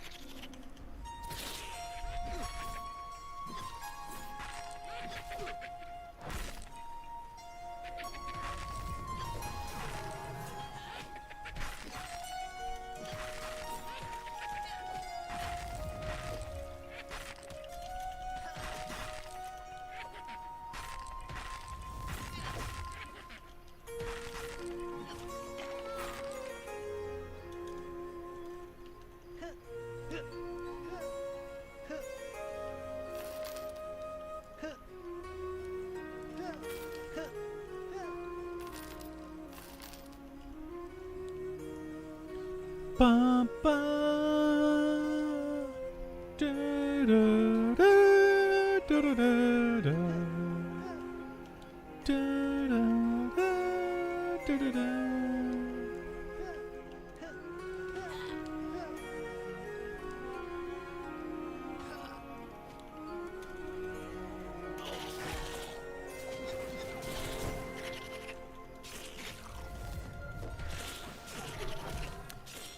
Yeah, I don't know what class to play next. I don't know if I'm going to keep playing this one all the way up to 60.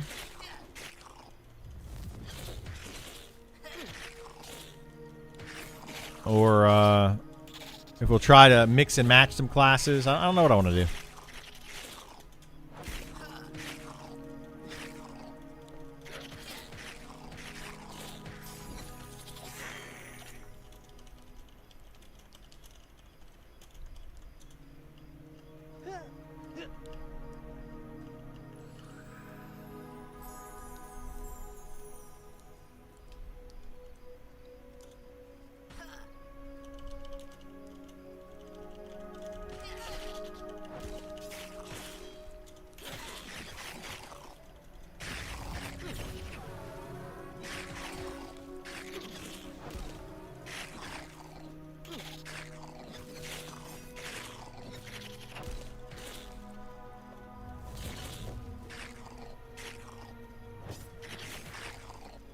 What are the 3 best classes for soloing and race for them? Race doesn't really matter that much. There's a little bit to it. The best classes for soloing, though, right now, or any of the charm classes are really good, but that's going to get changed soon, so I wouldn't necessarily pick a solo class based on that. Necromancer is going to be a solid solo class. Elementalist probably always be a solid solo class. Beastmaster will most likely be able to solo fairly well. So I would choose one of those. Right now, Archer is a very good solo class. Wizard quad kiting, they can still do it. It's pretty solid solo, but it's definitely weaker than it used to be, which it needs to be weaker than it used to be, but it's still pretty decent.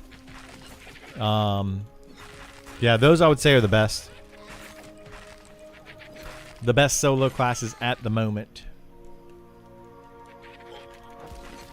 And probably will always be some of the best solo classes. They did call out specifically the monk having some solo capabilities once they do the deep dive on the monk.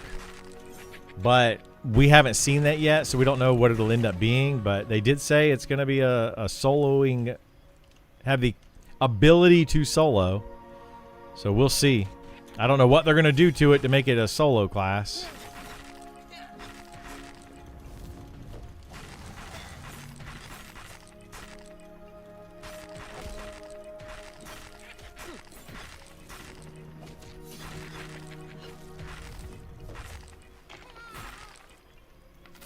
But yeah, every class right now, well, the 4 classes have come out, like updated versions of the classes.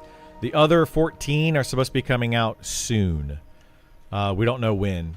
So I would pick a class that has been updated already. Otherwise, you don't know what it's going to end up being once they update it. The Archer is, right now is a pretty solid class that can solo. One of the highest DPSs in the game as well. So it's a very solid class.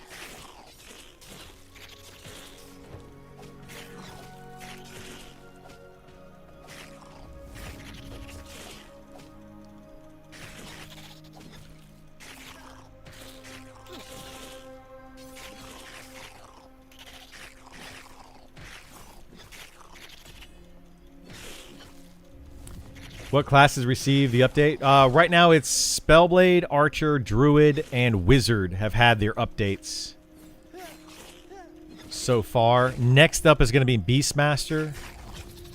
So that'll probably end up being a really good class to play once they do that update. I mean, it's not a bad class now, but that could be a fun one to check out. And it should be a solo-friendly class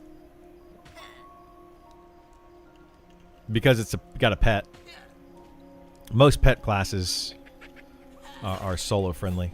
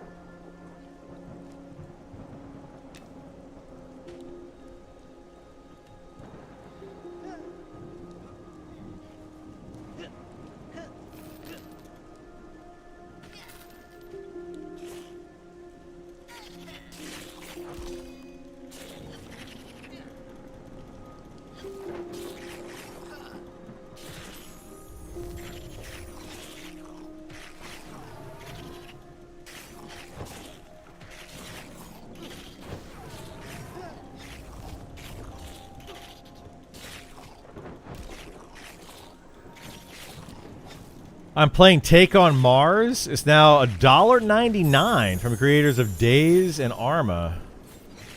Huh. Second Monitor Gang. There you go. I haven't even heard of that game. Take on Mars. I did play Mars Attacks. That was a fun little game. Cute little blast them up kind of game.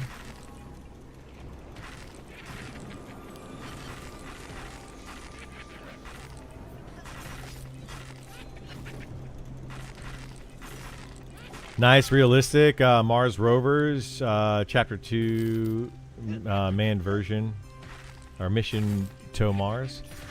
Interesting. It's always nice finding like little cheap games like that are a couple bucks. Give you a few hours of entertainment. I always like that.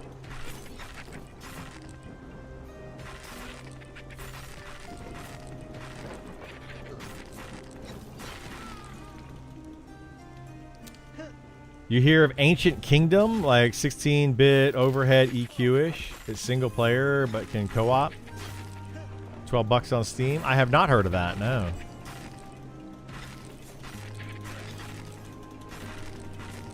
I need to check out the Steam Next Fest. Don't they have a bunch of demos right now?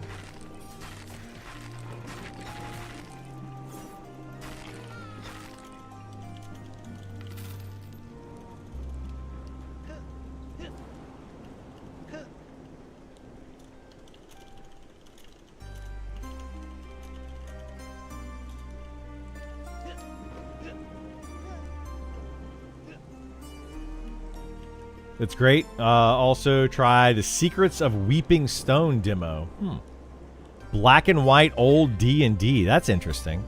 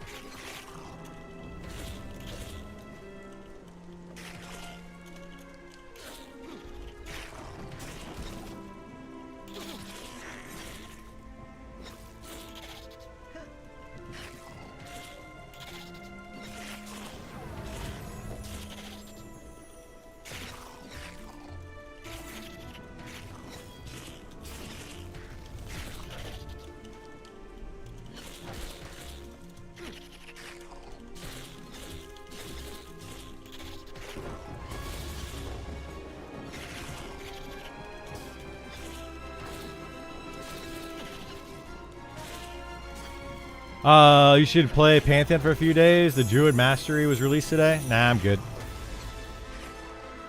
I'm good.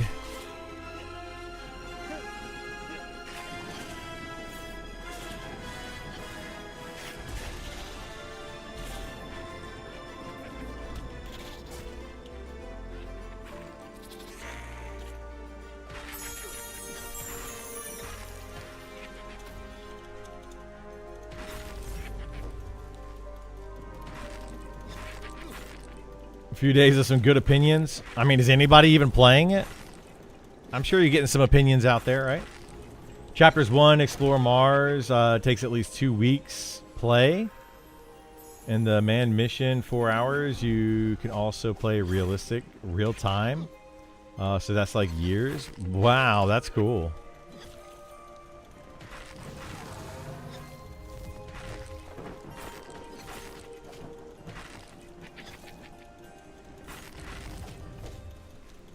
What's it gonna take to get some critical reviews of Pantheon? Them making a decent game. If they get that game to a place where I think it's worth playing, then I will play it. But it is currently not. It's not worth my time.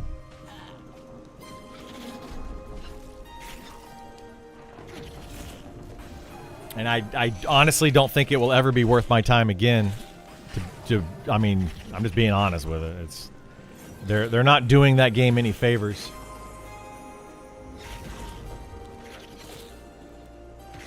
It's pretty dang bad.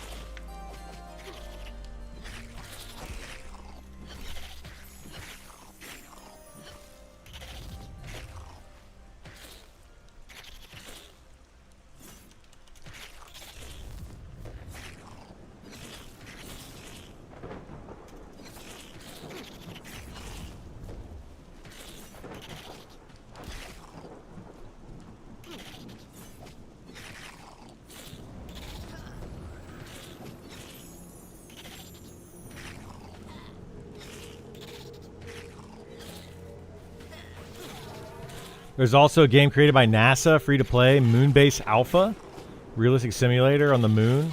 That's interesting too, yeah. I would love to play stuff like that, like in VR. You know, like you walk around on the moon in VR kind of thing. I think that could be fun.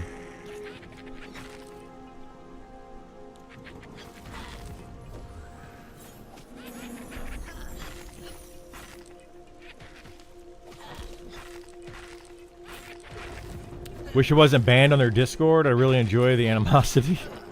Might go buy a burner just to make another account. I mean, them banning people on their Discord, I hear more and more people that are just banned on their Discord, which is bad. It's bad. But hey, you know, whatever. You're not allowed to say anything negative towards Pantheon. They get mad at you about it.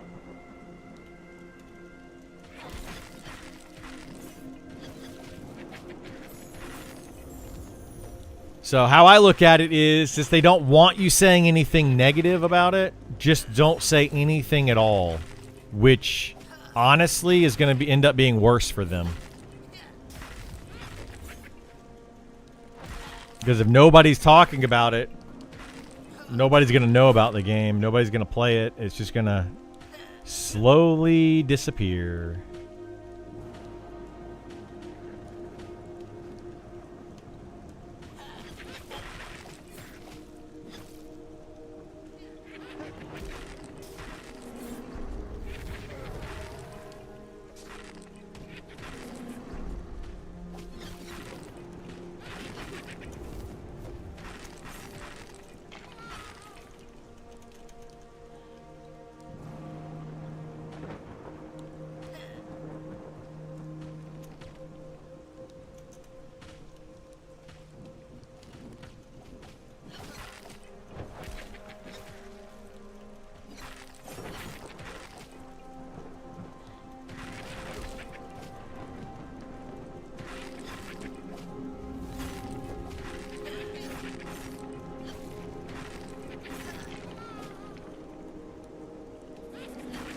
Joppa won't turn his stream on anymore? Why, is he just getting flamed all the time? Fix this, fix this, fix this. I haven't been in his stream in a long time. It's been a while since I went over there.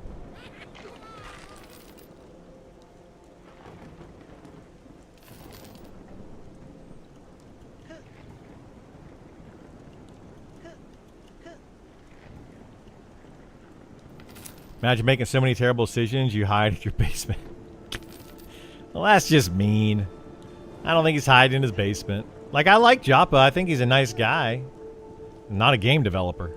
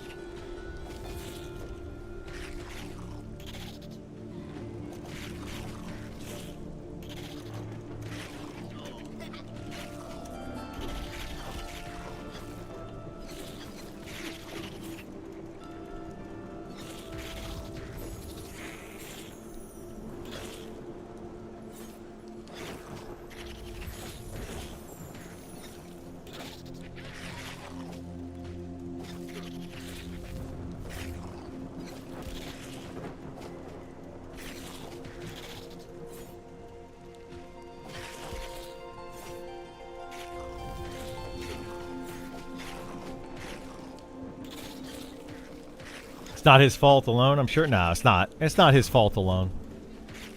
It's the entire team. Takes the brunt of the criticism. Yeah, he does. I mean, that's just being part of the face, right? He's the face of Pantheon at the moment. Like Sean taking the brunt of the criticism for this game. Like me getting flamed for my opinions of this game. It's just because you're just on the internet, so people assume that you're the target. That's all it is. Joppa the guy copy and paste in Monster Memories? No. Joppa is the Pantheon lead designer guy. I don't even know what his title is anymore.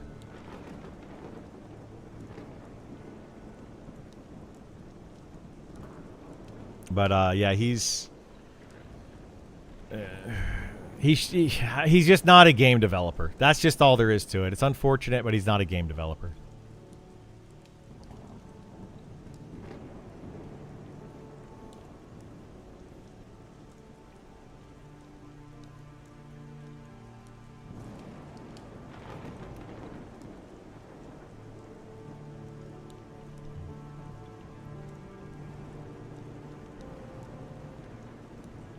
The guy that did copy and paste in Monsters and Memories is no longer on the team. That was Nick, and he's no longer here. So wouldn't worry about that anymore. It's the copy and pasting is, unless another dev's doing it that I'm not aware of.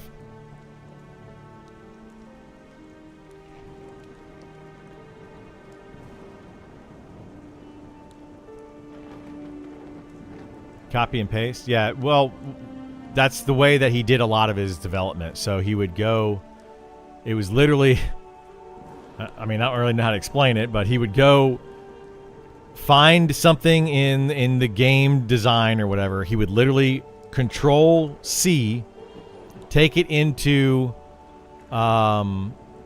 Notepad++, Control V, make a few modifications, Control C, put it back into the game, Control V.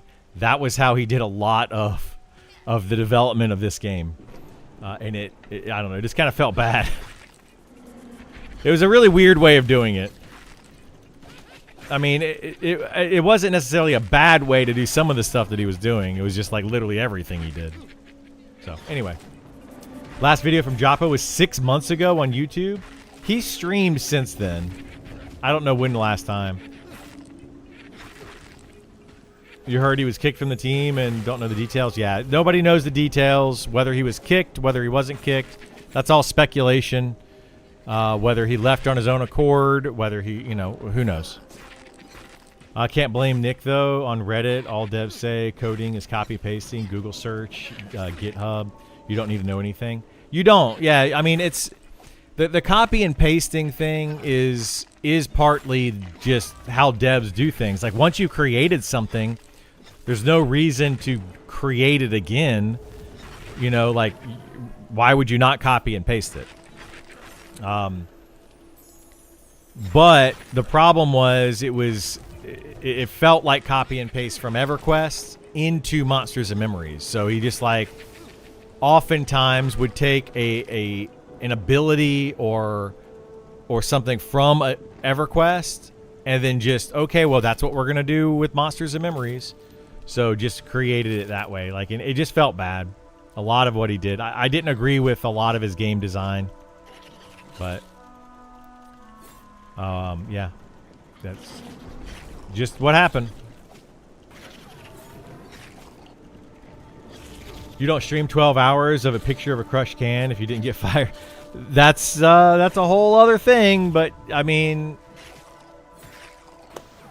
yeah. Again, I'm not going to speculate on things. You guys can speculate away. But there were some telling things. Yeah, there were some telling things. I'm not trying to create enemies anywhere. I have my own thoughts and everything on the Nick situation as well as everybody else does. But I'm not here to cause speculation and cause a bunch of, you know, issues or anything like that. It's not my job.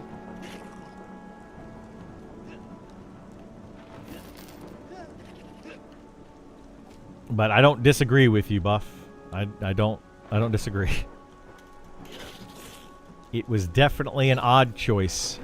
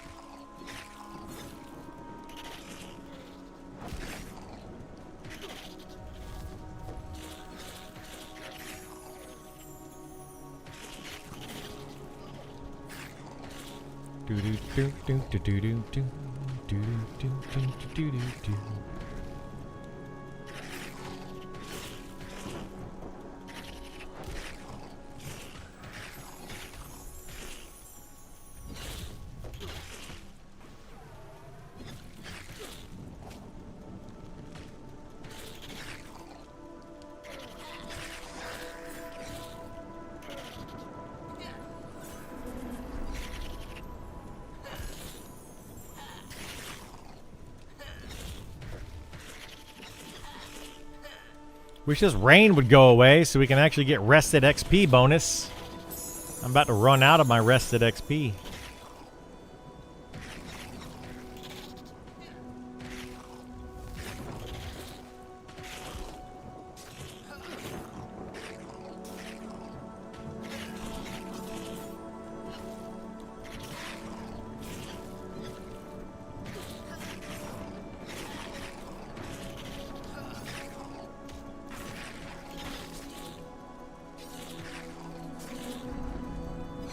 No, there's not enough overhang on the wall here where we're at.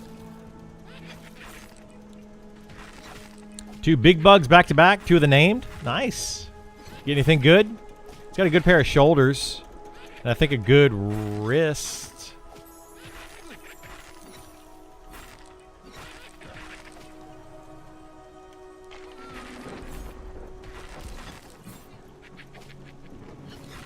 You have the shoulders. The other guy got legs. Nice.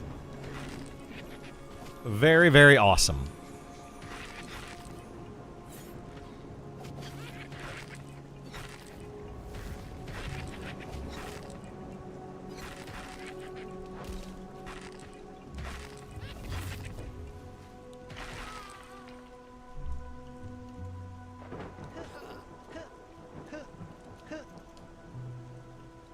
Yeah, I would get rested, but like nothing up here is sheltered, unfortunately.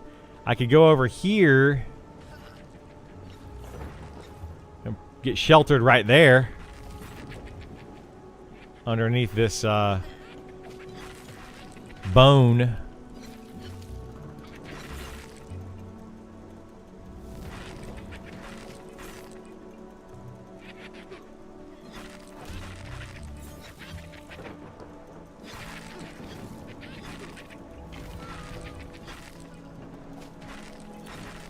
Yeah, I agree. We should be able to shelter underneath a rogue. Or underneath an ogre. I should be able to, like, go right underneath this guy and just, like, sit right here. Sheltered.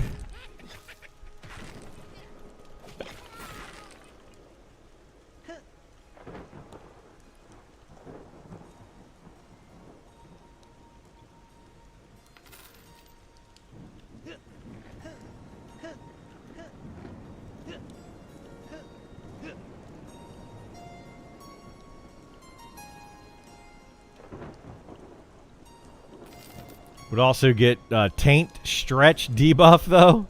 You might get that as well. Yes. That is very possible.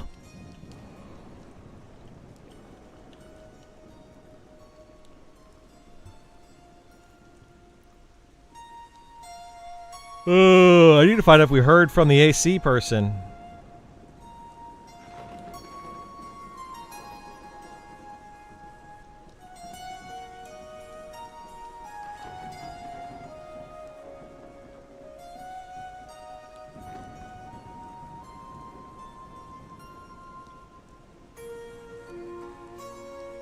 What the heck is that?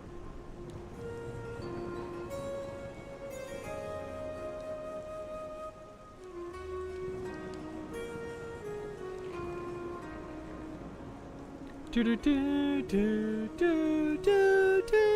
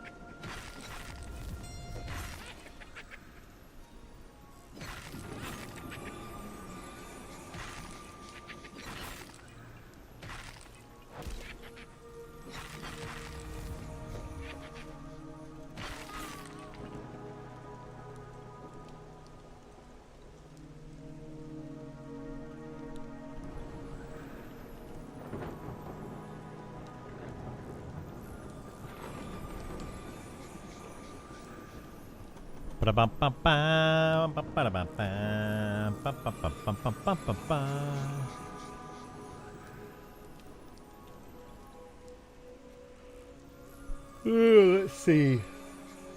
I'm going to try to talk to Dirk and Andy, see if they would want to play some For the King.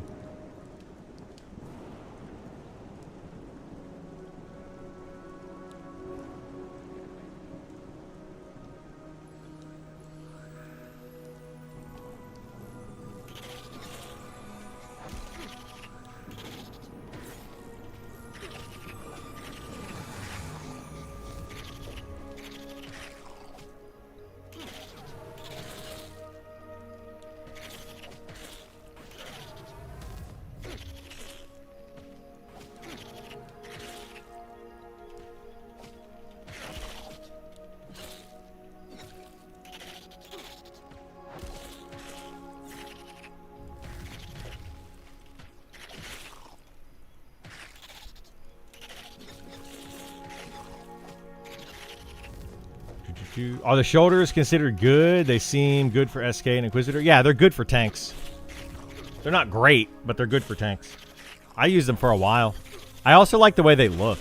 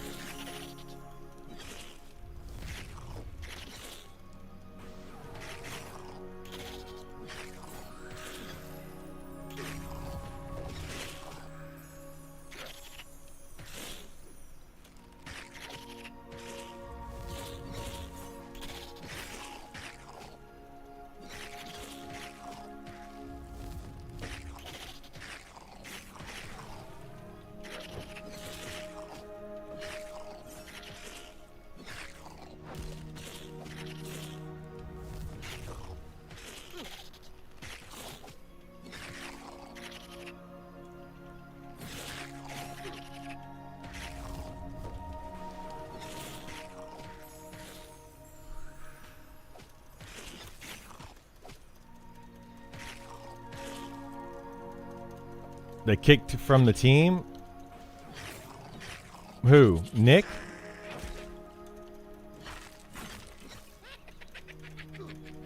Who are you talking about? Yeah, Nick Hotz is no longer on the Monsters Memories team. That is correct. If that's who you're talking about.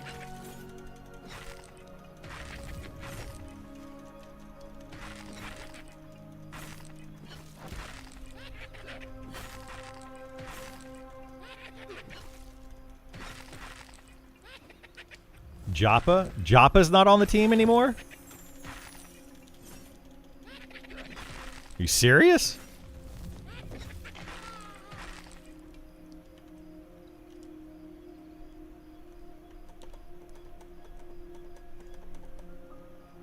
I haven't heard about that.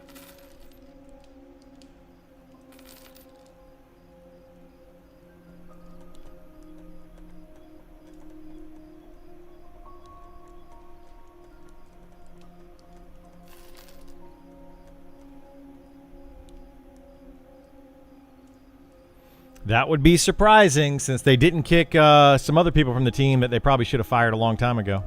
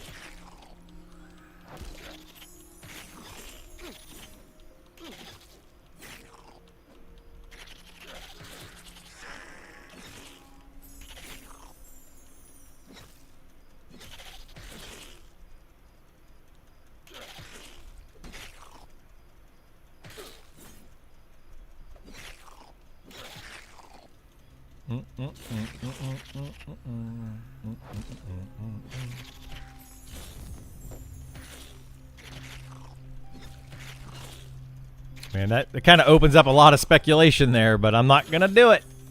That's not what I do. But man, I could definitely I could talk about some stuff there.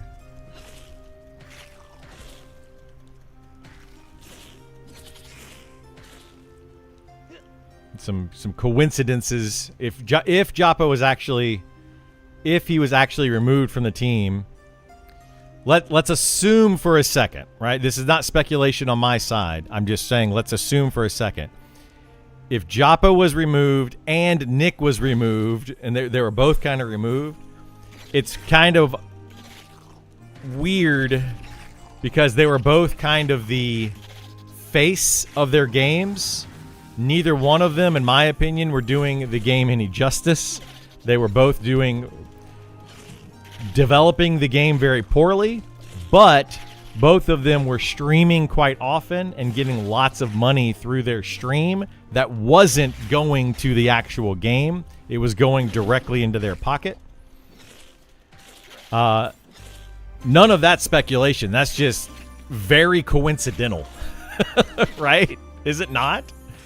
That's crazy to me. Like, if he was actually removed, that would be extremely coincidental.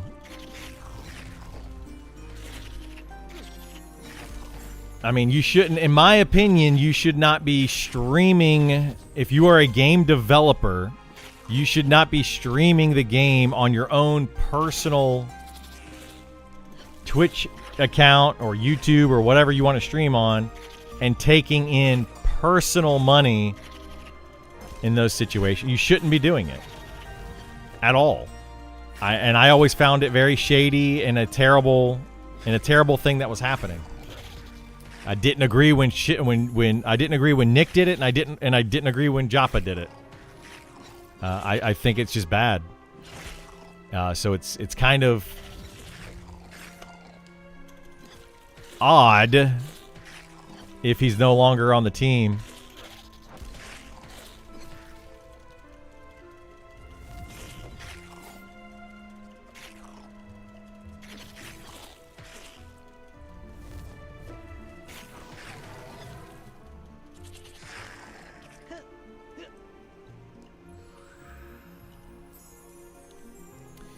It's less offensive to me for the M&M team since they are unpaid as of now, though the key giveaways made it feel off. Yeah, exactly, Horace. Like, I rarely said anything about it. I made some comments here and there about both Joppa and Nick taking a bunch of money previously, like while they were doing it. But yeah, like it's. I mean, Joppa doing it was way worse. But at the same time, I think that both of them, you know, Joppa's being paid from the company, and he's also, it's like having a second job. You're working for this job, but you also have a second job that you're working at the same time. Like, that just felt bad to me. But yeah. Was Joppa still the lead dev of Pantheon? Last I heard he was. The only person now is Dicky here is saying that he was removed from the team. I haven't seen that personally. So I don't know. I don't know if he was removed or not, but he was the lead dev. Last I checked.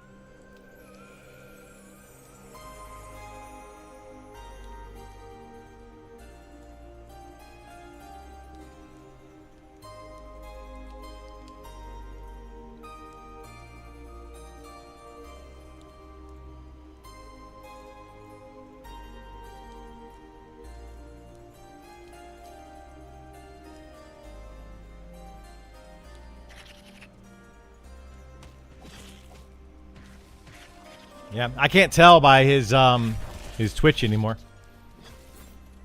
Still shows Joppa on their Discord as creative director. Yeah, as far as I know, he still is. I don't know that he's been removed.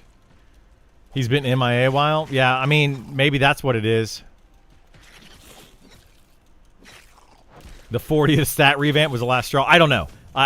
That's all speculation. I have no idea if he was actually removed or not. No clue.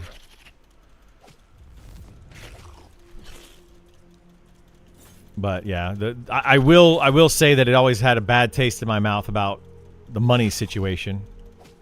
Like I feel like if you're going to stream development of Monsters and Memories, the money that you take in, first of all, you should stream it, or sorry, not on Monsters and Memories, but of a game, you should stream it on an official channel of that game. Secondly, any money that comes in through the stream or through YouTube should go back into the development of the game. Right? Or paying the employees. That's another thing. They could do it a lot of different ways, but it should go back into the game. So, yeah, like that's how I've always felt about it. Does Monsters and Memories have a desired amount of employee once they launch? Not sure how much success they need to keep going. Right now, according to Sean, last I heard, there's a handful, 5 or so people, 5, 6, whatever, people that they would like to get paid as soon as possible. If they have enough money, there's another maybe 10 people they would like to get paid. That would be awesome if they can get a job in game development and continue to pay them. After that, everyone else is if they're doing exceptionally well. And then at the very end of it, they have some people that have zero intentions of switching their job. They're paid really well. They enjoy what they do. They have no intentions whatsoever of changing their job, but they would like to continue working on the game. So that's kind of where we're at with it. The game will continue to be developed if they have one player. Sean has said many times that he's enjoying developing the game. He loves doing it. He loves being part of the community, all of that. And he will continue to develop the game if he can, as much as he can. So the game will continue to be developed for absolutely free, under a volunteer basis, as long as they have volunteers that are willing to do it. But they would like to pay people. And there is a handful of people that have expressed they need a job as soon as possible. So yeah, if they get, Sean's thrown some numbers out there. If they get 15,000 subs consistently, they can pay a lot of their employees, and you know the game will continue to be developed quickly. If they get less than that, it'll keep going, but it may be a little bit slower in pace. If they get more than that, then they might hire more people. 5 to 15 seems like a number at least. Yeah, yeah, exactly. 5 to 15 would like to get paid. You know, sooner rather than later. 1.5 K subs, easy. Oh, from this game, I think they're going to have a good 30 to 50,000 subs the first month. Now, can they maintain that amount of subs? I don't know. Probably not. But for them to get like 10 to 15,000 subs, I think they're going to be able to maintain that for several months, maybe a year, maybe indefinitely, depending on how much work they actually do. So like once the game goes into early access in October, I personally feel like 30 to 50,000 subs for October. It's probably going to drop off a little bit in December or November and December. But then I think it's going to maintain probably in the 10,000 range. So we'll just have to see. I think that they're going to have at least 10,000 subs probably for a year. I think people will give them a year of early access before they just completely get tired of the game and move on, depending on how much they get done. If they get a lot of work done, it might go up. But yeah, we'll see. Is a monthly subscription right? No pay. Yeah, there's no base game, no base price, base costs.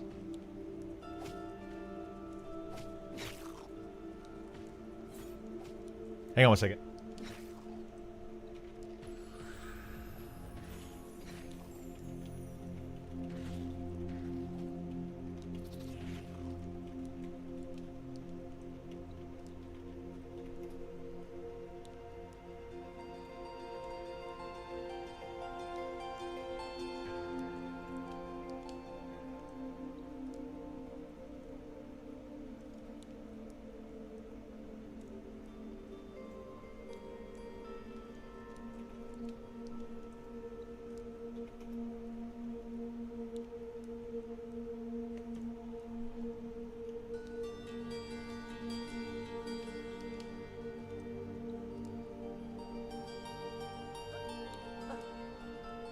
From reading the last numbers, if they drop 50% sub count a couple months, and that's still 10 times the low number, though. Yeah, for sure. Base pay, I'd pay base for it. I love it so far. Yeah, I mean, I'd probably pay $40 for this game as a just base cost price, and then $15 a month on top of that. I would, but I know that a lot of people would not.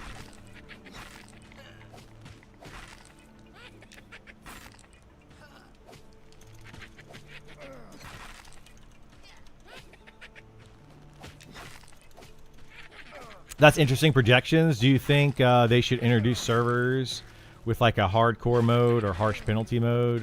Character loses X levels on death, disabled for a month, etc. No, not at all. To keep players engaged if content slows down? No. That's the thing is this game has a lot of content to it. More than you think. There's people out there that are like, I'm bored, I'm tired of playing, there's nothing to do it in-game, all that junk. Seriously, ignore those people. They have no idea what they're talking about. They have probably put in minimum 500 hours into the game before they got to the point where they're like, I'm bored and there's nothing to do. Those people are trying to start an argument to start an argument. They're not giving you factual information. They're literally trying to just create online buzz, you know, good or bad or whatever they're trying to do. But it's dumb. In fact, it is childish and dumb. Those people clearly had fun playing the game. They just ran out of things to do because they put a lot of time into a beta. I don't know what else to tell you. They put a lot of time into a beta test. I have over 2,000. I probably have 3,000, close to 3,000 hours into this game now. And there's a lot to do. We're beta testing, though. I mean, it's not going to be perfect. I'd totally pay 40, but I love old school MMORPGs. Me too, yeah. I'd like a server for hardcore solo self-found exclusive on 1.0 launch. Maybe. I think what we're going to get at early access launch as far as servers are concerned, you're going to have PvE servers, East and West Coast, and then probably like multiple servers that are going to be able to be compressed or expanded on.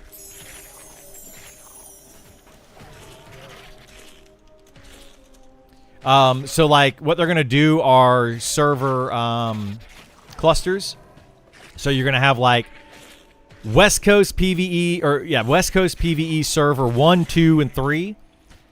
If those remain full, they're going to be separate servers.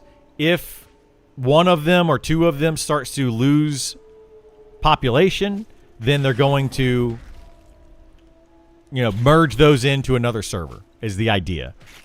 So I think they're going to have a PvE West Coast, PvE East Coast, probably at least one PvP server. I think they're only going to end up with one PvP server. They will probably have that clustered and have maybe 2 or 3 at launch of early access. But I think that people are going to quit very quickly on those servers, and they're going to end up merging them together to create one PvP server. I think that they're going to start out with probably an EU server, an Oceanic server.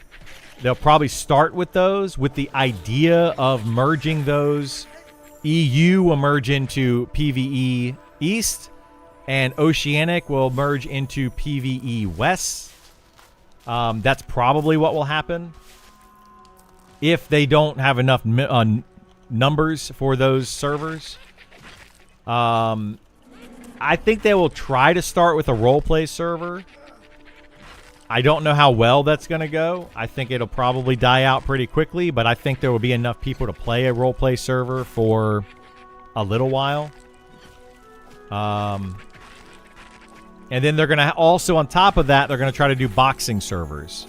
So if they do a boxing server, I think that there's going to only be one boxing server, and it needs to be probably Central America somewhere. Because they're not going to have enough people that are going to be playing on the boxing servers. I don't think. They might. Maybe have one West Coast, one East Coast PvP or PvE boxing servers with the idea to merge those two together into one server if they have to. Out of your meeting? Nice, nice. 3K hours is already a lot. Yeah, I've probably got close to 3K hours in this game. Maybe more, I don't know. I definitely have over 2K. One of the devs actually checked my hours and told me I was over 2,000 hours. Illegal cheating server? Yeah. What's a boxing server? A boxing server is a server that allows you to play more than one character at a time. So, like, if I'm one player, one person, I could play 2, 3, 4, 20 characters if I want to.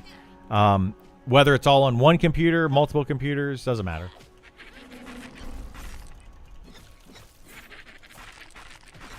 That's going to be a somewhat popular server, but I feel like the no-box servers are going to be more popular. That we're hoping right now that they do a 2-box server, which means you can play up to 2 characters at one time. That's what some of my friends would like to play. So it's not a full-on boxing server, but it allows you to, like, 2-box, so you could play a healer and a tank or something. That's... A lot of my friends want to play that server. So we'll see what happens. See where we end up.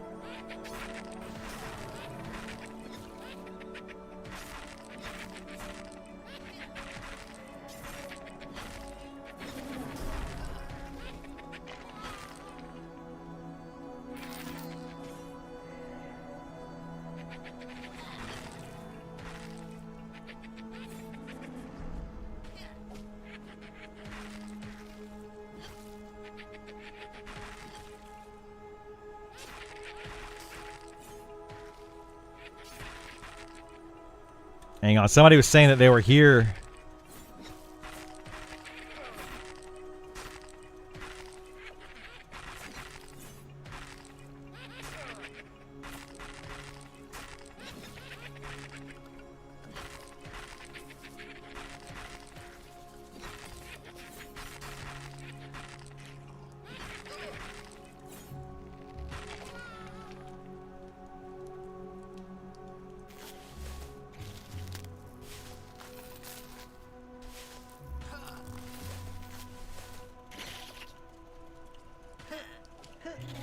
Did a spot open? Several spots opened and then closed.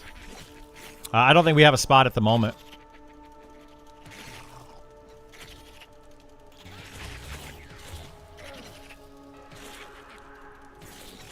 Multi-boxing is good for income.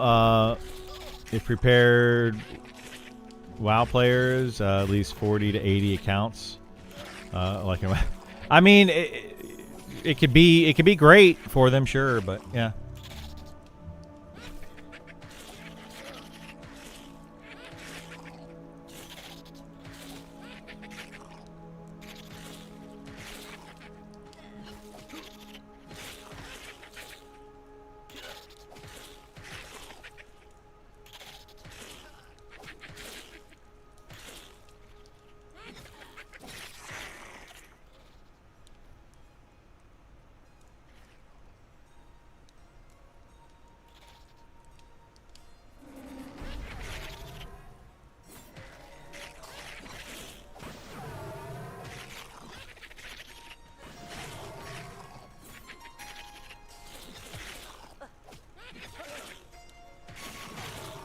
Should I wait at bank for you to give me stuff? No. Give me like an hour and I gotta go pick up peanuts. I can give you some gear. I don't know how much gear I have, but I might be able to give you some stuff if I have anything.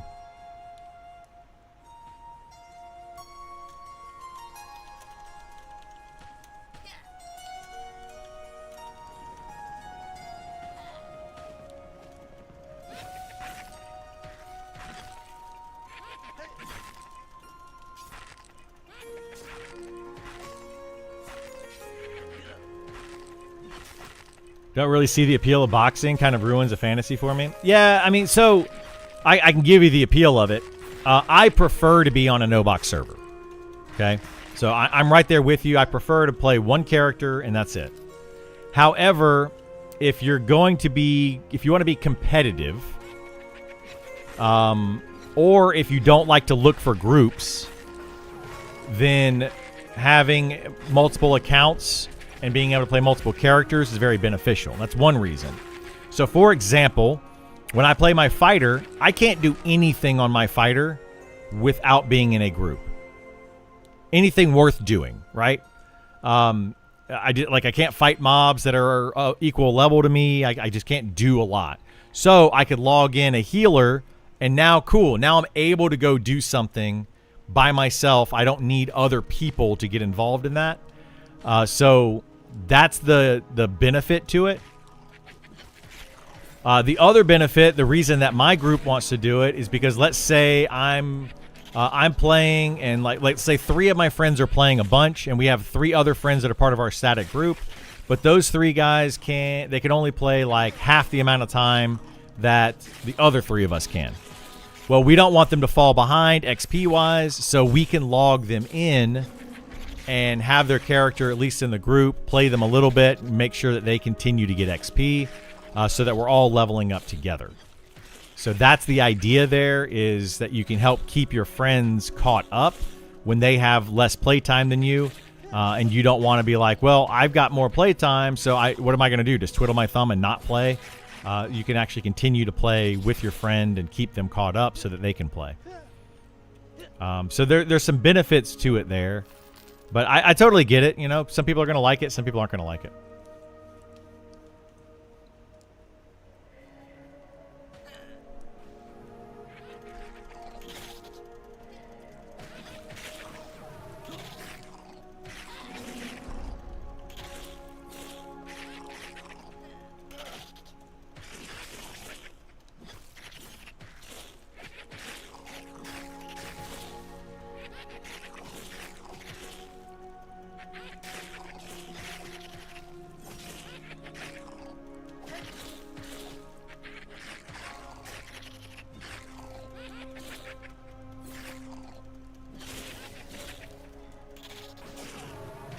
Sorry, we're having issues. The AC people, they said that they came out and completed the work or whatever, but nobody ever knocked on our door. So we got a whole issue going on here.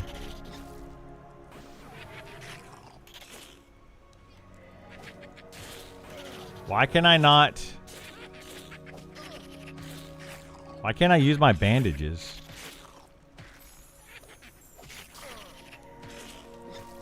Do you have to have a certain skill to use the higher level bandages? I think you do. Wow, wow, wow.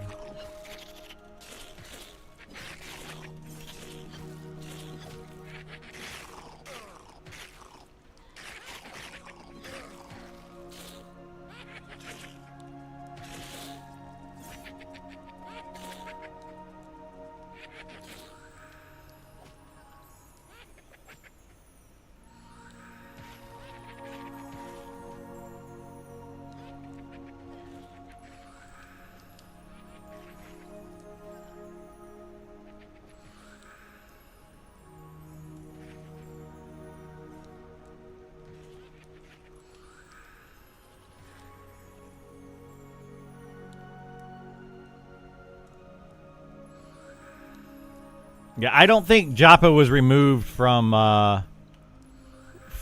Visionary Realms. He's still showing on the Discord as the creative director, and he posted as of yesterday. So yeah, I think he's still there. I have zero reason to believe that he's gone.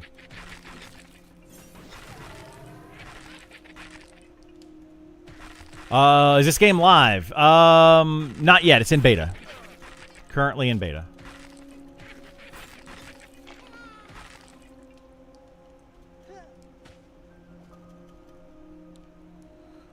I'd maybe box if I can also use an intelligent voice command macros situation for the other account. Heal me, sit down. Might be kind of fun. Yeah, that won't happen. If people start doing that, the devs will ban you for using third-party software. There will be boxing for this game. There will be servers that allow boxing and servers that don't allow boxing. So you'll be able to choose which way you want to go.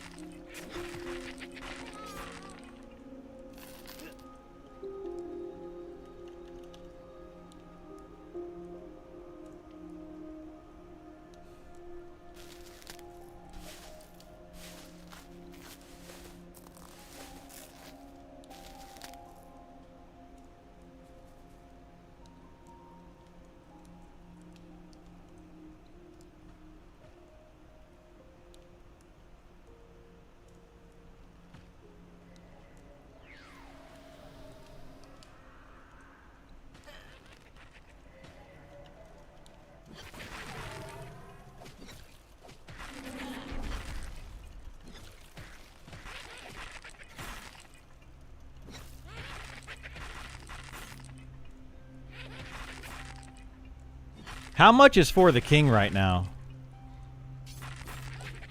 For the King 2. Oh my god, it's only $8? It does have multiple expansions. I don't have all the expansions. But yeah, it's only $8 or $9.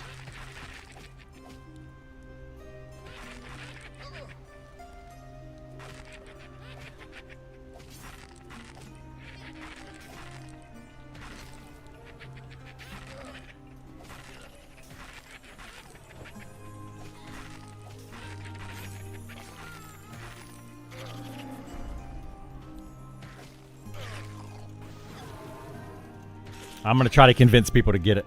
I want to play it.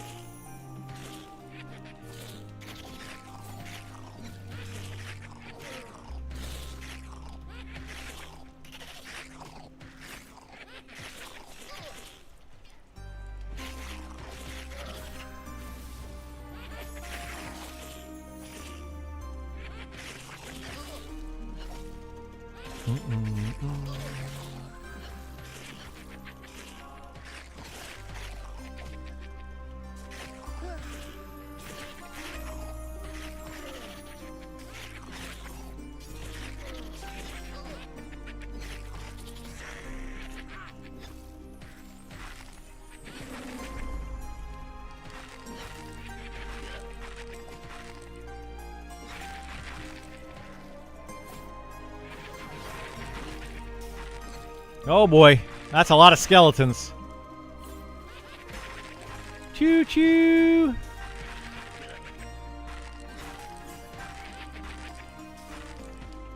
The heck, dude? That guy just straight up trained us. Like, straight up right through our camp trained us. And now he's got 3 more mobs on him. What is this guy doing? The heck, man?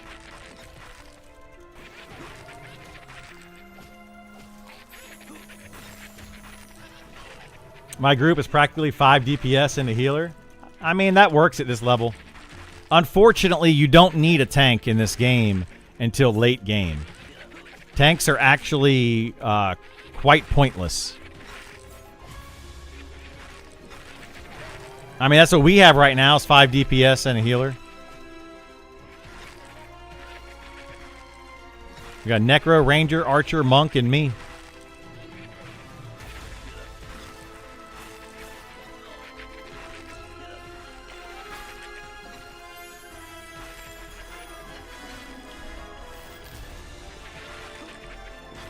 Yeah, that's why I keep saying they need to up the damage on mobs. They really need to make mobs hit harder. You know, make it more challenging. Like, it's too easy. You just put a bunch of DPS and a healer in a group and just mow down mobs and get crazy XP. There's literally zero need for a tank.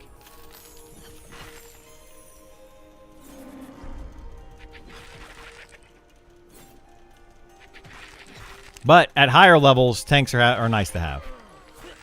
So what they need to do is they need to fix the armor class bug, fix that, and then increase the amount of damage that mobs do. So then people that are not tanks won't be able to sit there and take hits.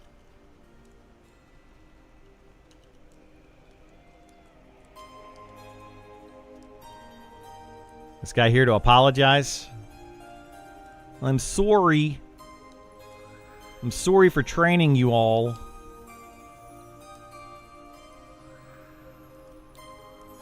Sorry I trained you before. Thought they would follow me. Yeah, that's what happened. At least he apologized. He apologized. Standard brand new group of newbies without 2 plat of hand-me-down gear wouldn't be going as smooth. What are you talking about? You think that people in this group have 2 plat of hand-me-down gear? I don't think they do.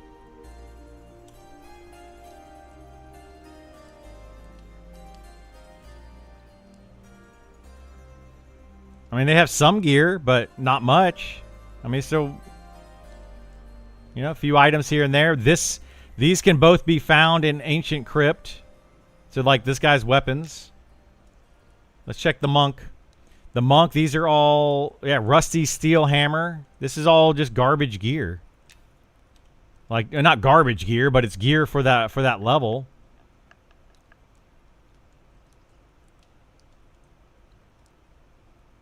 I mean, this guy's got decent gear because he's got, like, gold and stuff. So he's a little bit twinked. He's probably the most twinked person here.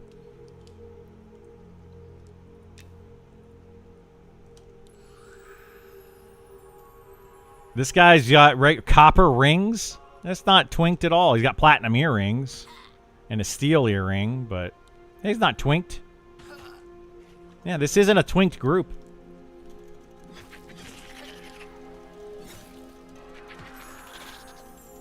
Report him? Nah, he apologized. It's all good. He came in. He said mistakes were made. So yeah, I don't think this group is not twinked at all. Like, I mean, it's got a few items here and there. It doesn't have like a crazy amount of gear. So you know, the game. Trust me, the game is too easy right now. You don't need a ton of gear.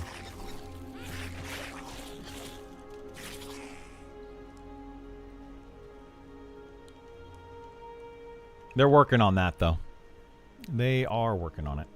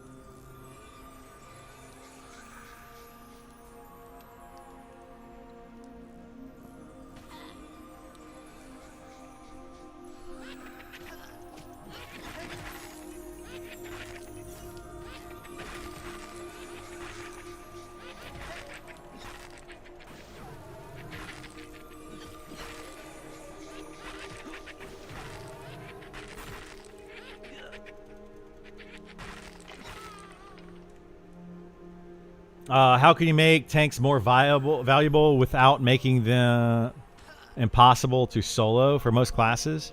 Well, most classes in a game like this, they solo by not getting hit.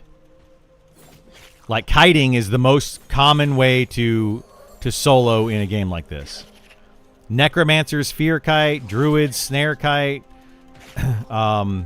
wizard snare kite, archer snare kite. They just don't get hit. That's how they do it.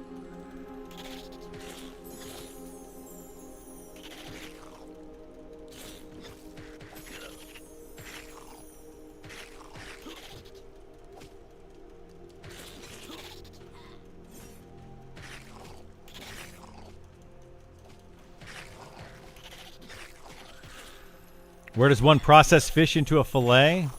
You know, I don't know. I don't know. You could try to go to like just go to the cook, or try to go here. I don't know. Can you click on this and put a fish in there and cook it? I have no idea. I don't know if that's a thing.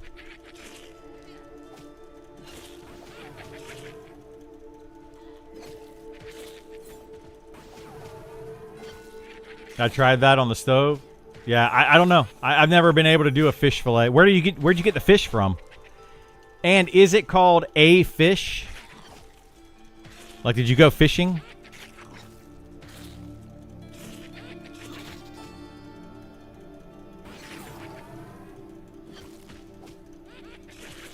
Fishing in Night Harbor? Nice.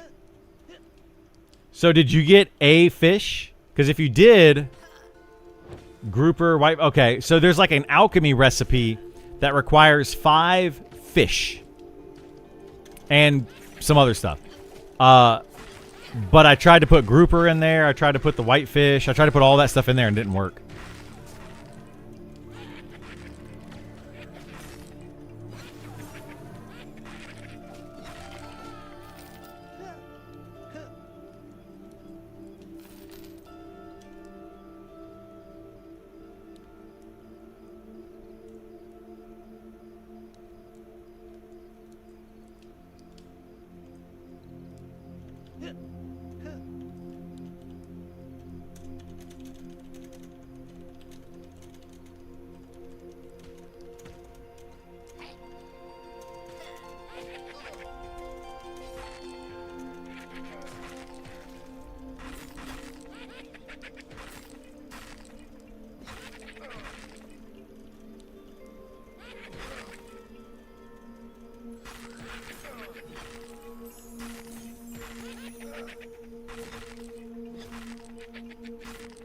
No luck, a campfire either? Yeah, I don't know. I don't know how you're supposed to cook it or do what you're supposed to do with it.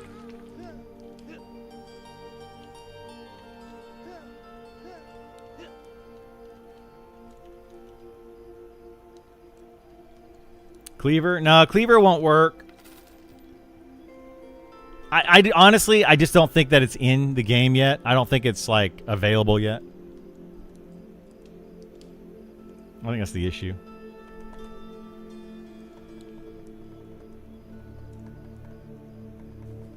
And the skinning knife doesn't work either. It shouldn't. It might, but I don't think it does.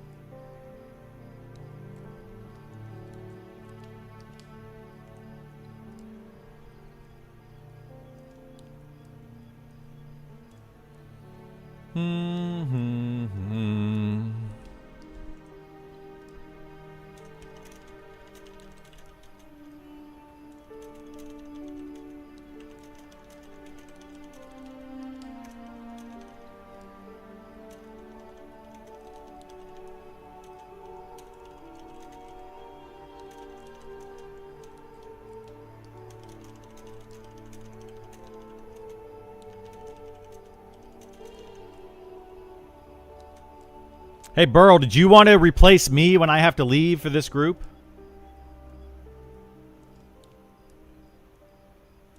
You can come over here and replace me, and I can go get peanuts, and then if another spot opens up, I can always join back in later on. You only have like 2 hours right now? That's fine. They're not going to care. You can XP for 2 hours and leave.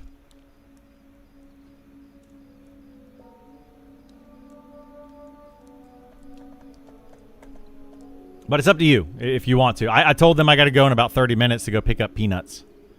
Boiled peanuts.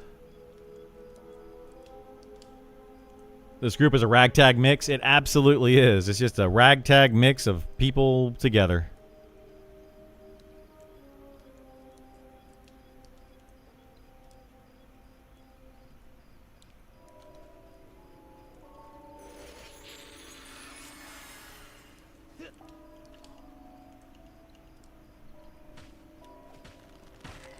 Yeah, let's got to pick up some peanuts. So I'll only be gone for a few minutes, but you know, if we got somebody to replace me, it'd be better for them.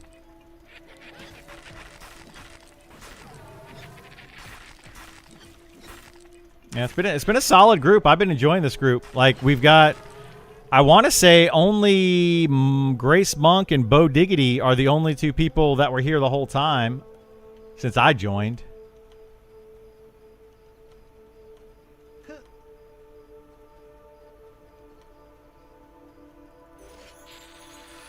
Which area? This is Fallen Pass. So go through Shaded Dunes, go into Fallen Pass. When you zone in, turn left.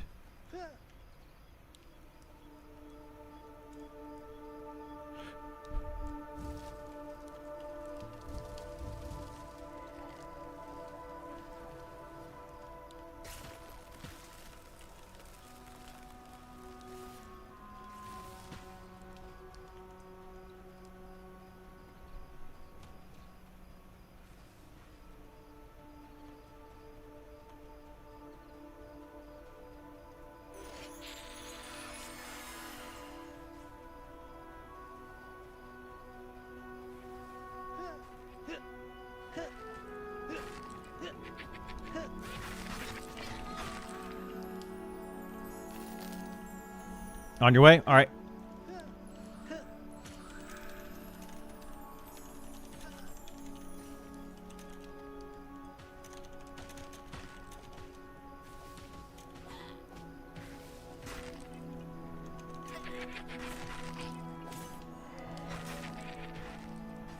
Oh, there goes Bo Diggity. Bo Diggity. That guy's been an awesome puller. I like that guy a lot. He's going to go on my definitely will play with again list. Not that anybody else in the group is bad, but this Bo Diggity is putting in work with his pulling. Having a good puller is paramount to a good group.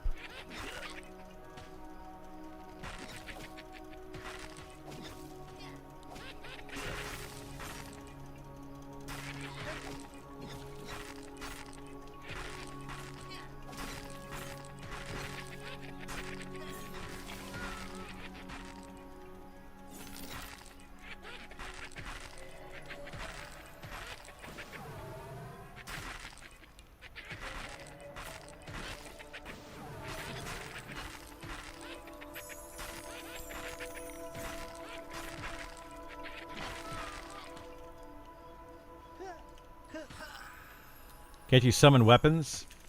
Oh, Burl can, yeah. Hope they don't notice me wielding a lumberjack axe. Yeah, you could summon a staff.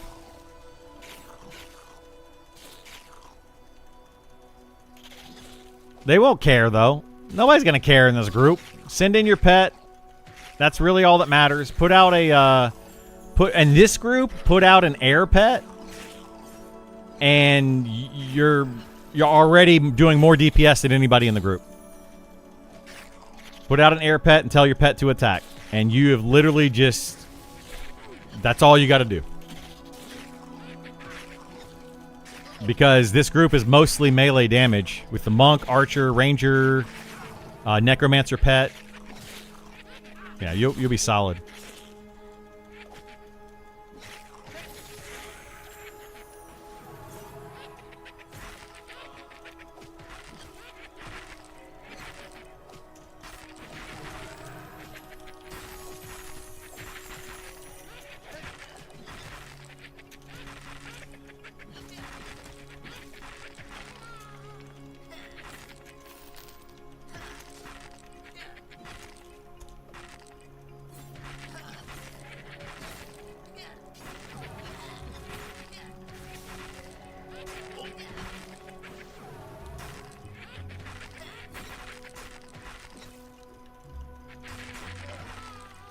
Thanks for the kind words, Criddle. This is Bo. Yeah, no worries, man.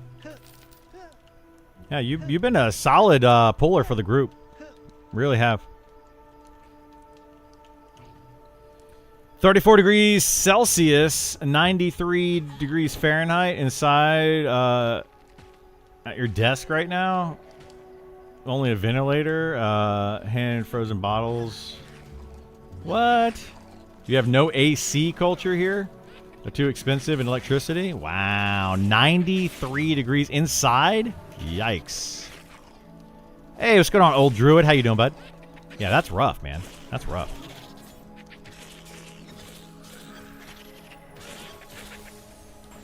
Oh, what's this? That's not a bad cloak. Pretty solid cloak.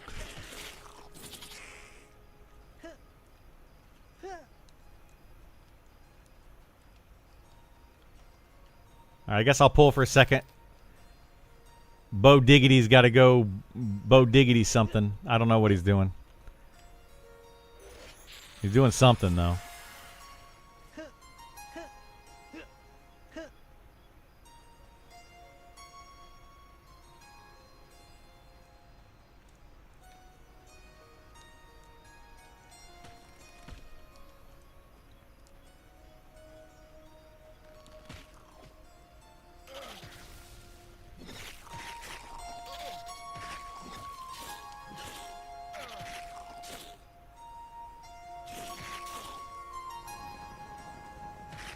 Nice stats on the cloak, but what's it look like? Fashion Quest. It apparently it looks terrible. Literally everyone in the guild, the guy just linked it, and he goes, "How does it look? Not great. It looks bad," and they're just kind of laughing about it. So yeah, not a good looking cloak. It's unfortunate. Very unfortunate.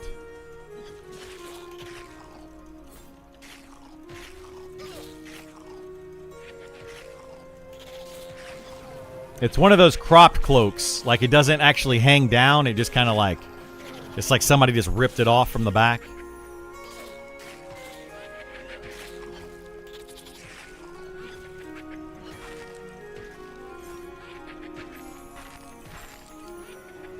You're here? All right.